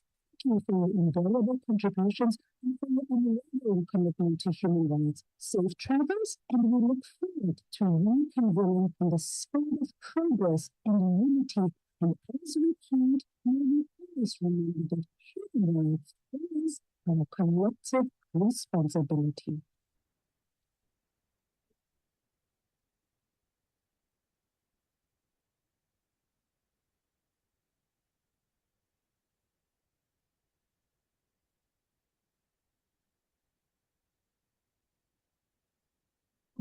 As we draw the 81st Ordinary Session of the African Commission on Human and People's Rights to a close, we reflect on a remarkable journey that began on October 17 and culminates today on November 6, 2024. Over the past 21 days, we welcomed state delegates, representatives of NHRIs and NGOs, as well as esteemed participants. We witnessed vibrant discussions, shared profound insights, and forged connections that transcend borders. From opening statements that set the tone for our deliberations to the passionate debates on pressing human rights issues in Africa, each moment has underscored our collective commitment to the promotion and protection of human rights across our continent.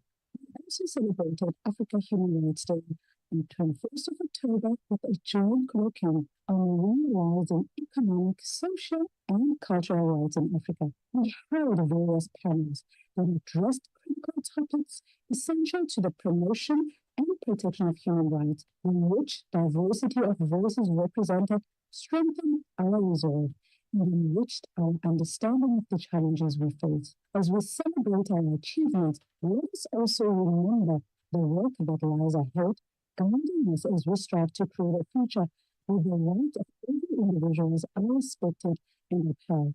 We extend our heartfelt gratitude to all participants, advocates of human rights, and organizations who contributed their time, expertise, and passion to the 81st Ordinary Session. Your dedication is the heartbeat of our mission. As we draw to a close, let us carry forward the spirit of collaboration and solidarity that has defined these discussions. Together, we can build a brighter future for all Africans, ensuring that the principles of human dignity, equality, and justice remain at the forefront of our efforts. Thank you for your invaluable contributions and for your unwavering commitment to human rights. Safe travels, and we look forward to reconvening in the spirit of progress and unity. And as we plead, may we always remember that human rights is our collective responsibility.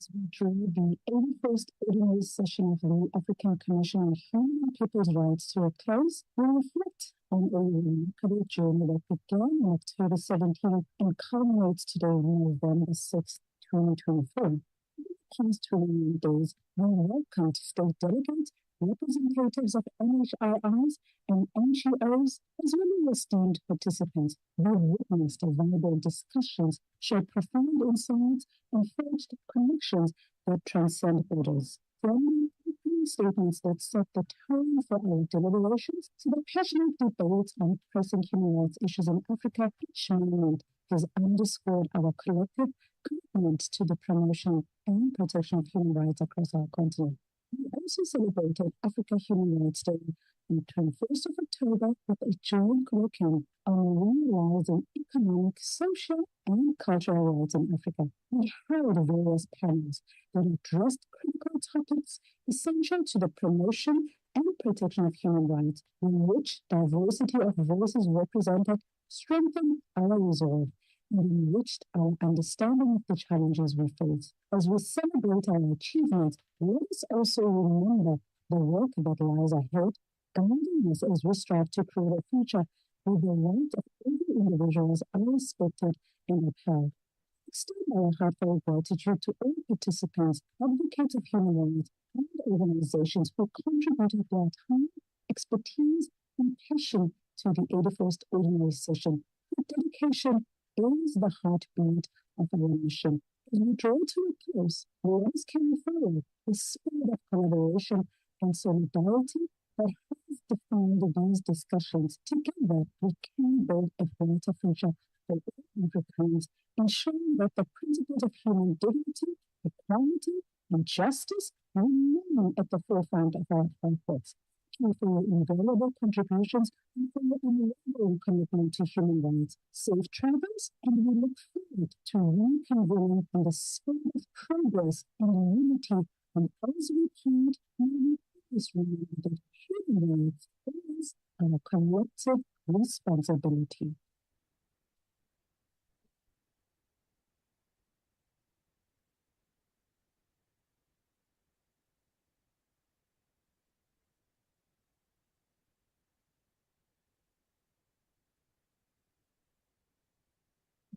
As we draw the 81st Ordinary Session of the African Commission on Human and People's Rights to a close, we reflect on a remarkable journey that began on October 17 and culminates today on November 6, 2024. Over the past 21 days, we welcomed state delegates, representatives of NHRIs and NGOs, as well as esteemed participants. We witnessed vibrant discussions, shared profound insights, and forged connections that transcend borders. From opening statements that set the tone for our deliberations to the passionate debates on pressing human rights issues in Africa, each moment has underscored our collective commitment to the promotion and protection of human rights across our continent.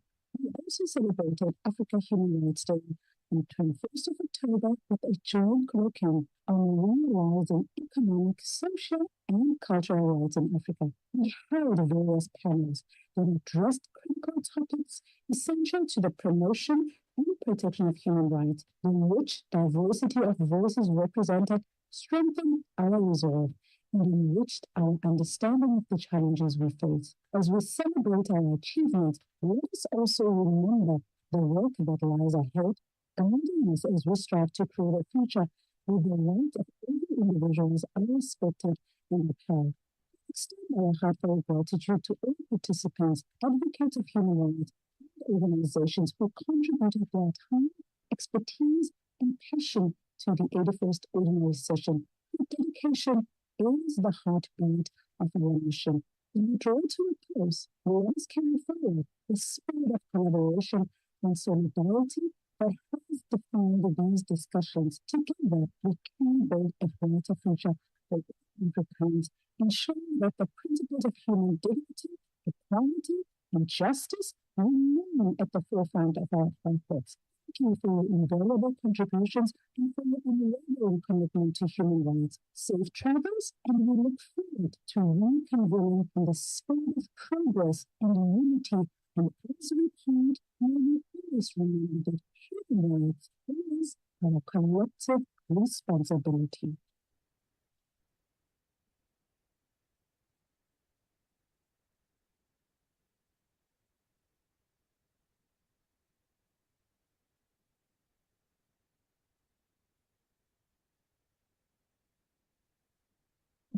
As we draw the 81st Ordinary Session of the African Commission on Human and People's Rights to a close, we reflect on a remarkable journey that began on October 17 and culminates today on November 6, 2024. Over the past 21 days, we welcomed state delegates, representatives of NHRIs and NGOs, as well as esteemed participants. We witnessed vibrant discussions, shared profound insights, and forged connections that transcend borders. From opening statements that set the tone for our deliberations to the passionate debates on pressing human rights issues in Africa, each moment has underscored our collective commitment to the promotion and protection of human rights across our continent.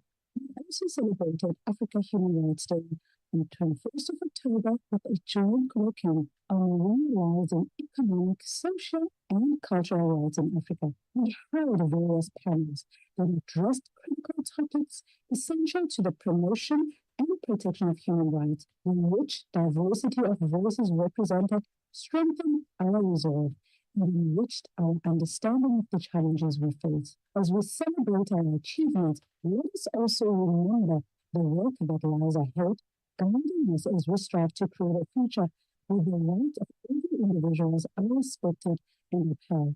Extend our heartfelt gratitude to all participants, advocates of human rights, and organizations who contributed their time, expertise, and passion to the 81st Ordinary Session. Their dedication is the heartbeat of our mission. As we draw to a close, let us carry forward the spirit of collaboration and solidarity that has defined these discussions. Together, we can build a brighter future for all Africans, ensuring that the principles of human dignity, equality, and justice remain at the forefront of our efforts. Thank you for your invaluable contributions and for your unwavering commitment to human rights. Safe travels, and we look forward to reconvening in the spirit of progress and unity. And as we part, may we always remember that human rights is our collective responsibility.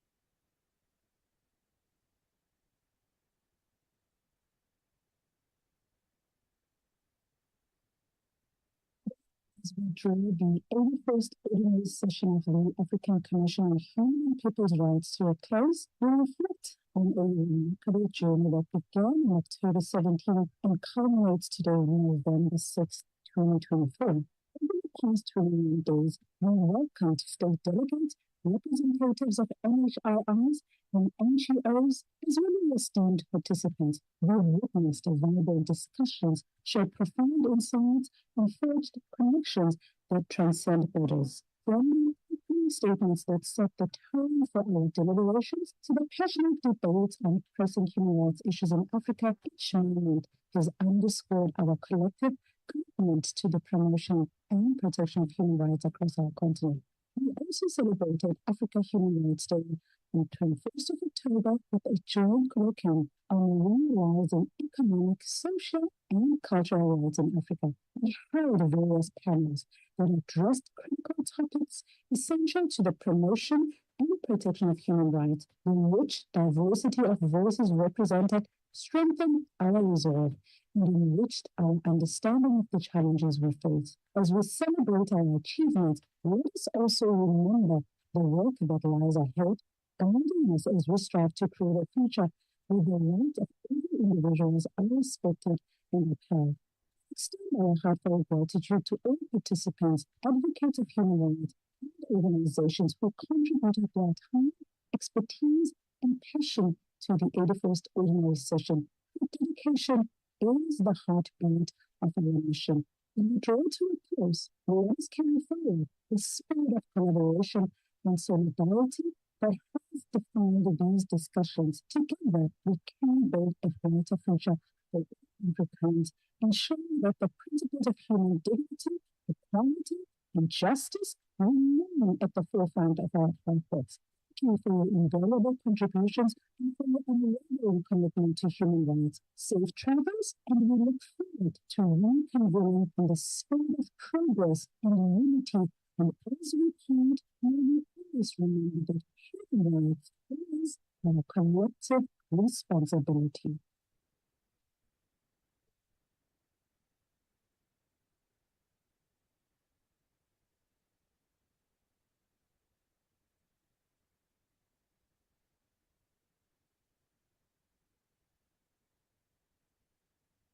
As we draw the 81st Ordinary Session of the African Commission on Human and People's Rights to a close, we reflect on a remarkable journey that began on October 17 and culminates today, November 6, 2024. In the past 29 days, we welcomed state delegates, representatives of NHRIs and NGOs, as well as esteemed participants who witnessed viable discussions, shared profound insights, and forged connections that transcend borders. Opening statements that set the tone for our deliberations, so the passionate debates on pressing human rights issues in Africa each moment has underscored our collective commitment to the promotion and protection of human rights across our continent.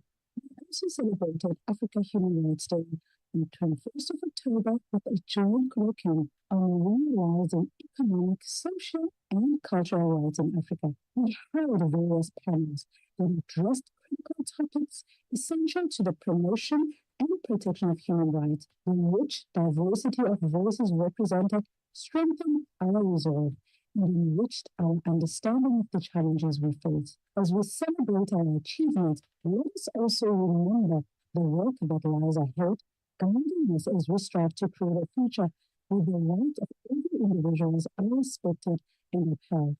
Extend our heartfelt gratitude to all participants, advocates of human rights, and organizations who contributed their time, expertise, and passion to the 81st Ordinary Session. Your dedication is the heartbeat of our mission.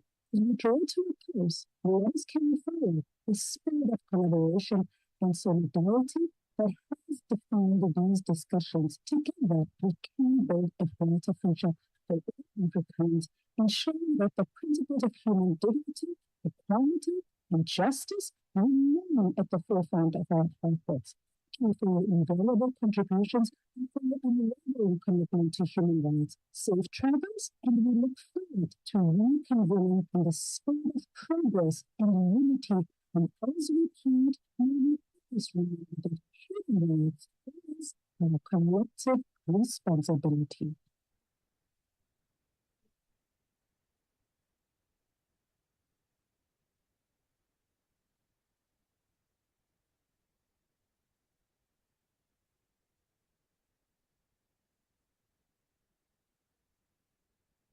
As we draw the 81st Ordinary Session of the African Commission on Human and People's Rights to a close, we reflect on a remarkable journey that began on October 17 and culminates today, November 6, 2024. Over the past 21 days, we welcomed state delegates, representatives of NHRIs and NGOs, as well as esteemed participants who witnessed viable discussions, shared profound insights, and forged connections that transcend borders. Opening statements that set the tone for our deliberations, so the passionate debates on pressing human rights issues in Africa each moment has underscored our collective commitment to the promotion and protection of human rights across our continent.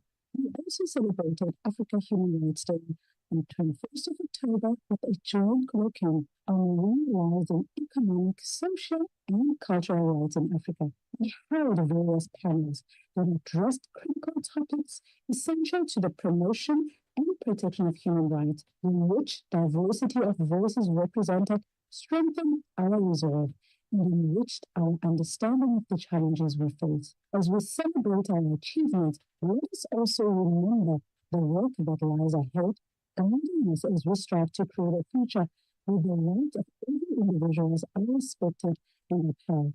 Extend our heartfelt gratitude to all participants, advocates of human rights, and organizations who contributed their time, expertise, and passion to the 81st Ordinary Session. Your dedication is the heartbeat of our mission. When we draw to a close, let us carry forward the spirit of collaboration and solidarity that has defined these discussions. Together, we can build a brighter future for Africans, ensuring that the principles of human dignity, equality, and justice remain at the forefront of our efforts. Thank you for your invaluable contributions and for your unwavering commitment to human rights. Safe travels, and we look forward to reconvening in the spirit of progress and unity. And as we plead, may we always remember that human rights is our collective responsibility.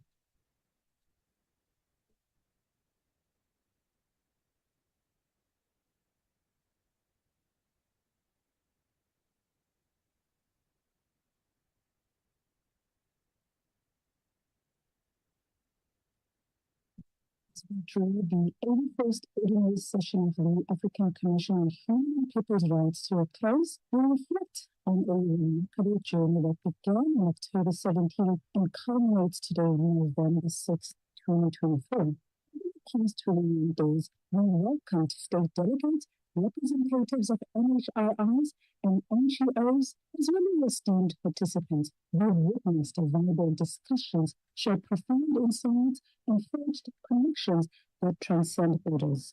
Opening statements that set the tone for our deliberations, so the passionate debates on pressing human rights issues in Africa each moment has underscored our collective commitment to the promotion and protection of human rights across our continent. We also celebrated Africa Human Rights Day on the 21st of October with a joint curriculum on realizing economic, social, and cultural rights in Africa. We held various panels that addressed critical topics essential to the promotion and protection of human rights, in which diversity of voices represented strengthened our resolve and enriched our understanding of the challenges we face. As we celebrate our achievements, let us also remember the work that lies ahead, guiding us as we strive to create a future where the rights of every individual are respected and upheld. Extend our heartfelt gratitude to all participants, advocates of human rights, and organizations who contributed their time, expertise, and passion to the 81st Ordinary Session. Your dedication is the heartbeat of our mission.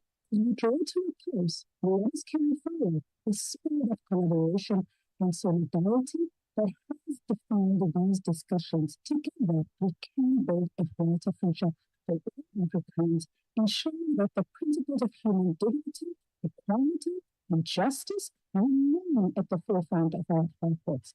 Thank you for your invaluable contributions and for your unwavering commitment to human rights. Safe travels, and we look forward to reconvening in the spirit of progress and unity. And as we part, may we always remember that human rights is our collective responsibility.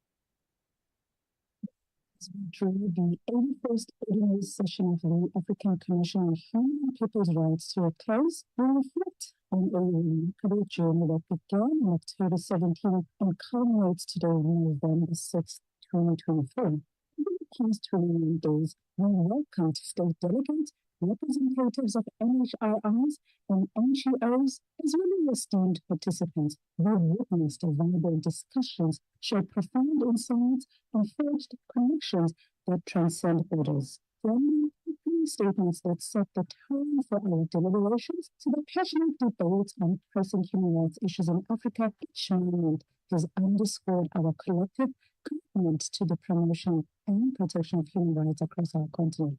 We also celebrated Africa Human Rights Day on the 21st of October with a joint curriculum on realizing economic, social, and cultural rights in Africa. We held various panels that addressed critical topics essential to the promotion and protection of human rights, in which diversity of voices represented strengthened our resolve and enriched our understanding of the challenges we face. As we celebrate our achievements, let us also remember the work that lies ahead, guiding us as we strive to create a future where the rights of every individual are respected and upheld. Extend our heartfelt gratitude to all participants, advocates of human rights, and organizations who contributed their time, expertise, and passion to the 81st Ordinary Session. Your dedication is the heartbeat of our mission. When we draw to a close, we must carry forward the spirit of collaboration and solidarity that has defined these discussions. Together, we can build a brighter future for all Africans, ensuring that the principles of human dignity, equality, and justice remain at the forefront of our efforts.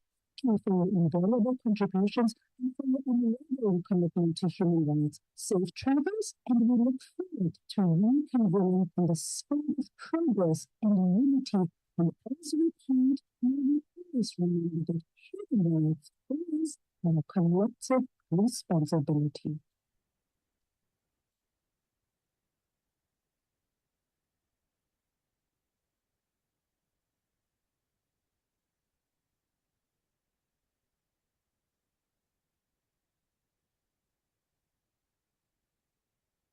As we draw the 81st Ordinary Session of the African Commission on Human and People's Rights to a close, we reflect on a remarkable journey that began on October 17 and culminates today, November 6, 2024. In the past 21 days, we welcomed state delegates, representatives of NHRIs and NGOs, as well as esteemed participants. We witnessed vibrant discussions, shared profound insights, and forged connections that transcend borders. From opening statements that set the tone for our deliberations to the passionate debates on pressing human rights issues in Africa, each moment has underscored our collective commitment to the promotion and protection of human rights across our continent.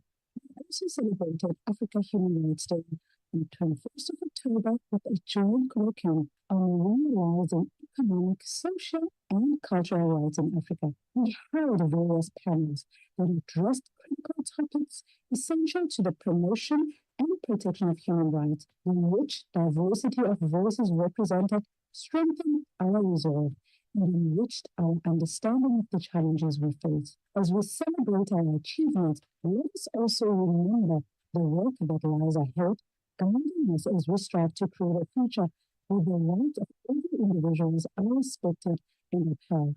We extend our heartfelt gratitude to all participants, advocates of human rights, and organizations who contributed their time, expertise, and passion to the 81st Ordinary Session. Your dedication is the heartbeat of our mission. As we draw to a close, let us carry forward the spirit of collaboration and solidarity that has defined these discussions. Together, we can build a brighter future for all Africans, ensuring that the principles of human dignity, equality, and justice remain at the forefront of our efforts.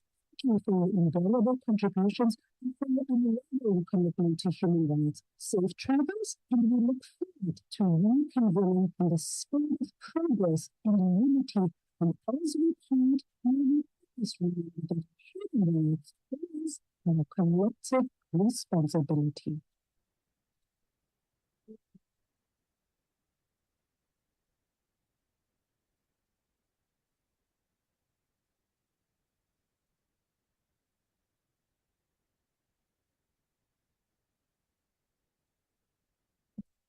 Draw the 81st Ordinary Session of the African Commission on Human and People's Rights to a close, we reflect on a remarkable journey that began on October 17 and culminates today, November 6, 2024. In the past 21 days, we welcomed state delegates, representatives of NHRIs and NGOs, as well as esteemed participants. We witnessed vibrant discussions, shared profound insights, and forged connections that transcend borders. From opening statements that set the tone for our deliberations to the passionate debates on pressing human rights issues in Africa, each moment has underscored our collective commitment to the promotion and protection of human rights across our continent. We also celebrated Africa Human Rights Day on the 21st of October with a joint curriculum on realizing economic, social, and cultural rights in Africa. We held various panels that addressed critical topics essential to the promotion and protection of human rights, in which diversity of voices represented strengthened our resolve and enriched our understanding of the challenges we face. As we celebrate our achievements, let us also remember the work that lies ahead, guiding us as we strive to create a future where the rights of every individual are respected and upheld. We extend our heartfelt gratitude to all participants, advocates of human rights, and organizations who contributed their time, expertise, and passion to the 81st Ordinary Session. Your dedication is the heartbeat of our mission. As we draw to a close, let us carry forward the spirit of collaboration and solidarity that has defined these discussions. Together, we can build a brighter future for Africans, ensuring that the principles of human dignity, equality, and justice remain at the forefront of our efforts. Thank you for your invaluable contributions and for your unwavering commitment to human rights. Safe travels, and we look forward to reconvening in the spirit of progress and unity. And as we plead, may we always remember that human rights is our collective responsibility.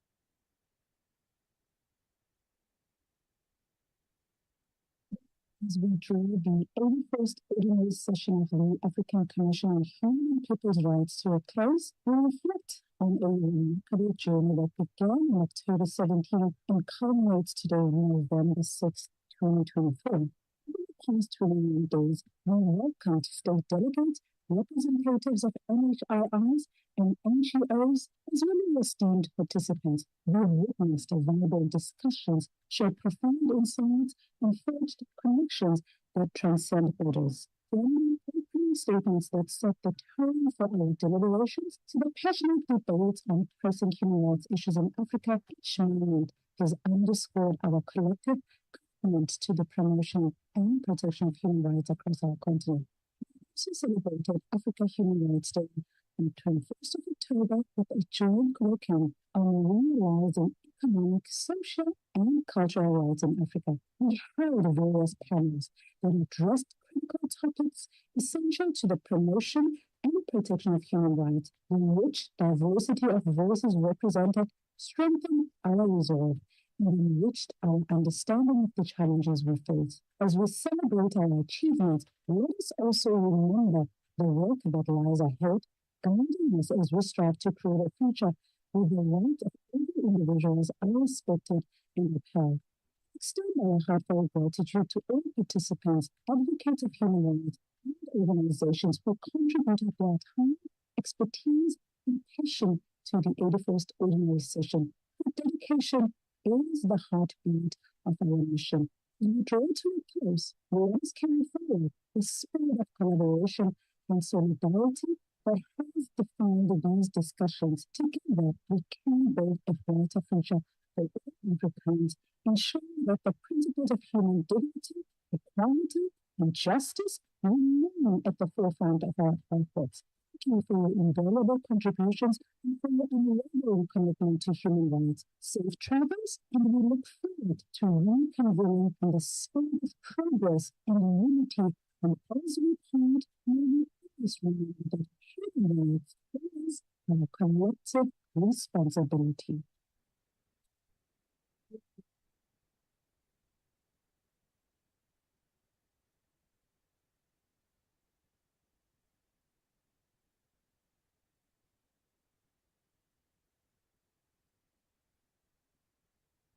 As we draw the 81st Ordinary Session of the African Commission on Human and People's Rights to a close, we reflect on a remarkable journey that began on October 17 and culminates today on November 6, 2024. In the past 21 days, we welcomed state delegates, representatives of NHRIs and NGOs, as well as esteemed participants. We witnessed vibrant discussions, shared profound insights, and forged connections that transcend borders. From opening statements that set the tone for our deliberations to the passionate debates on pressing human rights issues in Africa, each moment has underscored our collective commitment to the promotion and protection of human rights across our continent.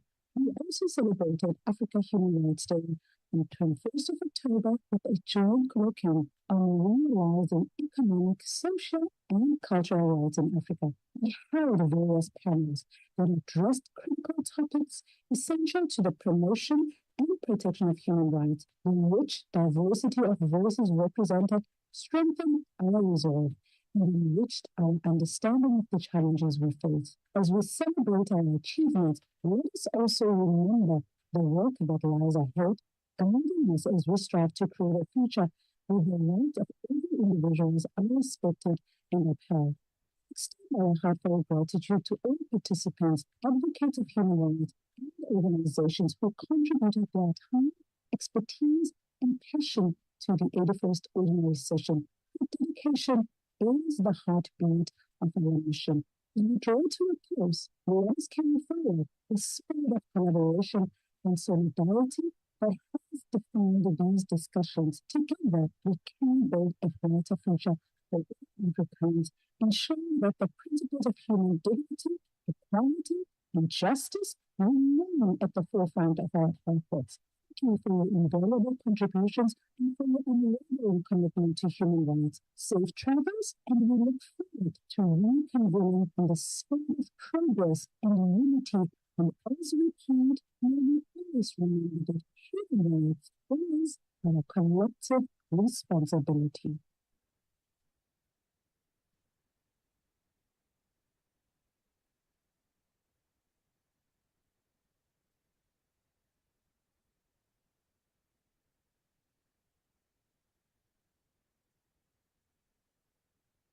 As we draw the 81st Ordinary Session of the African Commission on Human and People's Rights to a close, we reflect on a remarkable journey that began on October 17 and culminates today on November 6, 2024. Over the past 21 days, we welcomed state delegates, representatives of NHRIs and NGOs, as well as esteemed participants. We witnessed vibrant discussions, shared profound insights, and forged connections that transcend borders. From opening statements that set the tone for our deliberations to the passionate debates on pressing human rights issues in Africa, each moment has underscored our collective commitment to the promotion and protection of human rights across our continent. Also celebrated Africa Human Rights Day on the 21st of October with a joint curriculum on realizing economic, social, and cultural rights in Africa. We held various panels that addressed critical topics essential to the promotion and protection of human rights, in which diversity of voices represented strengthened our resolve and enriched our understanding of the challenges we face. As we celebrate our achievements, let us also remember the work that lies ahead, guiding us as we strive to create a future where the rights of every individual are respected and upheld. Extend our heartfelt gratitude to all participants, advocates of human rights, and organizations who contributed their time, expertise, and passion to the 81st Ordinary Session. Your dedication is the heartbeat of our mission. In the draw to a close, let us carry forward the spirit of collaboration and solidarity that has defined these discussions. Together, we can build a brighter future for all Africans, ensuring that the principles of human dignity, equality, and justice remain at the forefront of our efforts.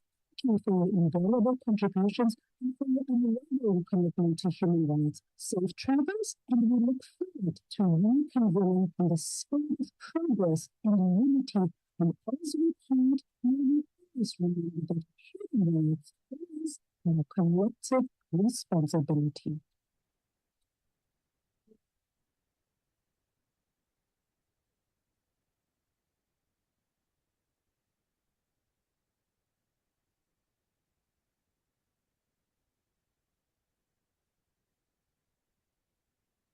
As we draw the 81st Ordinary Session of the African Commission on Human and People's Rights to a close, we reflect on a remarkable journey that began on October 17 and culminates today on November 6, 2024. Over the past 21 days, we welcomed state delegates, representatives of NHRIs and NGOs, as well as esteemed participants. We witnessed vibrant discussions, shared profound insights to the passionate debates on pressing human rights issues in Africa. Each moment has underscored our collective commitment to the promotion and protection of human rights across our continent.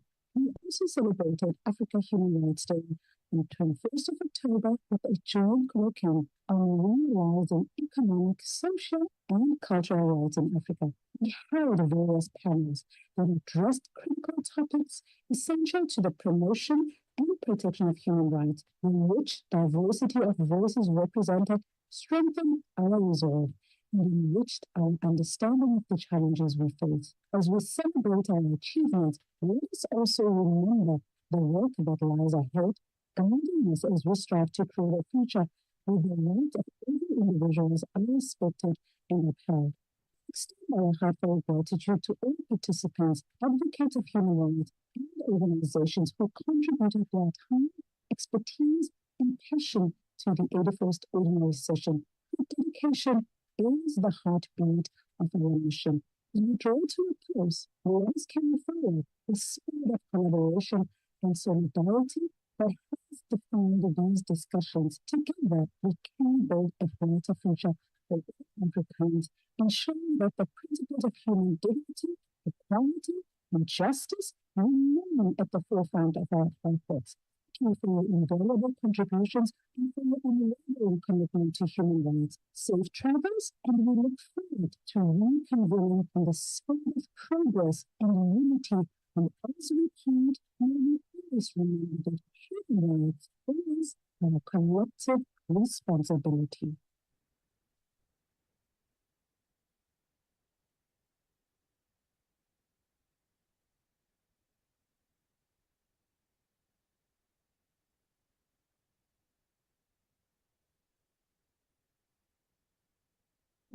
As we draw the 81st Ordinary Session of the African Commission on Human and People's Rights to a close, we reflect on a remarkable journey that began on October 17 and culminates today on November 6, 2024. In the past 21 days, we welcomed state delegates, representatives of NHRIs and NGOs, as well as esteemed participants. They witnessed vibrant discussions, shared profound insights, and forged connections that transcend borders. From opening statements that set the tone for our deliberations to the passionate debates on pressing human rights issues in Africa, each moment has underscored our collective commitment to the promotion and protection of human rights across our continent.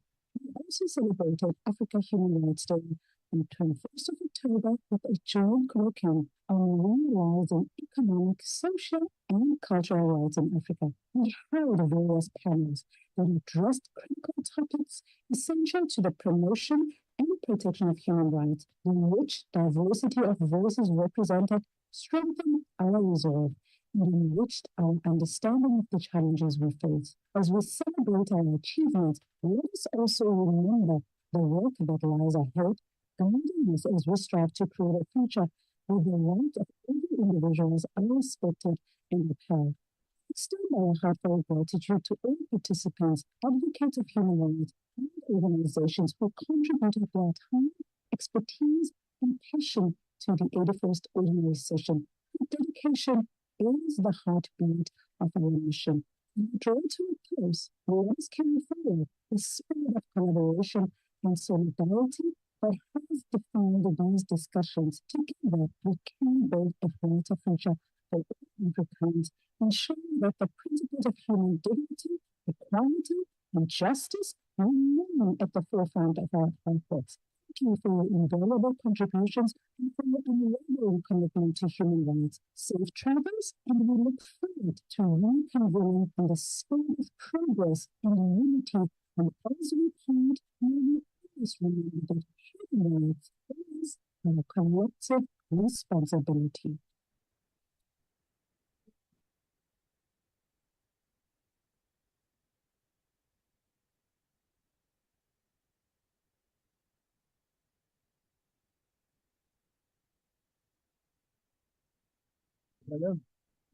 As we draw the 81st Session of the African Commission to a close, we reflect on the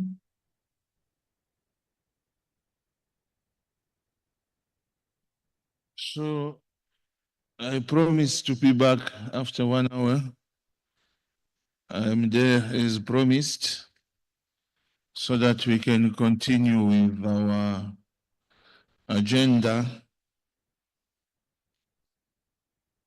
I'm following the list of intergovernmental and international organizations. I want to call now FIDH, International Federation for Human Rights, Mr. Mabasa Fall. Mabasa Fall is not there. Amnesty International, Jafet Biegon. Amnesty? Amnesty? Amnesty?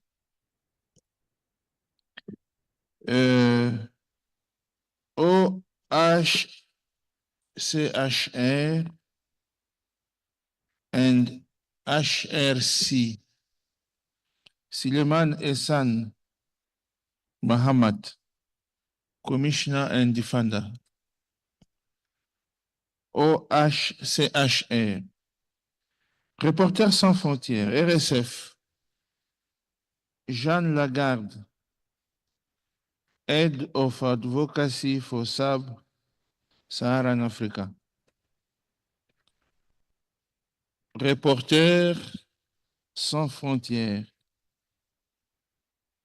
Il n'est pas là non plus. Je vais passer à Statement by National Human Rights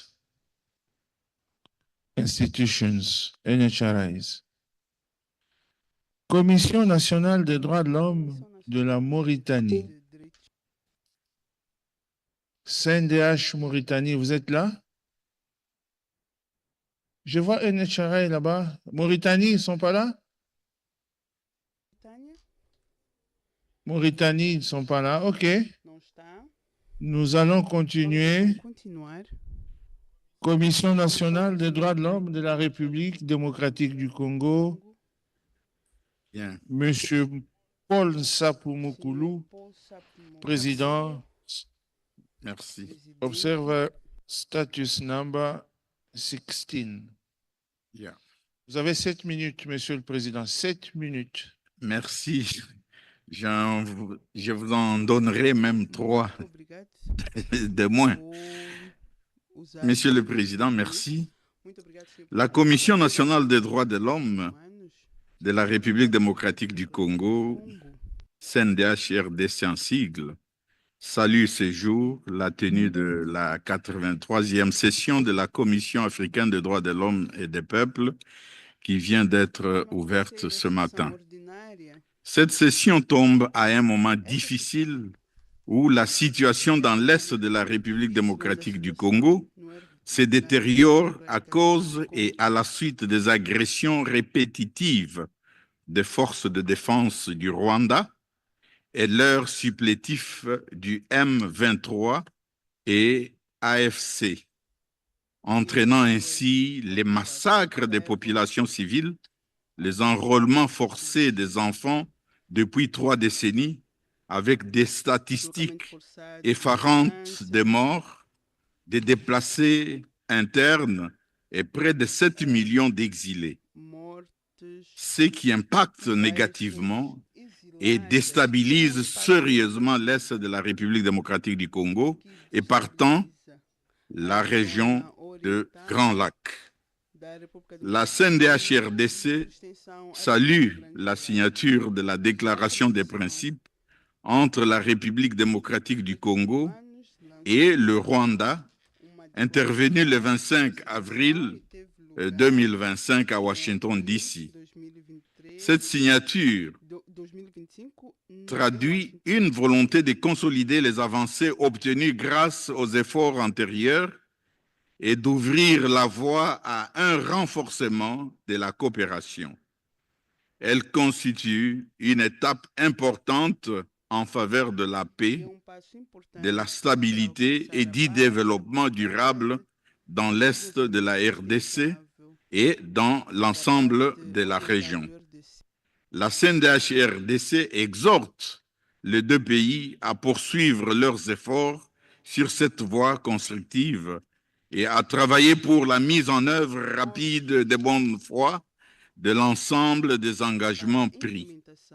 Monsieur le Président, la CNDH a reçu des informations concernant des arrestations, des détentions arbitraires et des enlèvements, des traitements inhumains et dégradants, des disparitions forcées des jeunes Congolais, des défenseurs des droits de l'homme et des journalistes fuyant la violence vers les pays voisins. Nonobstant le contenu de la déclaration précitée, la lutte contre l'impunité doit demeurer notre cheval de bataille à titre de prévention de la désacralisation de la vie humaine.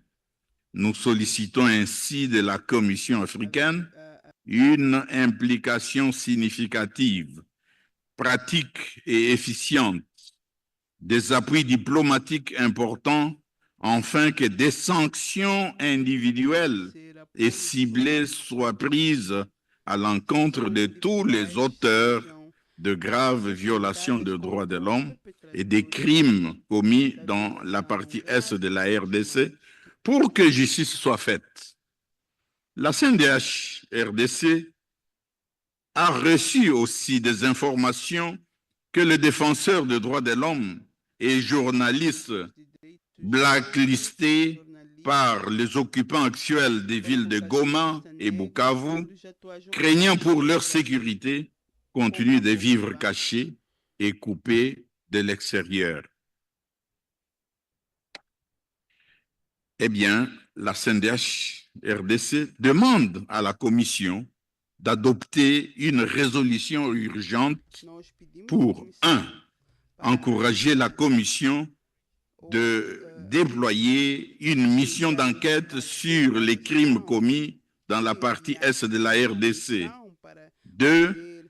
Appeler les autorités congolaises à mener des enquêtes et des poursuites indépendamment des autres forces sur place et des enquêtes qui soient impartiales sur le cas des violations des droits humains. 3. Appeler toutes les parties au conflit à coopérer avec les mécanismes d'enquête et de poursuite existants. Et enfin, 4. Soutenir la mise en place et le fonctionnement des mécanismes d'assistance et de protection des défenseurs de droits humains dans les zones sous le contrôle du Rwanda et ses supplétifs du M23 et AFC. C'est donc, Monsieur le Président, c'est maintenant ou jamais qu'il faut agir et conjurer pareille horreur qui dégrade ainsi notre humanité à tous. Je vous remercie. Merci, Monsieur le Président. J'appelle Zimbabwe Human Rights Commission, Fungai Majome, Chairperson. Zimbabwe Human Rights Commission. Ils sont pas là. Yes, Honorable Chair. You are there? Zimbabwe? Zimbabwe, yes, Zimbabwe Human Rights Commission. You have 7 minutes, please. I beg your pardon, Chairperson? 7 minutes. 7 minutes, I think. 7 or 5? 5 minutes. To the Honorable Representative. 5 minutes. All right, of the Gambia. To you, the Honorable Chairperson of the African Commission on Human and People's Rights, Honorable Remy Lumbo, Commissioners of the African Commission on Human and People's Rights, Your Excellencies, diplomats, state delegates, participants, invited guests. I thank you, Honorable Chairperson, for allowing the Zimbabwe Human Rights Commission an opportunity to speak on the human rights situation in Zimbabwe. This statement highlights some of the issues that the Zimbabwe Human Rights Commission considers key as far as the enjoyment of human rights in Zimbabwe, and therefore, indeed, Africa is concerned. The ZHRC, as we call the Zimbabwe Human Rights Commission, takes this opportunity to commend the government of Zimbabwe for ratifying the protocol to the African Charter on the Rights of Persons with Disabilities in Africa in 2024. We also take note of the efforts by the state to submit overdue state party reports, which include that to this very august Commission on the African Charter on Human and People's Rights, and also the protocol on the rights of women in Africa that is being considered in this session.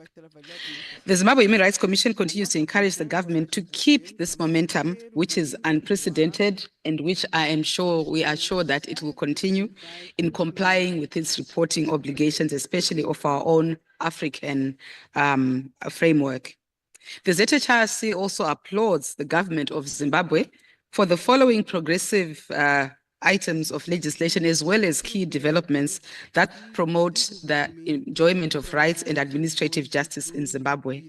The first one is that, Mr. Chairman, that your esteemed self commended Zimbabwe in the opening ceremony, that of the auspicious and the historic enactment of the Death Penalty Abolition Act, Chapter 926.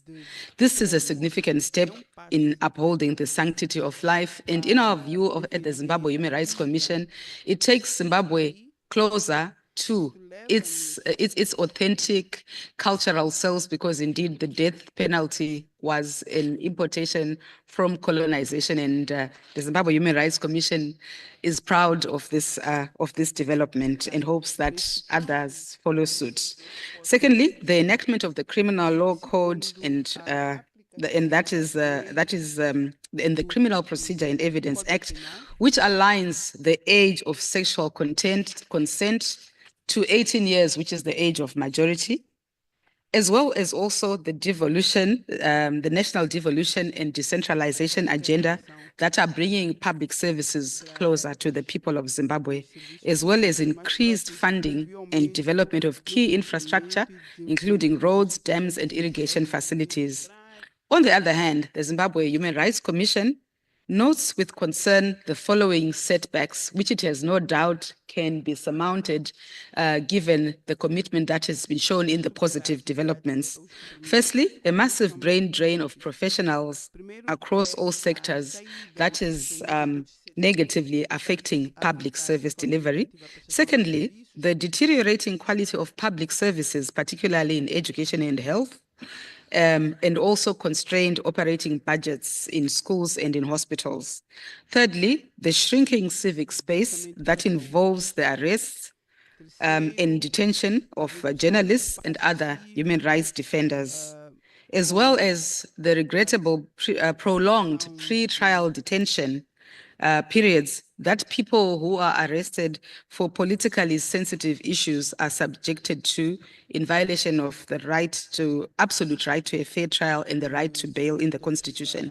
And also the provisions of the recently enacted Private Voluntary Organizations Act, Chapter 1705, which has the further effect of unnecessarily and avoidably shrinking civic space, as well as the challenges relating to the conditions under which persons are detained, such as dilapidated infrastructure and insufficient diet, food provisions, and a shortage of basic sanitation and healthcare services. But we also commend the Zimbabwe Prisons and Correctional Services for its very strident efforts to ensure that the dignity of arrested persons is upheld even in such conditions. And as well as the proposed broadcasting services law, which will have the effect of violating the human rights, including of the media. Mr. Chairman, I want to end by continuing that the Zimbabwe government continues on its upward path of improving labor rights, as well as increasing funding to key sectors such as prisons, as well as also continuing to cooperate with the Zimbabwe Human Rights Commission in training. And Mr. Chairman, I want to thank, in conclusion, the African Commission on Human and People's Rights, as well as the government of Zimbabwe, an opportunity to share this statement in the furtherance of human rights on our continent. And we're looking forward to greater celebration of the Day of Human Rights in Africa, so that it resonates equally with the International Day. I thank you. Nous demanderons aux autres qui vont suivre de bien vouloir respecter le timing, parce qu'on court après le temps. Chaque minute égrené empiète sur les droits des autres. CNIDH, merci à la Commission nationale des droits de l'homme du Zimbabwe. CNIDH du Burundi, Sixte-Vini Nimuraba,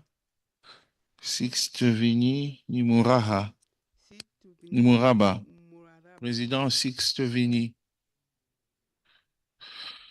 Président Sixte-Vini n'est pas là. Ethiopian Human Rights Commission, Albab Tesfaye Ayaleu, directeur. J'ai vu Albab. Thank you, Chairperson. 5 minutes. Ethiopian Human Rights Commission. Thank you, Chairperson. Honorable Commissioner Remy Ngoembu, Chairperson of the African Commission on Human and People's Rights.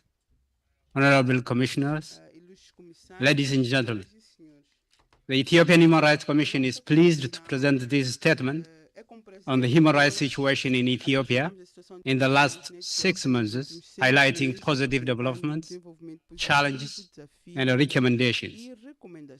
Honorable Chairperson, you noted the contribution of the African Commission to the development of transitional justice in Ethiopia. As a positive development, 4 new legislations have been drafted, operationalizing the process. These include laws establishing a Special Prosecution's Office, a Truth Commission, Vetting Commission, and the International Crimes Court. The EHRC supported a strategy to enhance the participation of victims in the transitional justice process initiated by the Ministry of Justice. The National Dialogue Commission carried out agenda collection session in 5 regions, including conflict-affected areas such as Amhara region. A peace deal in Oromia resulted in release of detainees. Amhara region adopted a new law granting judges immunity from detention and prosecutions. EHRC provided comments on draft law on the rights of persons, on the rights of older persons. Refugees and internally displaced persons have been included in the national ID registration process. As part of the National Plan on Business and Human Rights, a national baseline assessment was conducted. New laws have been adopted in the areas of education and health. Honorable Chairperson, there are also challenges in the implementation of human rights in Ethiopia. The legislature amended the media law, limiting some of the reforms that were introduced in 2021. Honorable Chairperson, as you noted in your statement this morning, 4 civil society organizations were suspended in December 2024. Following the EHRC advocacy, the suspension was lifted in February 2025. The state of emergency in Amhara has ended, but arbitrary detention continued. Detention facilities are overcrowded, poorly lit, and lack clean facilities. There are no facilities for children in conflict with the law. One-stop centers designed to support survivors of sexual and gender violence remain largely inaccessible and are often not fully operational. There is limited access to asylum registration. Lack of effective measures to prevent conflicts and the increasing incidence of natural disaster has driven internal displacement. Rising prices of basic commodities and the conflict in some places have impeded the realization of the right to education, work, food, and health. More than 7 million students are out of school. Honorable Chairperson, in view of these concerns, EHRC presents the following recommendations. The Ethiopian government should, 1, end the hostilities and criminalize enforced disappearance. Ensure that all national legislation, such as the media law, comply with international human rights law. 3, create conducive environment for the operation of media, civil society organizations, and human rights defenders. 4, improve conditions of detention. 5, ensure that one-stop center for survivors of sexual and gender-based violence are accessible and fully operational. 6, increase efforts to construct schools and health facilities in conflict-affected areas. Ensure that the implementation of urban development projects complies with human rights law. Finally, the Ethiopian Human Rights Commission recommends the African Commission to support the government of Ethiopia in the implementation of human rights. I thank you very much, Chairperson. Merci beaucoup. Ethiopian Human Rights Commission. J'appelle maintenant le Conseil national des droits de l'homme, Algérie, CNDH, Algérie, 5 minutes.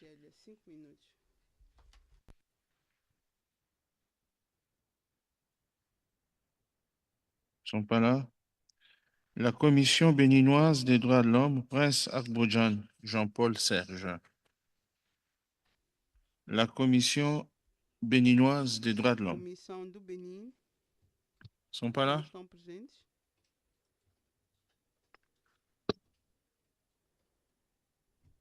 Independent National Commission on Human Rights of Liberia. Urias T. Pou. Libéria. Ils ne sont pas là. South Africa Human Rights Commission. Chris Nissen, Chairperson. South Africa Human Rights Commission. National Commission for Human Rights, Rwanda. Mademoiselle Providence Umurungi. Madame Providence Umurungi. CNDH Rwanda. Cameroon Human Rights Commission, Dr. Galega Gana Raphael, le Vice Chairperson. Cameroun, Rwanda, ne sont pas là. National Human Rights Commission de Gambia. Commission nationale des droits de l'homme de la Gambie. Et au moins, on ne va pas dire qu'ils ne sont pas arrivés, ils sont chez eux. Vous êtes là? Gambie? Gambie n'est pas là. On va passer à la liste des NGOs. Les ONG se préparent. Les ONG se préparent. Consortium of Ethiopian Human Rights Organization. Masoud Reta, Executive Director. Yes, Your Honor. 5 minutes, Yes, sir. I'm here. Okay. Thank you, Honorable Chairperson, Commissioners. All protocols observed.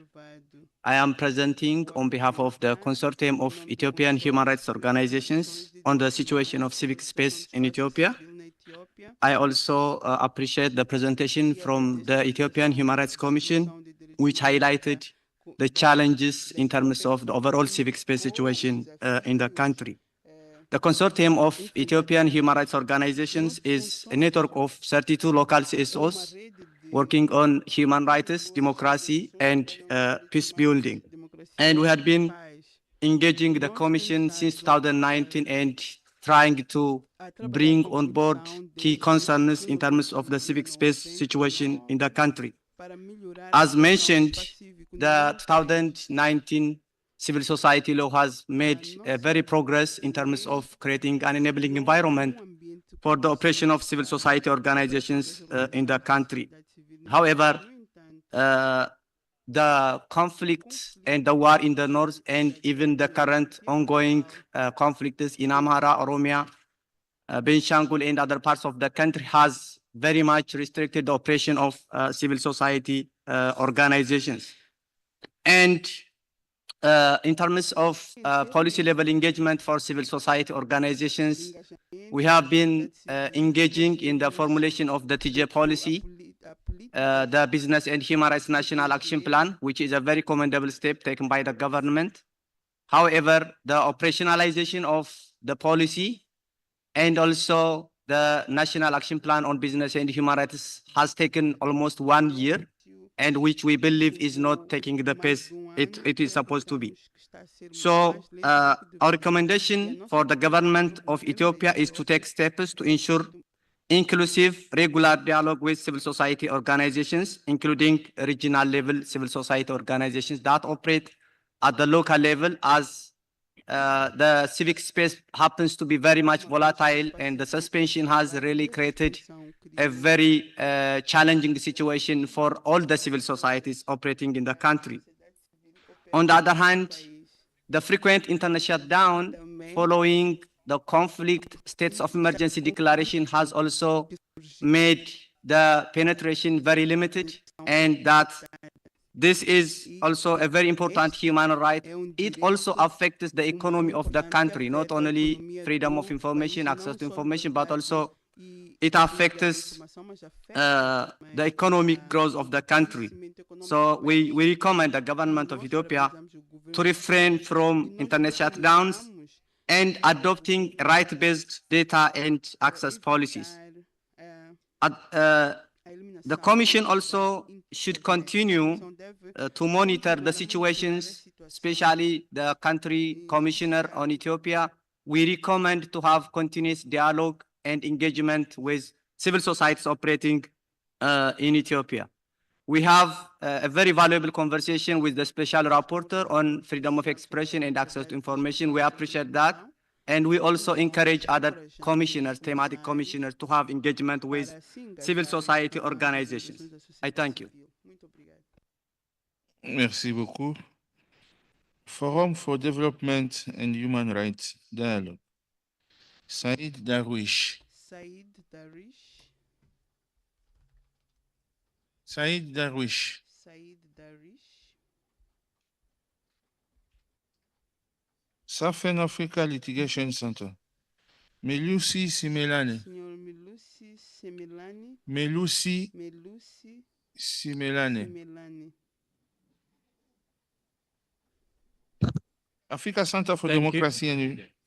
Thank you, Chair. Muito obrigado, Senhor Presidente. There is a podium for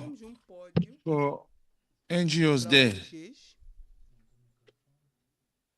Não tem microfone. There is no mic? No pódio.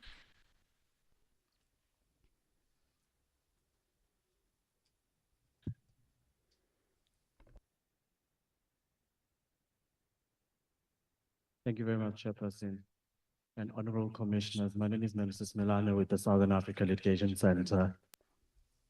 We meet at a time when democratic principles and the human rights in Africa are under growing threat. Indeed, from historical atrocities like slavery, colonization, and apartheid, but equally from deepening authoritarianization, internal conflicts, and environmental crises. While there have been gains in constitutionalism and civic participation, urgent challenges are persisting. Concern and outrage alone are not enough. They will not stop the violence in Sudan. They will not silence the guns in DRC. They will not set journalists and political activists free in Zimbabwe, Eswatini, or Tanzania. We are alarmed by the growing assault on press freedom. The journalists are facing arbitrary detention, surveillance, and violence. Legislation is increasingly being weaponized to silence dissent, weakening the media's vital role in democracy. We also note, Chairperson, with great concern, the targeting of political activists, human rights defenders, climate activists, often by actors aligned with governments and industry. Industrial development cannot come at the cost of basic freedoms. Communities must have access to information, especially around large-scale projects like the Lesotho Highlands Water Project. We urge the Commission to reaffirm the importance of free press and call on member states to align national laws with the Declaration of Principles on Freedom of Expression and Access to Information. Chairperson, marginalized communities like persons with disabilities, LGBTQ+, migrants, refugees, indigenous communities, informal traders, people living in poverty face systemic discrimination and barriers to justice. Criminalization, stigma, institutional bias, all work to exclude rather than protect. We call on states present here today to adopt the rights-based social protection policy that repeals punitive laws that criminalize identity, poverty, and status. As you highlighted in your opening, Chairperson, the humanitarian crisis in the DRC remains dire. Civilization continues to suffer under armed groups violence, with widespread reports of sexual and gender-based violence, forced displacement, and unlawful killings. Impunity is fueling the ongoing crisis. Similarly, in Sudan, fighting between rival military factions has devastated civilian life. We call for an immediate and unhindered humanitarian access. We urge this commission to reinforce calls for strong international, regional, and domestic accountability mechanisms and advocate for civilian protection and cessation of all hostilities. Justice must not be delayed. Perpetrators must be held accountable. And thank you again, Chairperson, for speaking on the issue of detention centers and prisons across our continent, Africa. The conditions are dire in our prisons. Overcrowding, lack of health care, ill treatment is widespread, particularly for pretrial detainees and marginalized groups. The Southern Africa Litigation Center, working with the SADC Parliamentary Forum, are working on developing a model law on independent oversight of prisons. And we call on states to adopt national preventative frameworks and reform that are aligned both to the Mandela rules and the Robben Island guidelines in ensuring prisoners' rights. Lastly, Chairperson, the climate catastrophe is no longer a future threat. It is a present-day disaster. Across our beautiful continent, we are seeing droughts, we are seeing cyclones that have already displaced millions of communities and ravaged livelihoods. We urge this commission to urgently incorporate climate justice into its work, safeguarding the rights of vulnerable communities, ensuring that states fulfill their obligations under this African Charter and the Paris Principles. Chairpersons and commissioners, this is not a time for symbolic gestures. The African Commission must not only represent the ideals of freedom and justice, but must also deliver on them. The Southern Africa Litigation Center stands in solidarity with all present today in defending the rights across Africa. We remain committed to our partnerships and advocacy in pursuit of the rights guaranteed under the African Charter. Together, let us all move from concern to action. Let us all make human rights a lived reality for all. Thank you.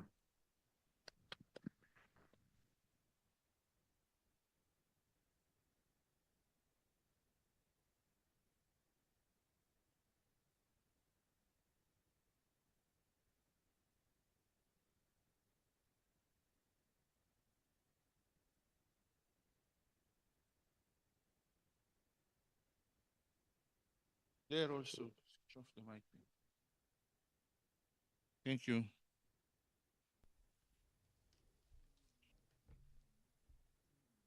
Africa Center for Democracy and Human Rights. Centro Africano para That is Democracia e Direitos Humanos. Mulai Lassen Naji. 5 minutes. Thank you, Honorable Chair. Honorable Chair, I will be switching to Arabic language. السيد رئيس اللجنة الإفريقية لحقوق الإنسان والشعوب، السيدات والسادة المفوضون، السيدات والسادة المندوبون المحترمون، السيدات والسادة ممثلي المجتمع المدني، يشرفني أن ألقي هذا البيان المشترك باسم المركز الإفريقي للديمقراطية ودراسة حقوق الإنسان وشبكة الهيئة المستقلة لحقوق الإنسان في شمال إفريقيا، بعد أكثر من 20 عاما على اعتماد وإعلان برنامج عمل دوربان. لا تزال مبادئه بعيدة المنال، فالعنصرية والتمييز العنصري وكراهية الأجانب وعدم التسامح ليست مجرد ممارسات فردية، بل باتت أنساقا بنيوية راسخة تعيد إنتاج الظلم وتقصي فئات واسعة من حقوقها الأساسية وتعرضها لعنف ممنهج وصامت. سيد الرئيس، نعرب عن قلقنا العميق إزاء تصاعد الانتهاكات التي يتعرضها الأشخاص المنحدرين من أصل إفريقي والمهاجرين من جنوب إفريقيا من جنوب الصحراء في شمال إفريقيا. إن الاعتقال التعسفي والعنف الموجه وخطاب الكراهية والتنميط العنصري والترحيل القسري والحرمان من الإنصاف والعدالة ليست مجرد أحداث معزولة، بل دلائل على أزمة بنيوية تستوجب تدخلا شاملا وممنهجا. نحن بحاجة إلى عدالة انتقالية من نوع خاص، عدالة تعترف بأن ضحايا العنصرية هم ضحايا لتمييز مزمن ومتراكم، يتطلب من الدول ليس فقط الإقرار بل اتخاذ تدابير شجاعة للإصلاح والمساءلة وجبر الضرر. وفي هذا الإطار نوجه الدعوة إلى اللجنة الإفريقية لحقوق الإنسان والشعوب لاتخاذ ما يلي: أولا، إطلاق تحقيق موضوعي وموثوق بشأن الانتهاكات المرتكبة بحق المهاجرين والأقليات العرقية في شمال إفريقيا، يركز على تحليل أنماط التمييز البنيوي والممارسة الرسمية وغير الرسمية التي تكرس العنصرية. ثانيا، تطوير تعليق عام ملزم حول حقوق المهاجرين والمحذرين من الأصل الإفريقي، يرسخ التزامات الدول بضمان الحماية الفعلية ضد الإقصاء والعنف بما يتماشى مع الميثاق الإفريقي والمعايير الدولية. ثالثا، تعزيز القدرات المؤسساتية والقانونية من خلال ورشات تكوينية وبرامج تفاعلية تستهدف المسؤولين وأجهزة إنفاذ القانون والمؤسسات الوطنية لضمان فهم عميق ومتجدد لأبعاد تمييز وآلية تفكيكه. رابعا، دعم المجتمع المدني عبر تخصيص موارد لدعم التوثيق المستقل للانتهاكات وتمكين الضحايا من الوصول إلى العدالة وتعميم التربية على حقوق الإنسان والتعددية الثقافية. خامسا، الدعوة إلى استراتيجية إفريقية شاملة لمناهضة كراهية الأجانب والتنميط العنصري تتضمن آليات للرصد والمؤاسلة وإجراءات لجبر الضرر الفردي والجماعي وضمانات عدم التكرار. سيدي الرئيس، في العدالة الانتقالية لا تكتمل الحقيقة بدون المساءلة، ولا تكتمل المساءلة بدون جبر ضرر فعال. إن جبر الضرر لا يعني فقط التعويضات المالية، بل يشمل أيضا إصلاح المؤسسات ورد الاعتبار والاعتراف الرمزي وضمان مشاركة الضحايا في صياغة الحلول. ندعو الدول إلى تبني خطط وطنية واضحة وممولة لجبر الضرر تشمل إصلاحات السياسات الأمنية وضمان المساواة في فرص العمل والسكن ومحاربة التنميط العنصري في الإعلام والتعليم، إجراء مراجعة وطنية شاملة للتشريعات لضمان ملائمتها مع المعايير الإقليمية والدولية لمناهضة العنصرية والتمييز، إنشاء آليات وطنية مستقلة للشكاوى والإنصاف تمكن الضحايا من التبليغ عن الانتهاكات دون خوف. السيد الرئيس، نطمح إلى قارة تصان فيها الكرامة الإنسانية لكل فرد دون تمييز بسبب اللون أو الأصل أو الوضع القانوني، قارة تحول المبادئ إلى سياسات والالتزامات إلى ممارسات والعدالة إلى واقع معاش. دعونا لا نكتفي بإحياء ذكرى دربن، بل لنعمل على ترجمة روحه إلى التزامات مسؤولة وسياسات عادلة، فبغير ذلك تبقى الأقوال دون أفعال وتبقى الحقوق حبرا على ورق. شكرا جزيلا. Merci beaucoup, Nadji, pour cet excellent discours. Rapprochez-vous du commissaire Derso pour cette question de justice transitionnelle pour les migrants.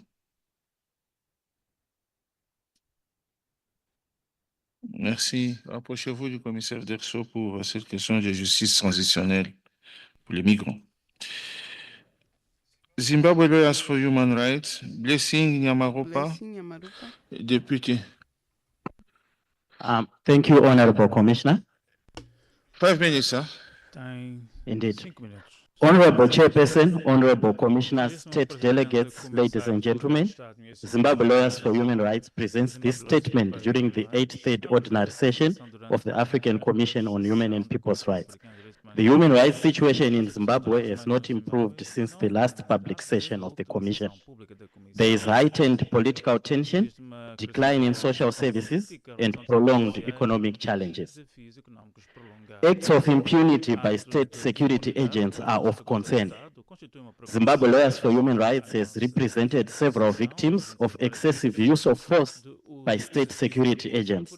Despite these concerns, in most cases, the perpetrators are often not subjected to internal disciplinary processes or criminal prosecution. Furthermore, Zimbabwe Lawyers for Human Rights continues to express its concern over the violation of the right to an effective remedy for victims of impunity by the state. Several court orders and judgments secured by victims of rights of violations remain unsatisfied. The insulation of state property against judicial attachment and execution continues to act as a barrier against the right to an effective remedy. The operating environment for CSOs is severely restricted. On 11 April 2025, the President of Zimbabwe signed the Private Voluntary Organizations Amendment Act into law. The Private Voluntary Organizations Amendment Act severely restricts the civic space and the operations of civic society organizations. The government ignored numerous recommendations made by the United Nations Special Procedures in various communications. Further, the treaty-based United Nations Human Rights Committee also expressed concerns on the provisions of the Private Voluntary Organizations Amendment Act that are not in line with Zimbabwe's international treaty obligations. The general economic outlook for Zimbabwe is gloom and is characterized by high taxes, declining economy, and declining employment opportunities. Social services have been inevitably affected by the worsening economic situation. The right to have access to basic health care faces significant challenges. The withdrawal of development aid has threatened critical public health programs in Zimbabwe. Affected programs include the President's Emergency Plan for AIDS Relief, PEPFAR, which has been critical in providing life-saving HIV and AIDS medication to Zimbabwean citizens. Without drastic measures, the fate of citizens who relied on international development aid for the health sector is dire. Zimbabwe Lawyers for Human Rights furthermore calls for more transparency and accountability in the use of funds that have been raised through sugar tax for purposes of acquiring life-saving cancer treatment equipment. The scourge of development-induced displacement of rural communities is a matter of concern. Whilst development projects may bring benefits, these should be balanced with the need to respect environmental and other rights. Zimbabwe Lawyers for Human Rights has noted that several development projects are being carried out without complying with environmental standards. In some cases, mining projects are conducted without environmental impact assessment certificates. We are further concerned that the environmental legal framework for monitoring and enforcement of environmental standards is insufficient to deter potential violators of environmental rights. Furthermore, some of the development projects have led to forced displacement of communities without adequate compensation. Zimbabwe Lawyers for Human Rights has also noted massive land and environmental degradation, which is associated with the developmental activities, particularly unregulated mining activities, risking the health of surrounding communities and contributing to the production of greenhouse emissions.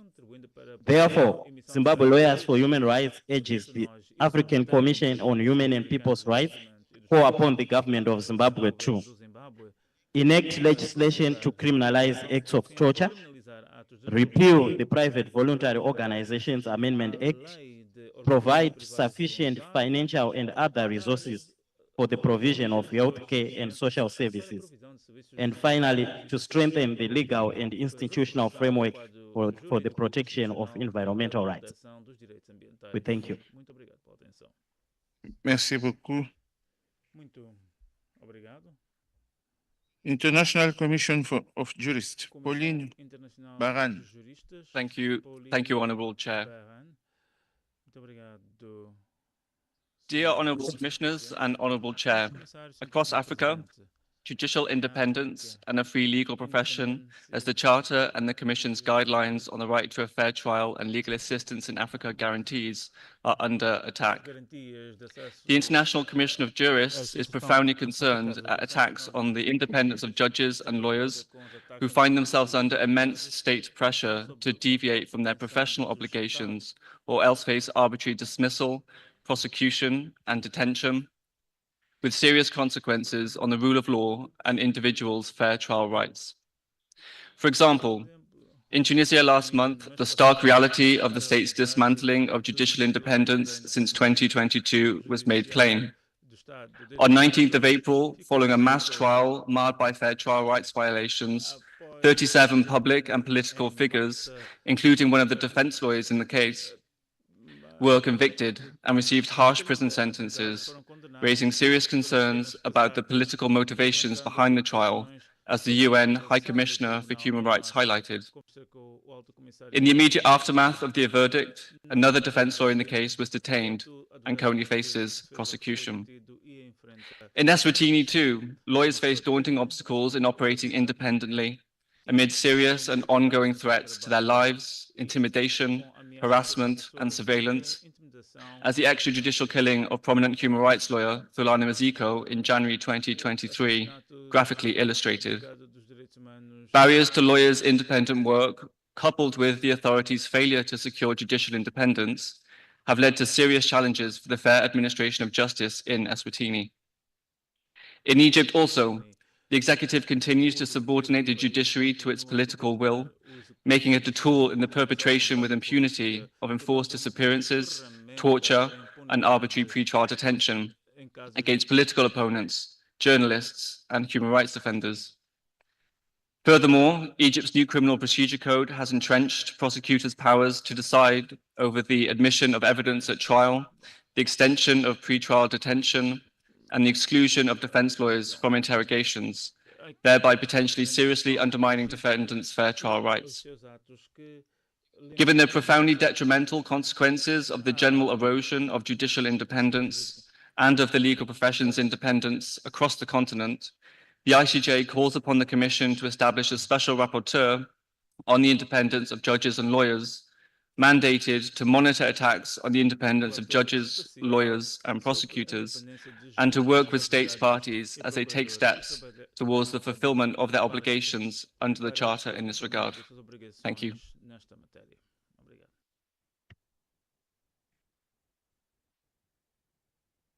Merci beaucoup. International Federation of Human Lawyers, FIDA. Alimatou Sissé. N'est pas là? Alimatou? 5 minutes. Alimatou? Honorable Chairperson, honorable commissioners, and distinguished women lawyers and the Global Forum of Communities Discriminated on Work and Descent, representing millions of Africans whose lives have been shaped by a history of marginalization rooted in ancestral occupation, descent, and caste-based systems of exclusion. We commend the African Commission on Human and People's Rights for its unwavering commitment to justice and dignity for all, and for providing this vital platform to bring forward voices from the margins. Today, we speak in pursuit of justice for Africans and people of African descent through reparations.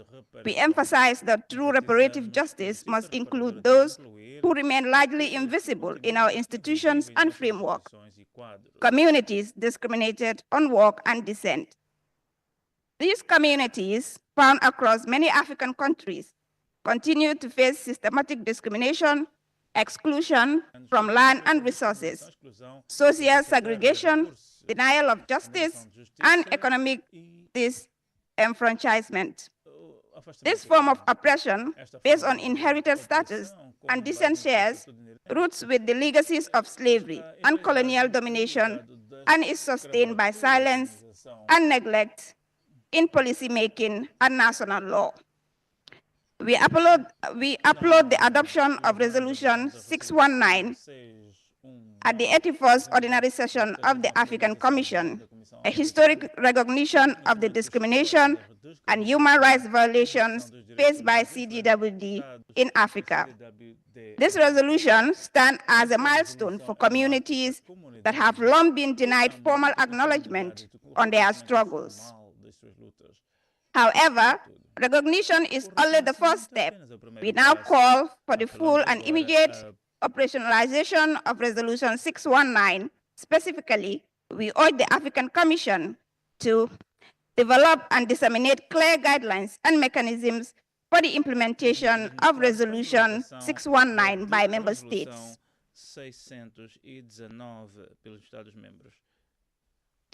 Support national governments to review existing laws, policies, and institutional practices in order to identify and eliminate caste and descent-based discrimination.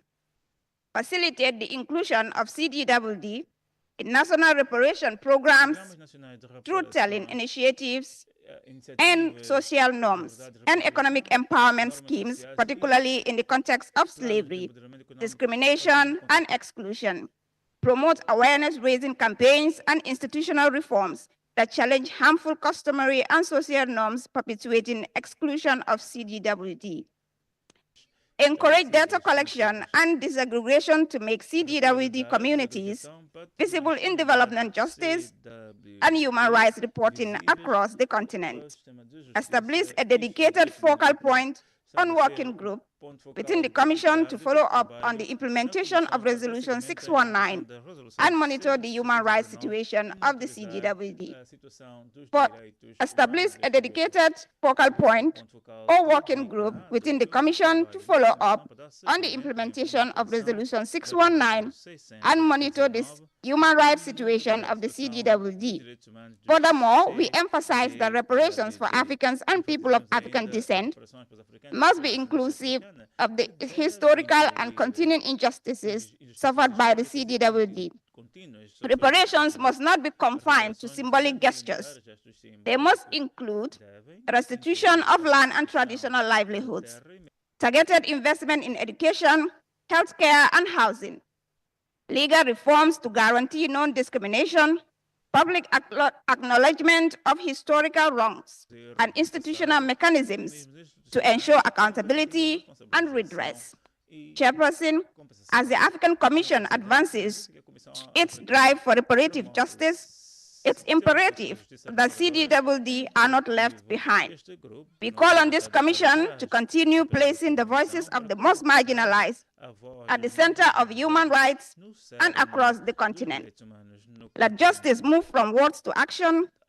Let recognition turn into restoration. Let the margins become the mainstream. Thank you.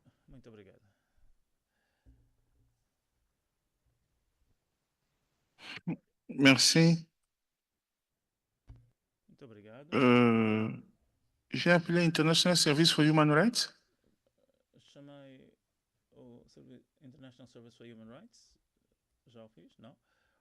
Merci, Monsieur le Président.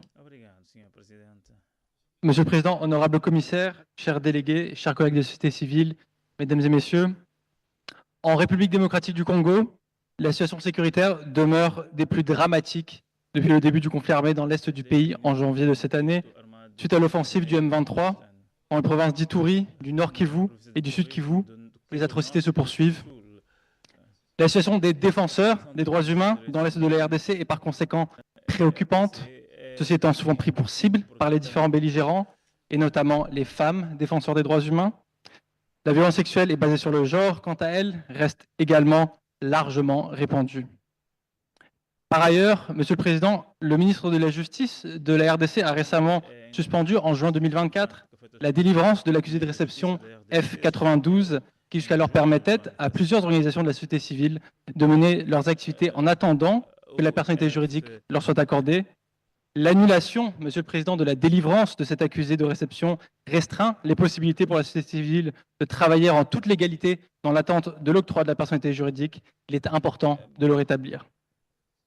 Nous appelons donc le gouvernement congolais à continuer de collaborer avec les mécanismes internationaux et à soutenir la mise en œuvre pleine et entière de la résolution du Conseil des droits de l'homme des Nations Unies numéro S3701, notamment mettre fin immédiatement aux hostilités dans l'est de la RDC et soutenir les mécanismes d'enquête ainsi créés pour faire la lumière sur les atrocités commises.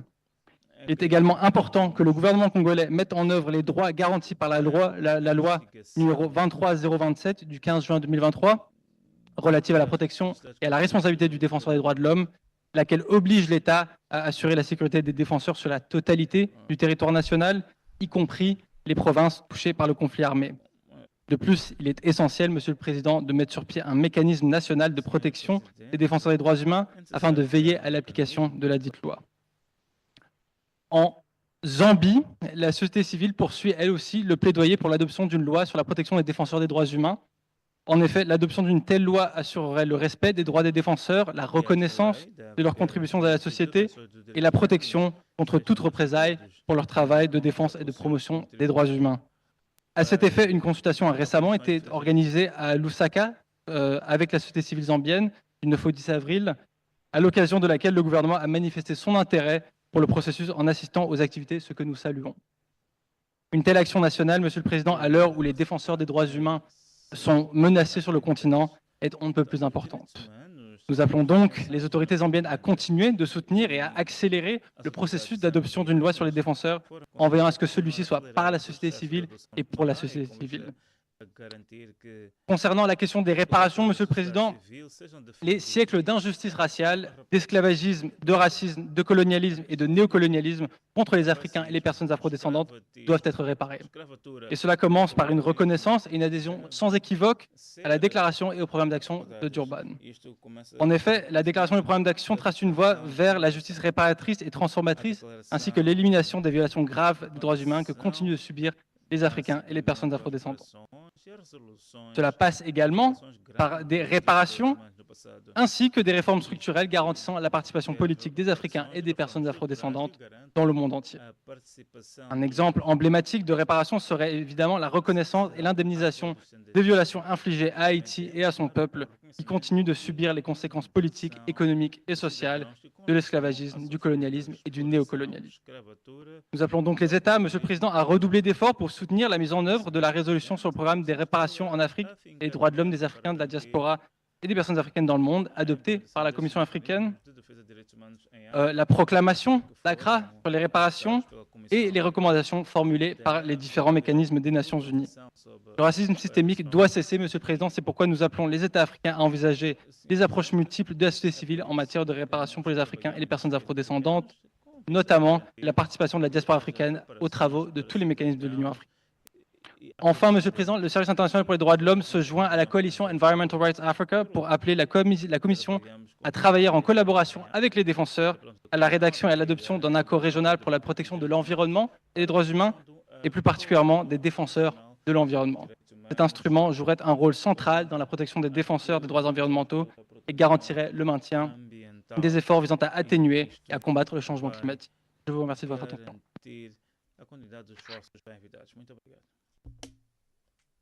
Merci beaucoup. Center for Reproductive Rights, Suzanne Jean Kimunto.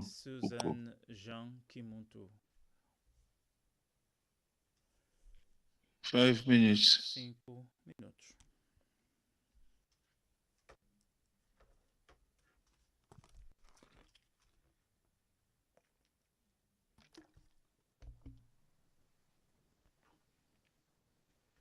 The Center for Reproductive Rights appreciates this opportunity to highlight the lived experiences of women and girls across Africa in relation to their sexual and reproductive health and rights, specifically in the scope of maternal health care.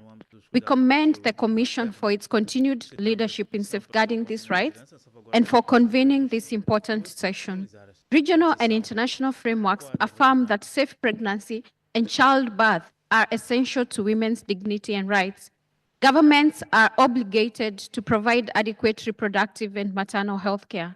The African Charter on Human and People's Rights, specifically Article 14.2 of the Maputo Protocol, expressly affirms women's rights to adequate, affordable, and accessible health care and Sub-Article 14 further mandates state parties to establish and strengthen maternal health services for women.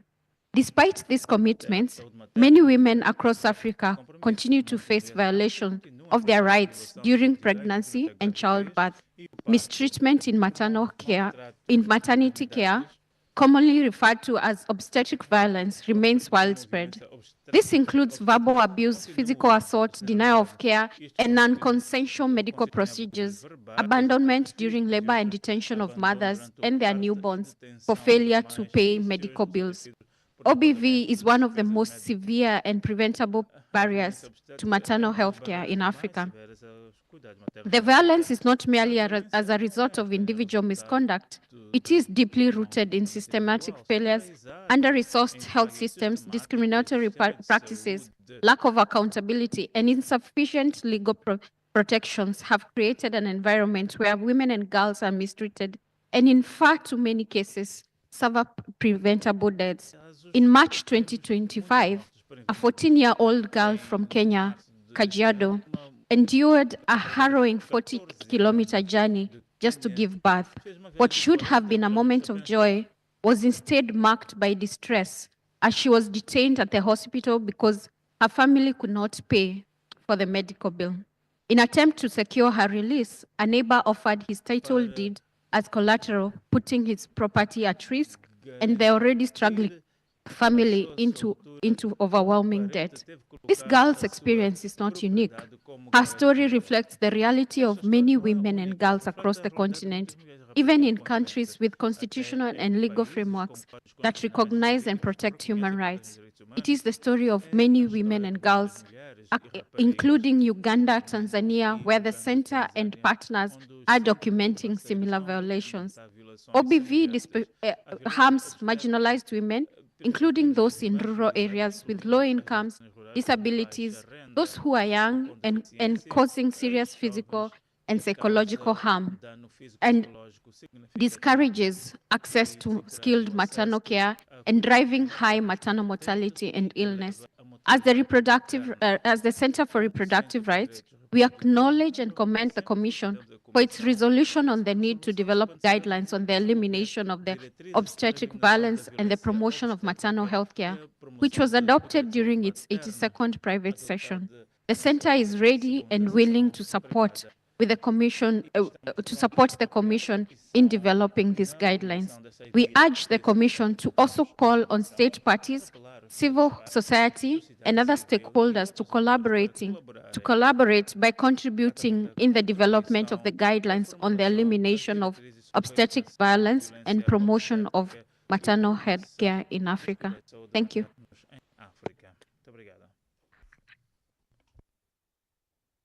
Merci. Strategic Initiative for Women in the Horn of Africa, SIA Network. Ramatulai.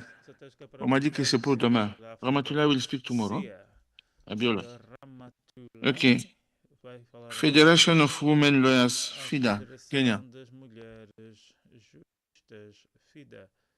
Federation of Women Lawyers, FIDA, Kenya. 5 minutes, please. Thank you. Your Excellency, Honorable Chairperson, Vice Chairperson, and distinguished members of the Commission. My name is Leticia Mwavishi, representing the Federation of Women Lawyers, FIDA Kenya. I speak on behalf of Awesome Consortium, comprising FIDA Kenya, Forum for Women in Democracy for Wade Uganda, Women Challenge to Challenge WCC Kenya, PK Women in Development Association, Ethiopian Women with Disabilities National Association, and Womankind Worldwide. We affirm our commitment to advancing human rights and inclusive justice for women and girls across Africa, including women and girls with disabilities. While we recognize progress made in advancing women and girls' rights in Africa, we are deeply concerned by ongoing violations of the rights of diverse women and girls, particularly in Kenya, Uganda, and Ethiopia. This joint statement seeks to highlight key issues on the status of ending gender-based violence, the status on the protection and promotion of the rights of women with disability, and the equal participation of women in leadership. On gender-based violence, we commend the adoption of the AU Convention on Ending Violence Against Women and Girls. However, GBV remains widespread, worsened by conflict and harmful cultural practices. In Ethiopia, reports of sexual violence in conflict zones are alarming, while in Kenya and Uganda, cases on gender-based violence Can you read slowly, please? Sorry. In Ethiopia, reports of sexual violence in conflict zones are alarming, while in Kenya and Uganda, cases of gender-based violence, including femicide cases, are on the rise, and an inclination of continued violation on the rights of women and girls. We urge member states to ratify and adopt the AU Convention on Ending Violence Against Women and Girls, strengthen their response and preventive measures to adopt a gender-responsive repatriation framework for victims of GBV, enforce existing laws, and prioritize victims' dignity and justice. On the rights of women with disabilities, in a report collaboratively authored by a task force comprising disabled women in Africa, Humanity and Inclusion, it indicates that women and girls with disability continue to face discrimination in critical areas of economic empowerment, violence against women with disabilities, meaningful participation in law and policy making that may affect them, power and decision-making sectors. We call on the Republic of Ethiopia and member states who are yet to ratify the African Disability Protocol to ratify and domesticate the protocol, and urge the Republic of Kenya and Uganda and all member states who have ratified as a matter of urgency to align the protocol with national law and policies with the Convention on the Rights of Persons with Disability to promote and safeguard the rights of women and girls with disability. On women's political participation across the continent, women face systemic exclusion from leadership and are at increased risk of violence during elections. In Kenya, Uganda, and Ethiopia, and some regions of Africa, women and girls are intimidated, harassed, or blocked from full participation in the political development of their countries. We urge the Republic of Kenya, Uganda, and Ethiopia, and other member states to enforce gender equality responses and measures to strengthen women political participation. And further, we urge the Commission to enforce mechanisms that monitor election gender-related violations, to promote accountability and gender equality approaches that safeguard women's political rights. In conclusion, we appeal to the Republic of Kenya, Uganda, and Ethiopia, and all other member states to continue upholding their committed obligations to end impunity and ensure that every woman and girl, regardless of ability or status, can live free from violence, discrimination, and exclusion as per the African Charter and Maputo Protocol. We further appeal to the Commission to act with urgency to safeguard, promote, and enforce the rights and dignity of African women and girls in accordance with the African Charter, Maputo Protocol, and all other relevant resolutions to safeguard the rights of women and girls in the continent, especially women and girls with disability. Thank you. Merci beaucoup. Je vais appeler une dernière organisation et puis on passe à la dernière activité de la journée. Defenders Coalition Kenya. Defenders Coalition Kenya. 5 minutes, ça sera la dernière organisation pour aujourd'hui et puis on passe au panel de la journée. 5 minutes, please. Thank you, Chairperson. My name is Kamau Ngugi. I'm presenting on behalf of the National Coalition of Human Rights Defenders, which is also called the Defenders Coalition. Chairperson, Kenya has a progressive constitution that enshrines the Bill of Rights and also signatory to several human rights treaties and conventions, as well as the bem como os plasmados na Carta Africana. Apesar do quadro jurídico, existem crescentes violações dos direitos humanos e ataques contra defensores dos direitos humanos. Excelência, os defensores dos direitos humanos vivenciam detenções arbitrárias quando se reúnem de forma pacífica, mesmo quando apresentaram uma petição contra o desaparecimento e morte de jovens e críticos das redes sociais contra o governo. Os defensores dos direitos humanos são detidos ilegalmente pelas forças de polícia por mais de 24 horas antes de serem apresentados aos tribunais. Frequentemente devem pagar fianças e se torna difícil. Excelência, os defensores dos direitos humanos continuam a ser vítimas de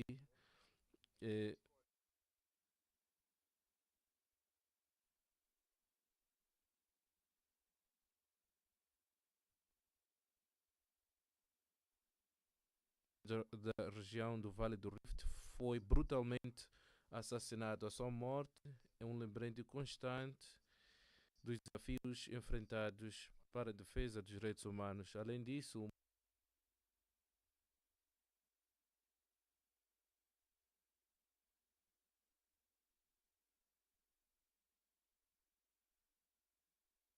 devido ao seu ativismo social.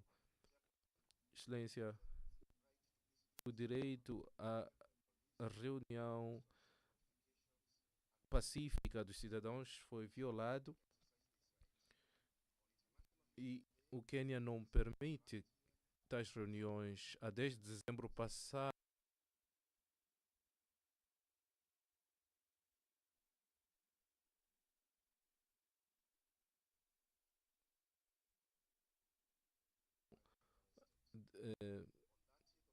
feridos e detidos ilegalmente. A 24 de dezembro, cidadãos protestaram contra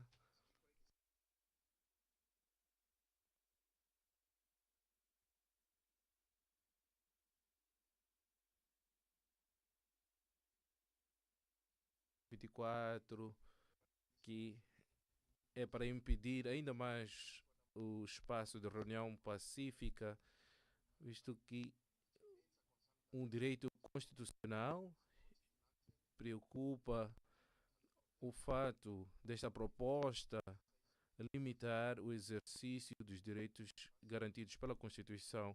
Excelência, a liberdade de expressão continua a ser ameaçada no Quênia com a censura, escrutínio virtual. Os jornalistas são intimidados ou atacados quando trabalham. Em abril último, durante os festivais, raparigas foram impedidas de apresentar uma peça teatral que era considerada um ataque contra o Estado.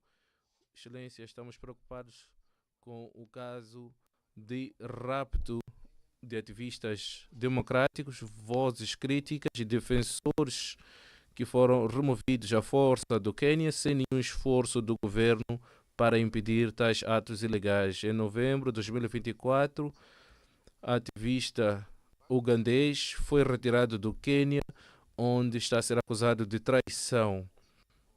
O outro ativista tanzaniano foi sequestrado e solto após a advocacia contra este sequestro. Requerentes de asilo turcos também foram detidos e repatriados.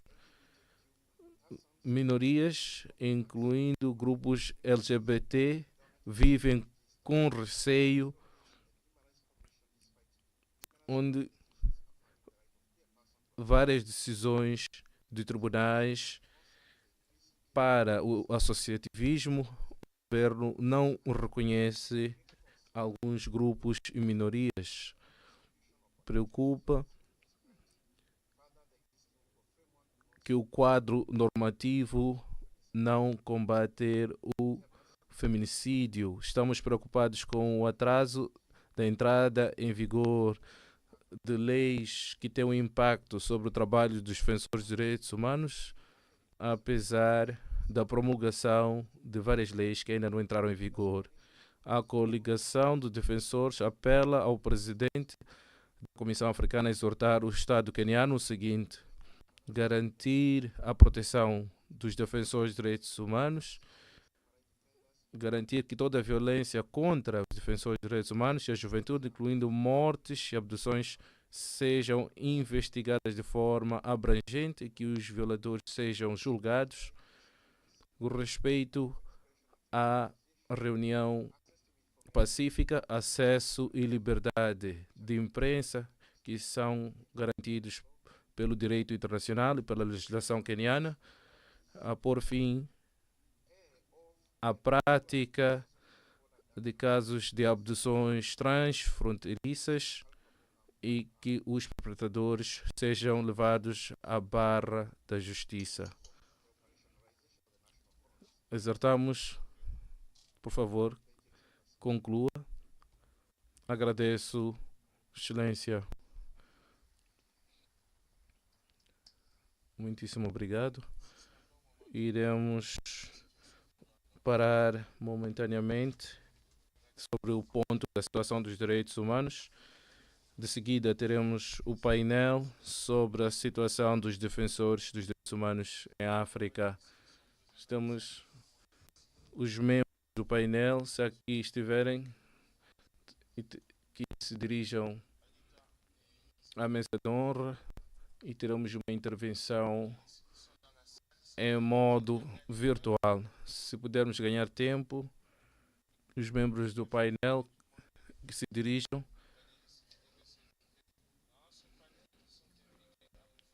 convido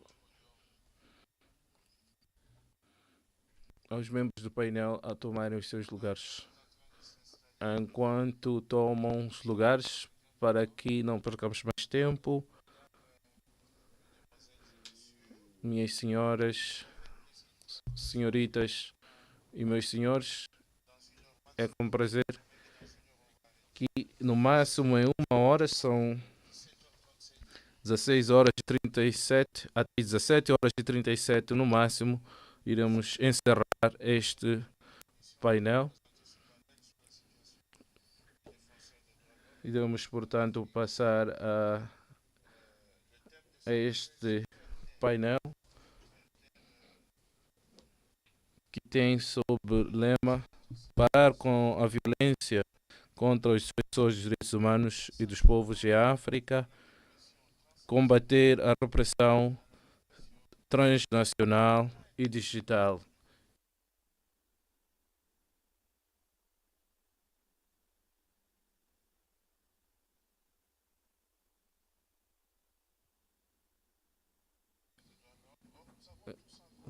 Continua a ser um desafio.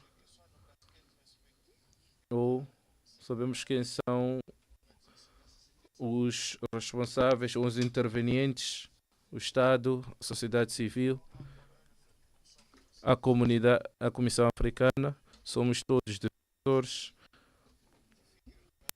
Usamos os dispositivos da Carta Africana, os artigos 9, 11, 12, liberdade de expressão, liberdade de associação, liberdade de reunião e de movimento.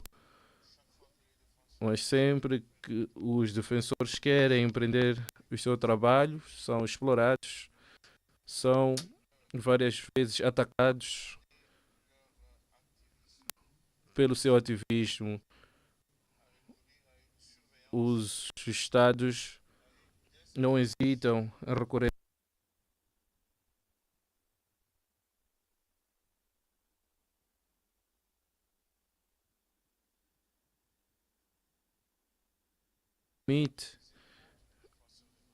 e hoje o Estado ou as forças do Estado também usam de meios para limitar o ativismo digital. São aspectos gravíssimos e gostaríamos de colaborar com os Estados para que não haja esses ataques, mesmo contra defensores dos direitos humanos que vivem exilados. Países como o Zimbábue mencionaram ataques direcionados aos ativistas que protestam na internet, no Quênia também. Portanto, essa questão de repressão transnacional não é uma hipótese acadêmica, mas é um aspecto real e concreto.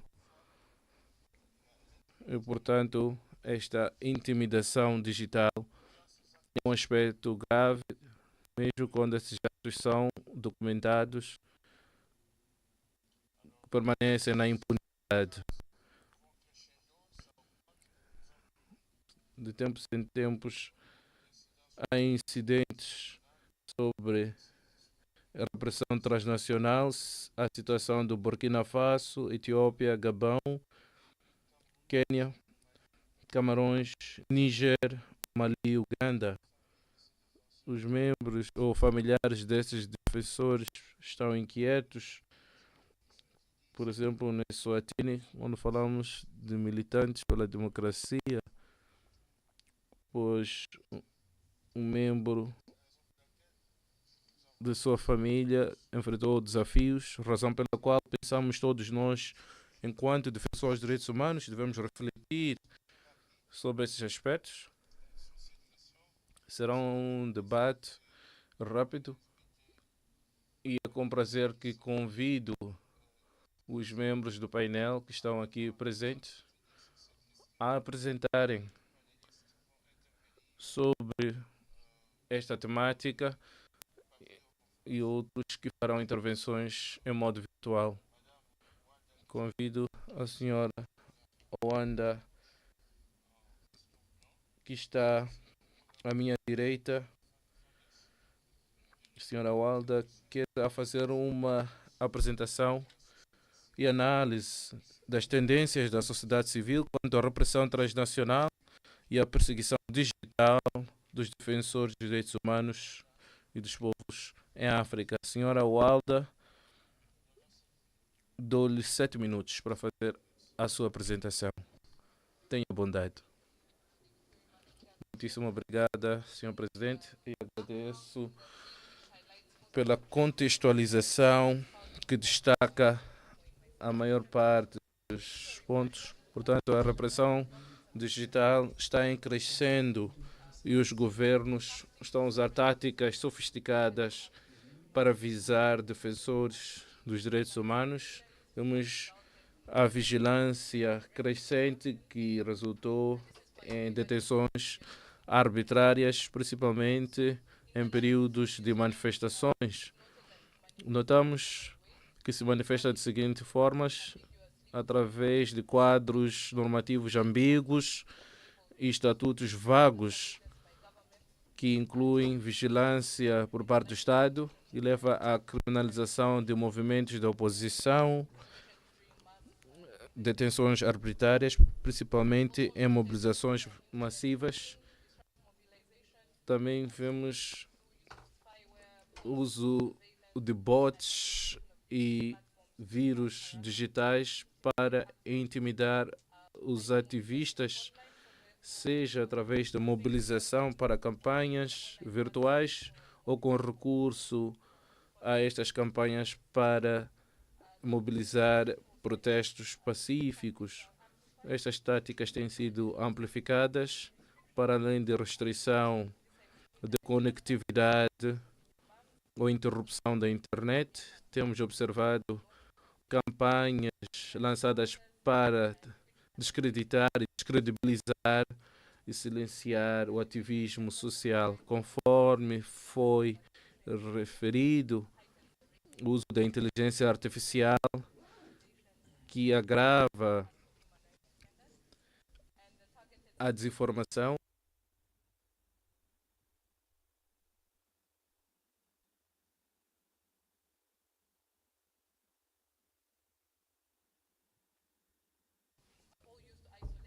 virtual para isolar o ativismo e limitar o acesso à informação fundamental que avança as suas atividades.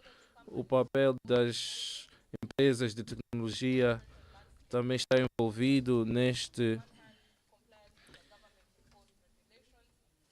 com a imposição e censura por parte do Estado e, por outro lado, estas plataformas continuam a ser vitais para a mobilização, para movimentos sociais, no âmbito da advocacia e documentação da violação de direitos. Embora parcerias com organizações de ativistas como Meta continuam a apoiar os defensores no âmbito virtual, é a responsabilidade do Estado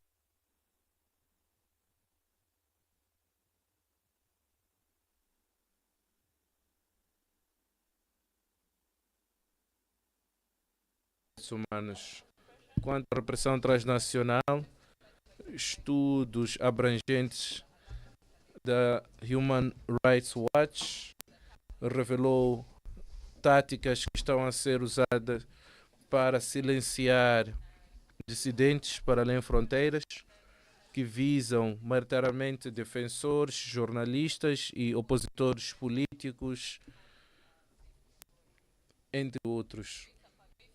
Cria um ambiente de medo e insegurança, não só para os exilados, mas também para os membros de famílias no país. É um mecanismo que tem sido ignorado, que levou a representatividade e documentação muito baixa. Esta prática não é isolada de uma região, é a África, conforme referiu, foi documentada em vários países, incluindo Uganda, Quênia, Ruanda, Moçambique, Burkina Faso, entre outros. Essas táticas são abrangentes e coordenadas entre jurisdições, incluem mortes extrajudiciais e desaparecimento de dissidentes, vigilância transfronteiriça, assédio, uso de meios da Interpol, entre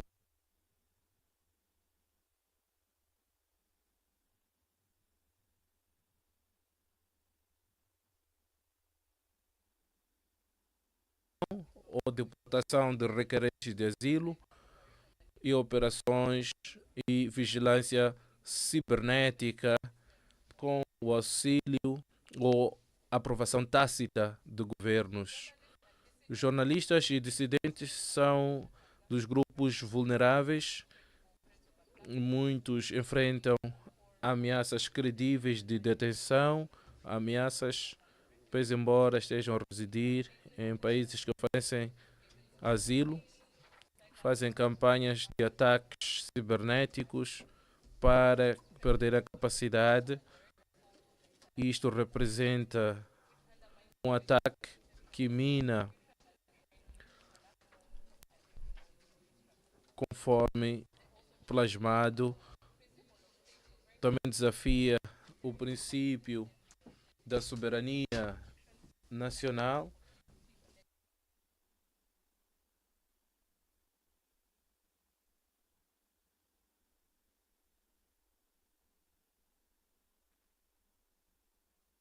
A observância do direito internacional, incluindo a Carta Africana, e exortamos a Comissão a incentivar os Estados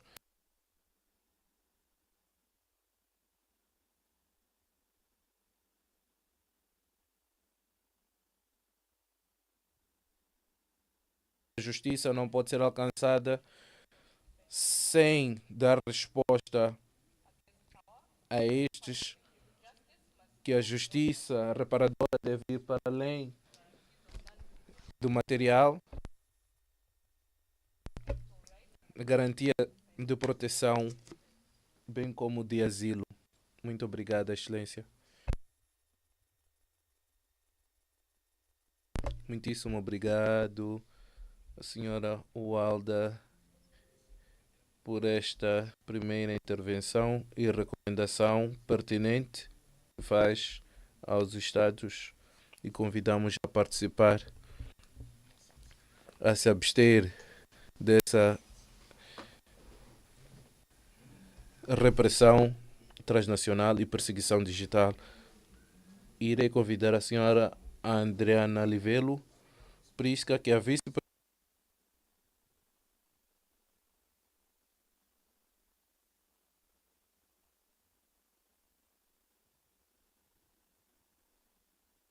o fenômeno e o papel das GNDH em resposta às tendências contra a repressão, bem como mecanismos existentes para apoiar os defensores dos direitos humanos. Senhora Adriana Livelo tem 7 minutos. Excelência, senhor Presidente, ilustres comissários, caros delegados, membros da sociedade civil, é uma honra hoje que a Comissão Nacional do Madagascar se possa expressar perante vós para relatar a situação atual no Madagascar no âmbito dos defensores de direitos humanos, que vivenciam a pressão digital e transnacional. Tive a ocasião de falar perante vós e serei breve na minha intervenção.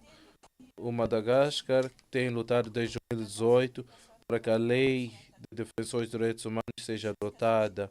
Até a data, não recebemos a aprovação desta lei.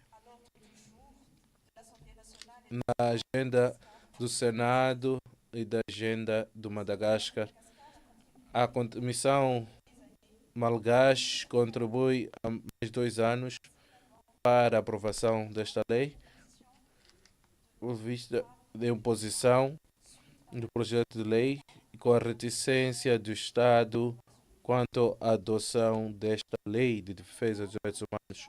Quanto à repressão digital no Madagascar, o Madagascar não tem o recurso à repressão de todas as formas, mas a repressão digital aparece na forma de processo judicial, sobre o qual os defensores são seguidos pelos tribunais por infrações, sejam através da lei criminal, o Código Penal,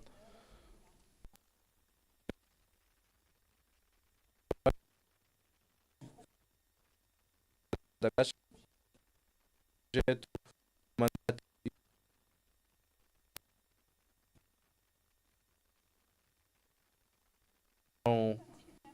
principalmente sobre os defensores de direitos humanos quanto ao meio ambiente, pois a situação é de veras preocupante sobre o fato de 6 defensores do meio ambiente recebem ameaças constantes que são reduzidos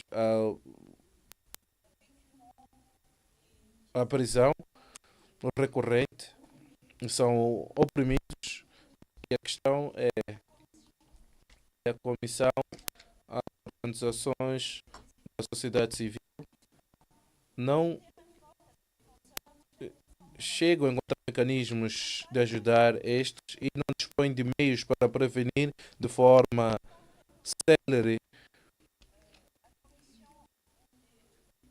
A Comissão, as agências de proteção ou vigilância, solicitamos o vosso auxílio para a aprovação dessa lei. Temos uma nova legislatura onde um deputado irá apresentar a lei na Assembleia do Madagascar e não foi reeleito na nova legislatura. Atualmente enfrentamos um fechamento de portas por parte dos deputados e gostaríamos bastante de chamar a vossa atenção sobre a nossa situação, pois temos a impressão de que estamos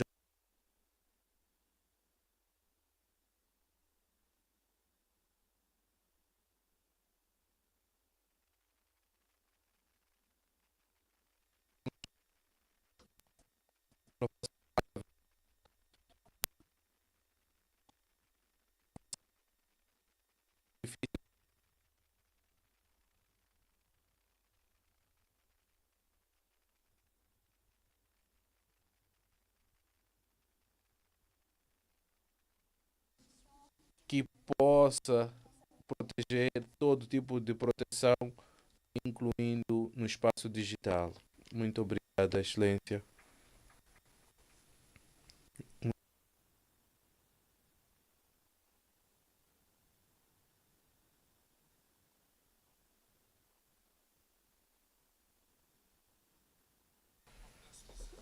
E a colega relatora especial das Nações Unidas para que nos diga sobre esta problemática, qual é o papel do mecanismo a proteção dos defensores de direitos humanos, qual é o papel do mecanismo. Madame Mary Lawlor, que fará a intervenção. Tem 7 minutos, senhora Mary. A senhora Mary pergunta se consegue.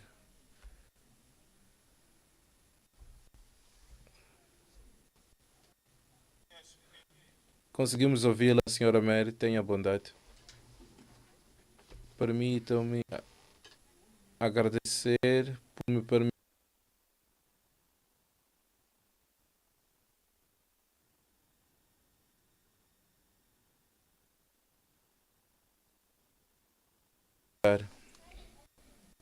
ao olharmos, é evidente que são tempos desafiantes para a defesa dos direitos humanos.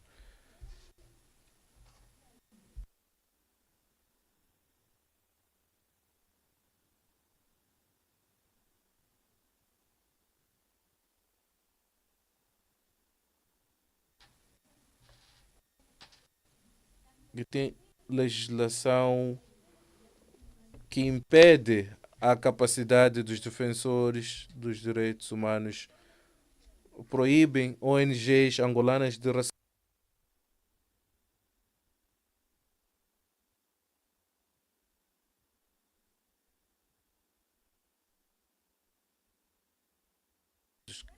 caracterizar organizações de direitos humanos como ameaça ao Estado e justificar a imposição com legislação muito restrita. Claro que não é apenas a legislação restrita que está a encolher o espaço cívico. Vivemos numa era onde há muitos conflitos, onde observamos no Sudão, na RDC, na Etiópia, nos Camarões, no Chad, no Burkina Faso, na República Centro-Africana, entre outros, onde os defensores estão a ser atacados porque estão a documentar as violações dos direitos humanos ou estão a prestar assistência humanitária à população civil ou a prestar apoios contra a violência baseada no gênero a mulheres e raparigas, defensores que têm que fugir para países vizinhos devido à situação de abusos dos direitos humanos. Estamos cientes que vários defensores enfrentam riscos por parte da indústria extrativa. O direito das comunidades locais são sacrificados para permitir o enriquecimento de um pequeno grupo. Portanto, o primeiro desafio, a devastação que está a ser criada na província de KwaZulu-Natal, onde há a exploração de carvão, que visitei no ano passado e fui à casa de Mama, fica ali, uma gigante da comunidade que foi assassinada em 2020, tais como várias outras mortes. Não houve nenhuma responsabilização, nenhuma justiça e nem indemnização. Continuamos a ver a violação dos direitos da mulher e da comunidade LGBT, enquanto ao nível nacional está a ser desafiada a retórica nos avanços desde a declaração e a repressão que é enfrentada pelos defensores é facilitada pela tecnologia digital e a cumplicidade de empresas de tecnologia e comunicações. No ano passado, 2 jornalistas e investigadores que estavam a trabalhar com a Africana no Quênia partilharam informação confidencial sobre o paradeiro do defensor de direitos humanos que levou à detenção e em violação do direito. Exortei que se fez ao governo queniano e do Ruanda para expressar as minhas preocupações quanto à abdução do defensor dos direitos humanos. nenhum dos governos respondeu. Infelizmente, não é um caso isolado. À luz disto, o que se pode fazer? Junto à voz dos vários defensores de direitos humanos a todos os níveis, e creio que todos temos um papel a desempenhar, dependendo de onde estivermos. Eu tenho um pequeno papel a desempenhar onde estou, mas posso amplificar as vozes de todos e interagir com os governos. Todavia, só posso fazer isso se tiver informação. Infelizmente, o meu mandato não tem recebido vários casos de violação dos direitos de defensores humanos. A região nunca teve representação significativa e é um dos aspectos que estou a tentar dar resposta no âmbito do meu mandato, mas para fazer isso eu preciso da vossa ajuda, preciso que me enviem informação, pois se eu não receber informação, não terei dados para defender estes casos e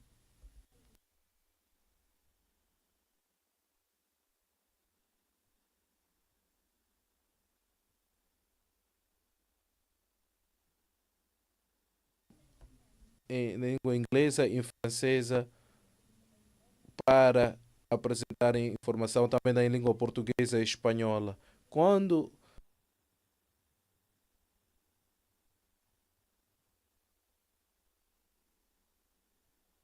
efetuar uma visita nos últimos 5 anos nos 5 anos do meu mandato a um país da África subsaariana, alguns estados aceitaram verbalmente, mas não houve acompanhamento.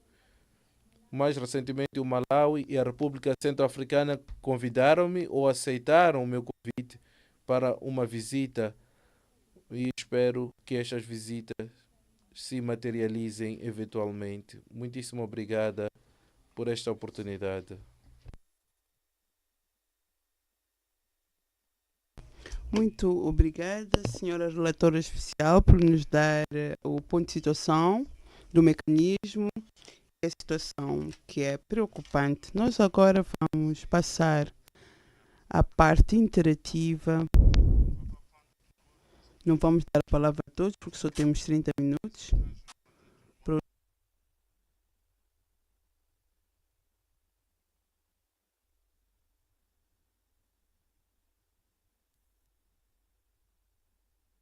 Começar com a Embaixada do Uganda, que se registrou. Embaixada do Uganda, senhora Rebecca Otengo, está na sala. Sua Excelência, senhor Presidente, tomo da palavra pela primeira vez e gostaria que permita-nos que possamos congratulá-lo pela forma como tem estado a guiar a nossa reunião desde a manhã. Chegamos ao período da tarde e a Sua Excelência. E nós gostaríamos de agradecer ao país irmão, Gâmbia, pela recepção e acomodação que recebemos, que permite-nos estar aqui nesta reunião. No entanto, eu gostaria de indicar que nós tivemos a acompanhar atentamente as diferentes intervenções onde fez-se menção do Uganda. O nosso chefe de delegação, que é o Procurador-Geral, vai chegar e nós vamos fazer um briefing e vamos dar uma resposta compreensiva. Muito obrigada. Obrigado. Argélia, Ministério de Negócios Estrangeiros. Argélia.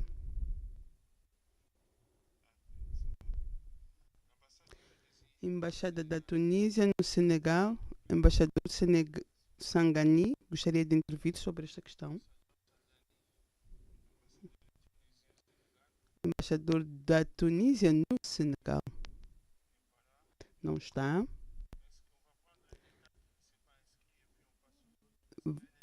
Existe algum Estado que quer usar da palavra? Sim. República.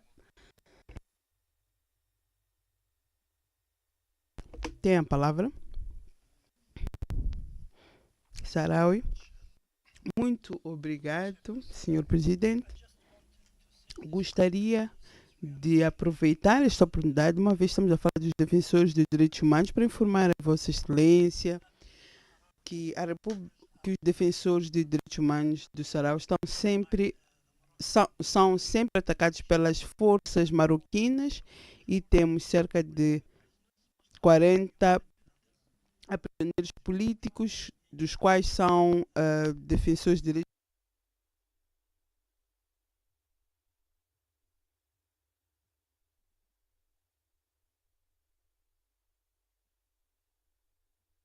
e membros da sociedade civil que falam contra essa ocupação ilegal, são assediados.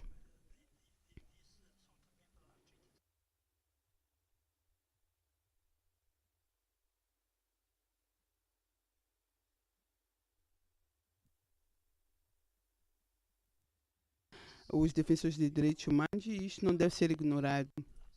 E criar uma missão de averiguação ou comunicar-se com o nosso país. A situação é difícil e requer atenção especial da Comissão. Obrigado. Muito obrigado. Obrigado pela contribuição.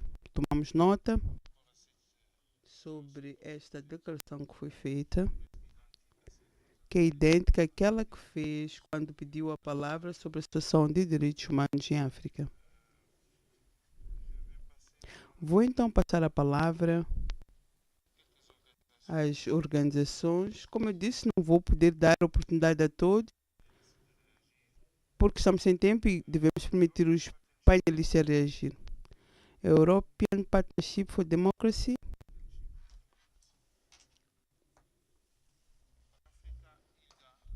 ILGA, Pan-Africa, ILGA.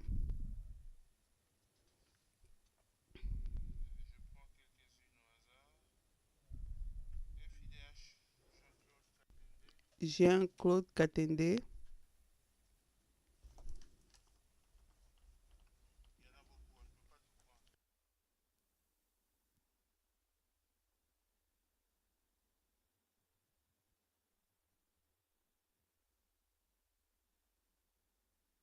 Os comissários, FDHs, somos observadores para a proteção dos defensores de direitos humanos e queremos chamar a atenção para casos de violência contra defensores de direitos humanos no continente. A primeira situação que nos preocupa está relacionada com o desaparecimento forçado, que são métodos violentos que são utilizados para reduzir o silêncio dos defensores de direitos humanos. No Mali, a 14 de março de 2025, Alou Badara Sanko, membro do Fórum das Organizações da Sociedade Civil do Mali e porta-voz do FON,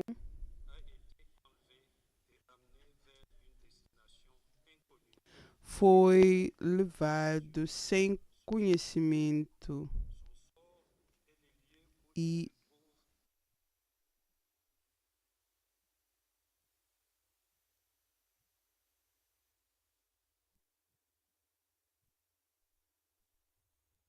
o Cibalão e Mifal Usman, que foram retirados no dia 21 e 30 de março de 2021, respectivamente. O jornalista Sonoko Bukari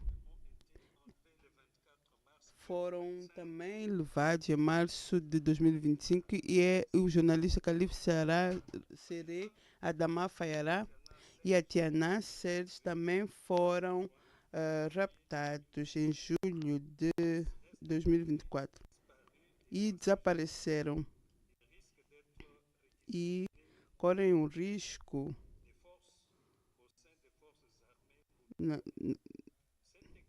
essas técnicas foram utilizadas pelas autoridades militares de forma sistemática e discriminativa contra os defensores de direitos humanos e a voz dissidente para levar ao silêncio. E faz 10 meses que o Mar e Mamadou Biloba desapareceram. E em março de 2019, participava numa campanha pacífica denunciando a censura da imprensa.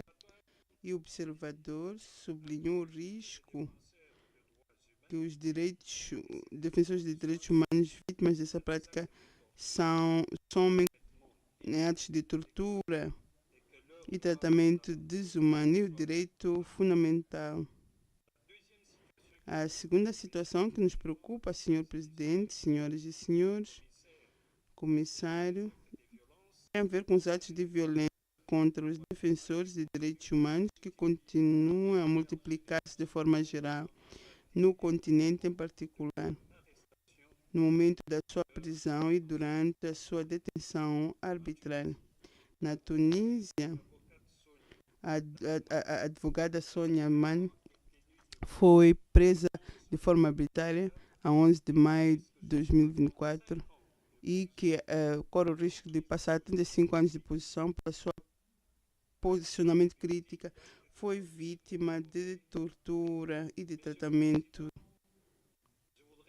Senhor Presidente, quero recordar a situação na República Democrática do Congo, onde os defensores de direitos humanos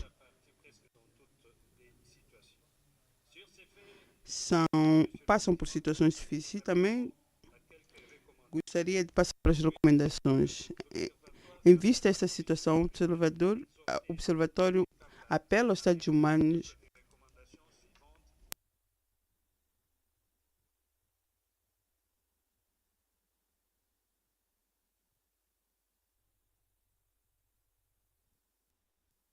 de forma arbitrária e mostrar que as suas condições de detenção cumpram com os padrões regionais de direitos humanos.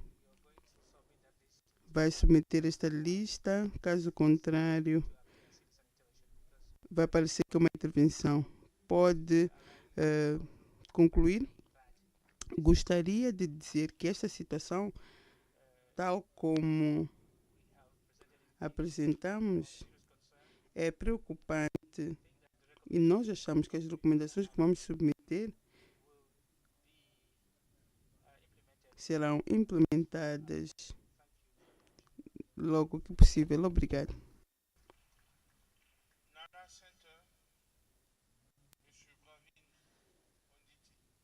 Nana Senta pediu a palavra.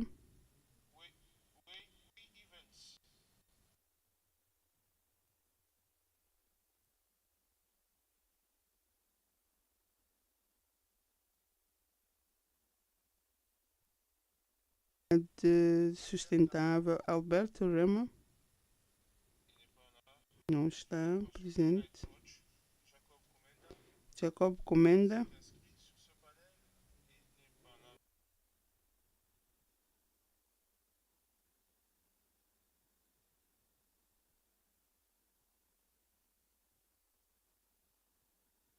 for Gender Equality Foundation, Pobulu Simba, não está presente.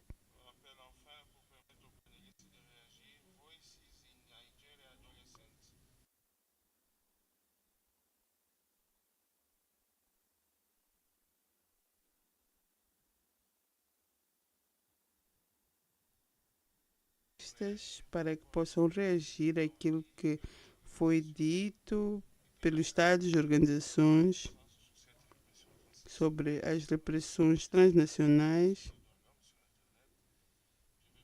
Vou começar com Mary, está presente.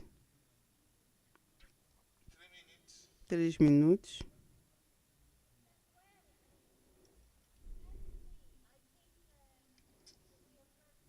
Penso que ouvimos as atrocidades contra pessoas inocentes que estão a exercer o seu direito a defender E nós também estamos a verificar detenções, prisões, repressão transnacional e muito mais.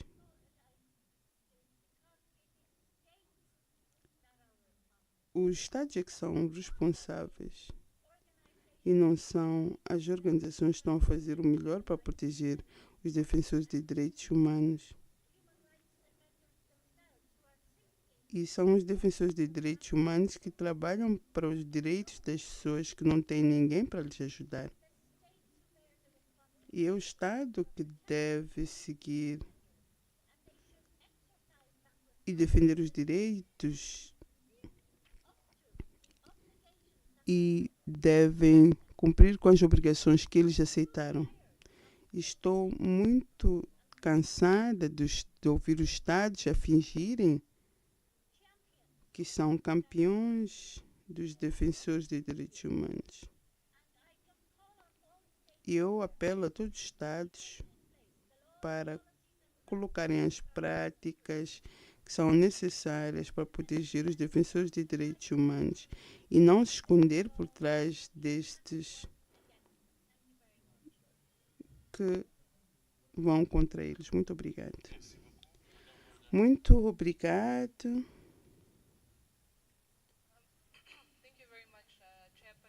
Obrigado. Quero agradecer ao relator especial por esta recomendação. Gostaria de reiterar as recomendações que eu fiz e também o apelo também incluir repressões digitais,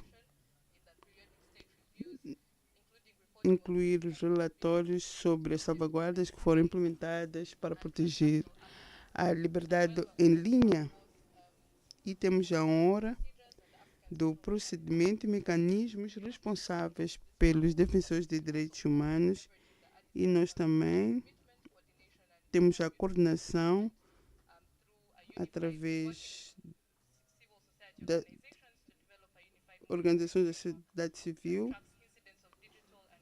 que rastreia incidentes de repressão, tais como aqueles que foram partilhados pelas organizações da sociedade civil e alguns dos Estados-parte.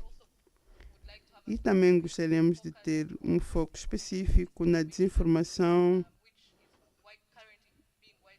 que está a ser usada para tirar a legitimidade do trabalho dos defensores. E é importante que tenhamos uma transparência sobre os mecanismos internacionais para evitar o abuso dos defensores de direitos humanos e nós apelamos os mecanismos internacionais e regionais para advocar reformas para evitar o mau uso das políticas. Muito obrigado. Vou passar a palavra para a colega Adriana Villot. 3 minutos. Muito obrigado, Sr. Presidente, por me dar a palavra. Eu gostaria de fazer uma reflexão sobre o fato de que há um limite sobre as atribuições de missões que indicam que temos um caso que foi levado ao tribunal e onde temos os direitos e temos a repressão digital que segue uma forma de casos judiciais. E estes defensores de direitos humanos são julgados por motivos relacionados com direitos humanos, mas não sobre aquilo que disseram nas redes sociais. E para nós, a Comissão Nacional de Direitos Humanos de Madagascar percebe que a única forma para proteger esses defensores é adotando leis e implementar mecanismos fortes que vão apoiar e garantir que a adoção da lei seja implementada, porque no Madagascar nós temos a lei sobre os mecanismos nacionais para a prevenção desde 2008, mas não temos nenhum decreto. E gostaria de concluir pedindo a vosso apoio.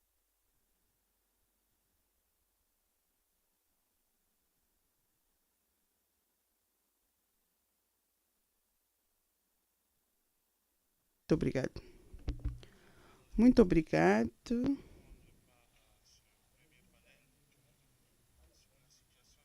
Tivemos este painel sobre a situação de defensores de direitos humanos.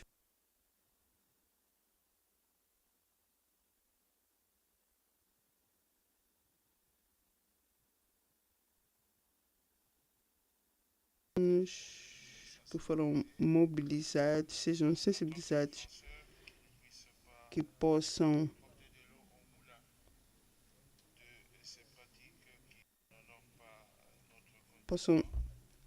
eliminar essas práticas no nosso continente, e nós esperamos que as organizações da sociedade civil possam continuar a trabalhar com os Estados-parte para que possam cumprir com os seus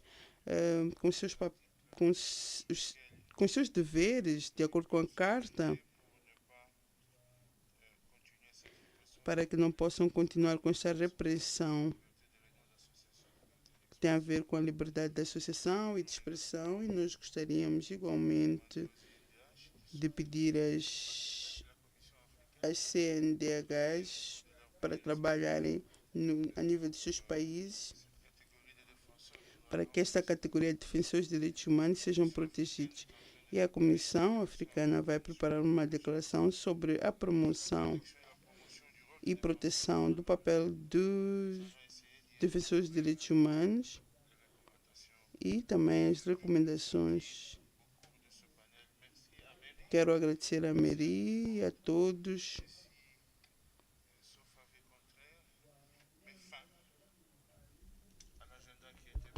Chegamos assim ao fim da agenda do dia 2. Queremos agradecer a todos os participantes que ficaram aqui por 9 horas.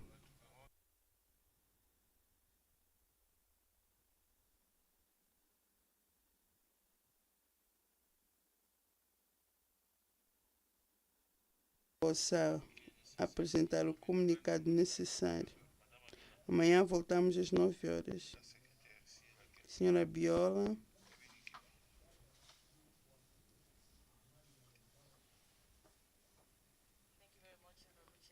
Muito obrigado, senhor presidente, por me dar a palavra. Excelência, participantes, por estarem aqui desde a manhã. Não temos nenhum evento paralelo, mas vamos voltar amanhã para continuar com a situação de direitos humanos em África. Pedimos a todos que se registaram e aqueles que se registaram que possam estar disponíveis na sala, porque o presidente vai chamá-los novamente amanhã, e nós pedimos que as organizações da sociedade civil possam estar presentes. Caso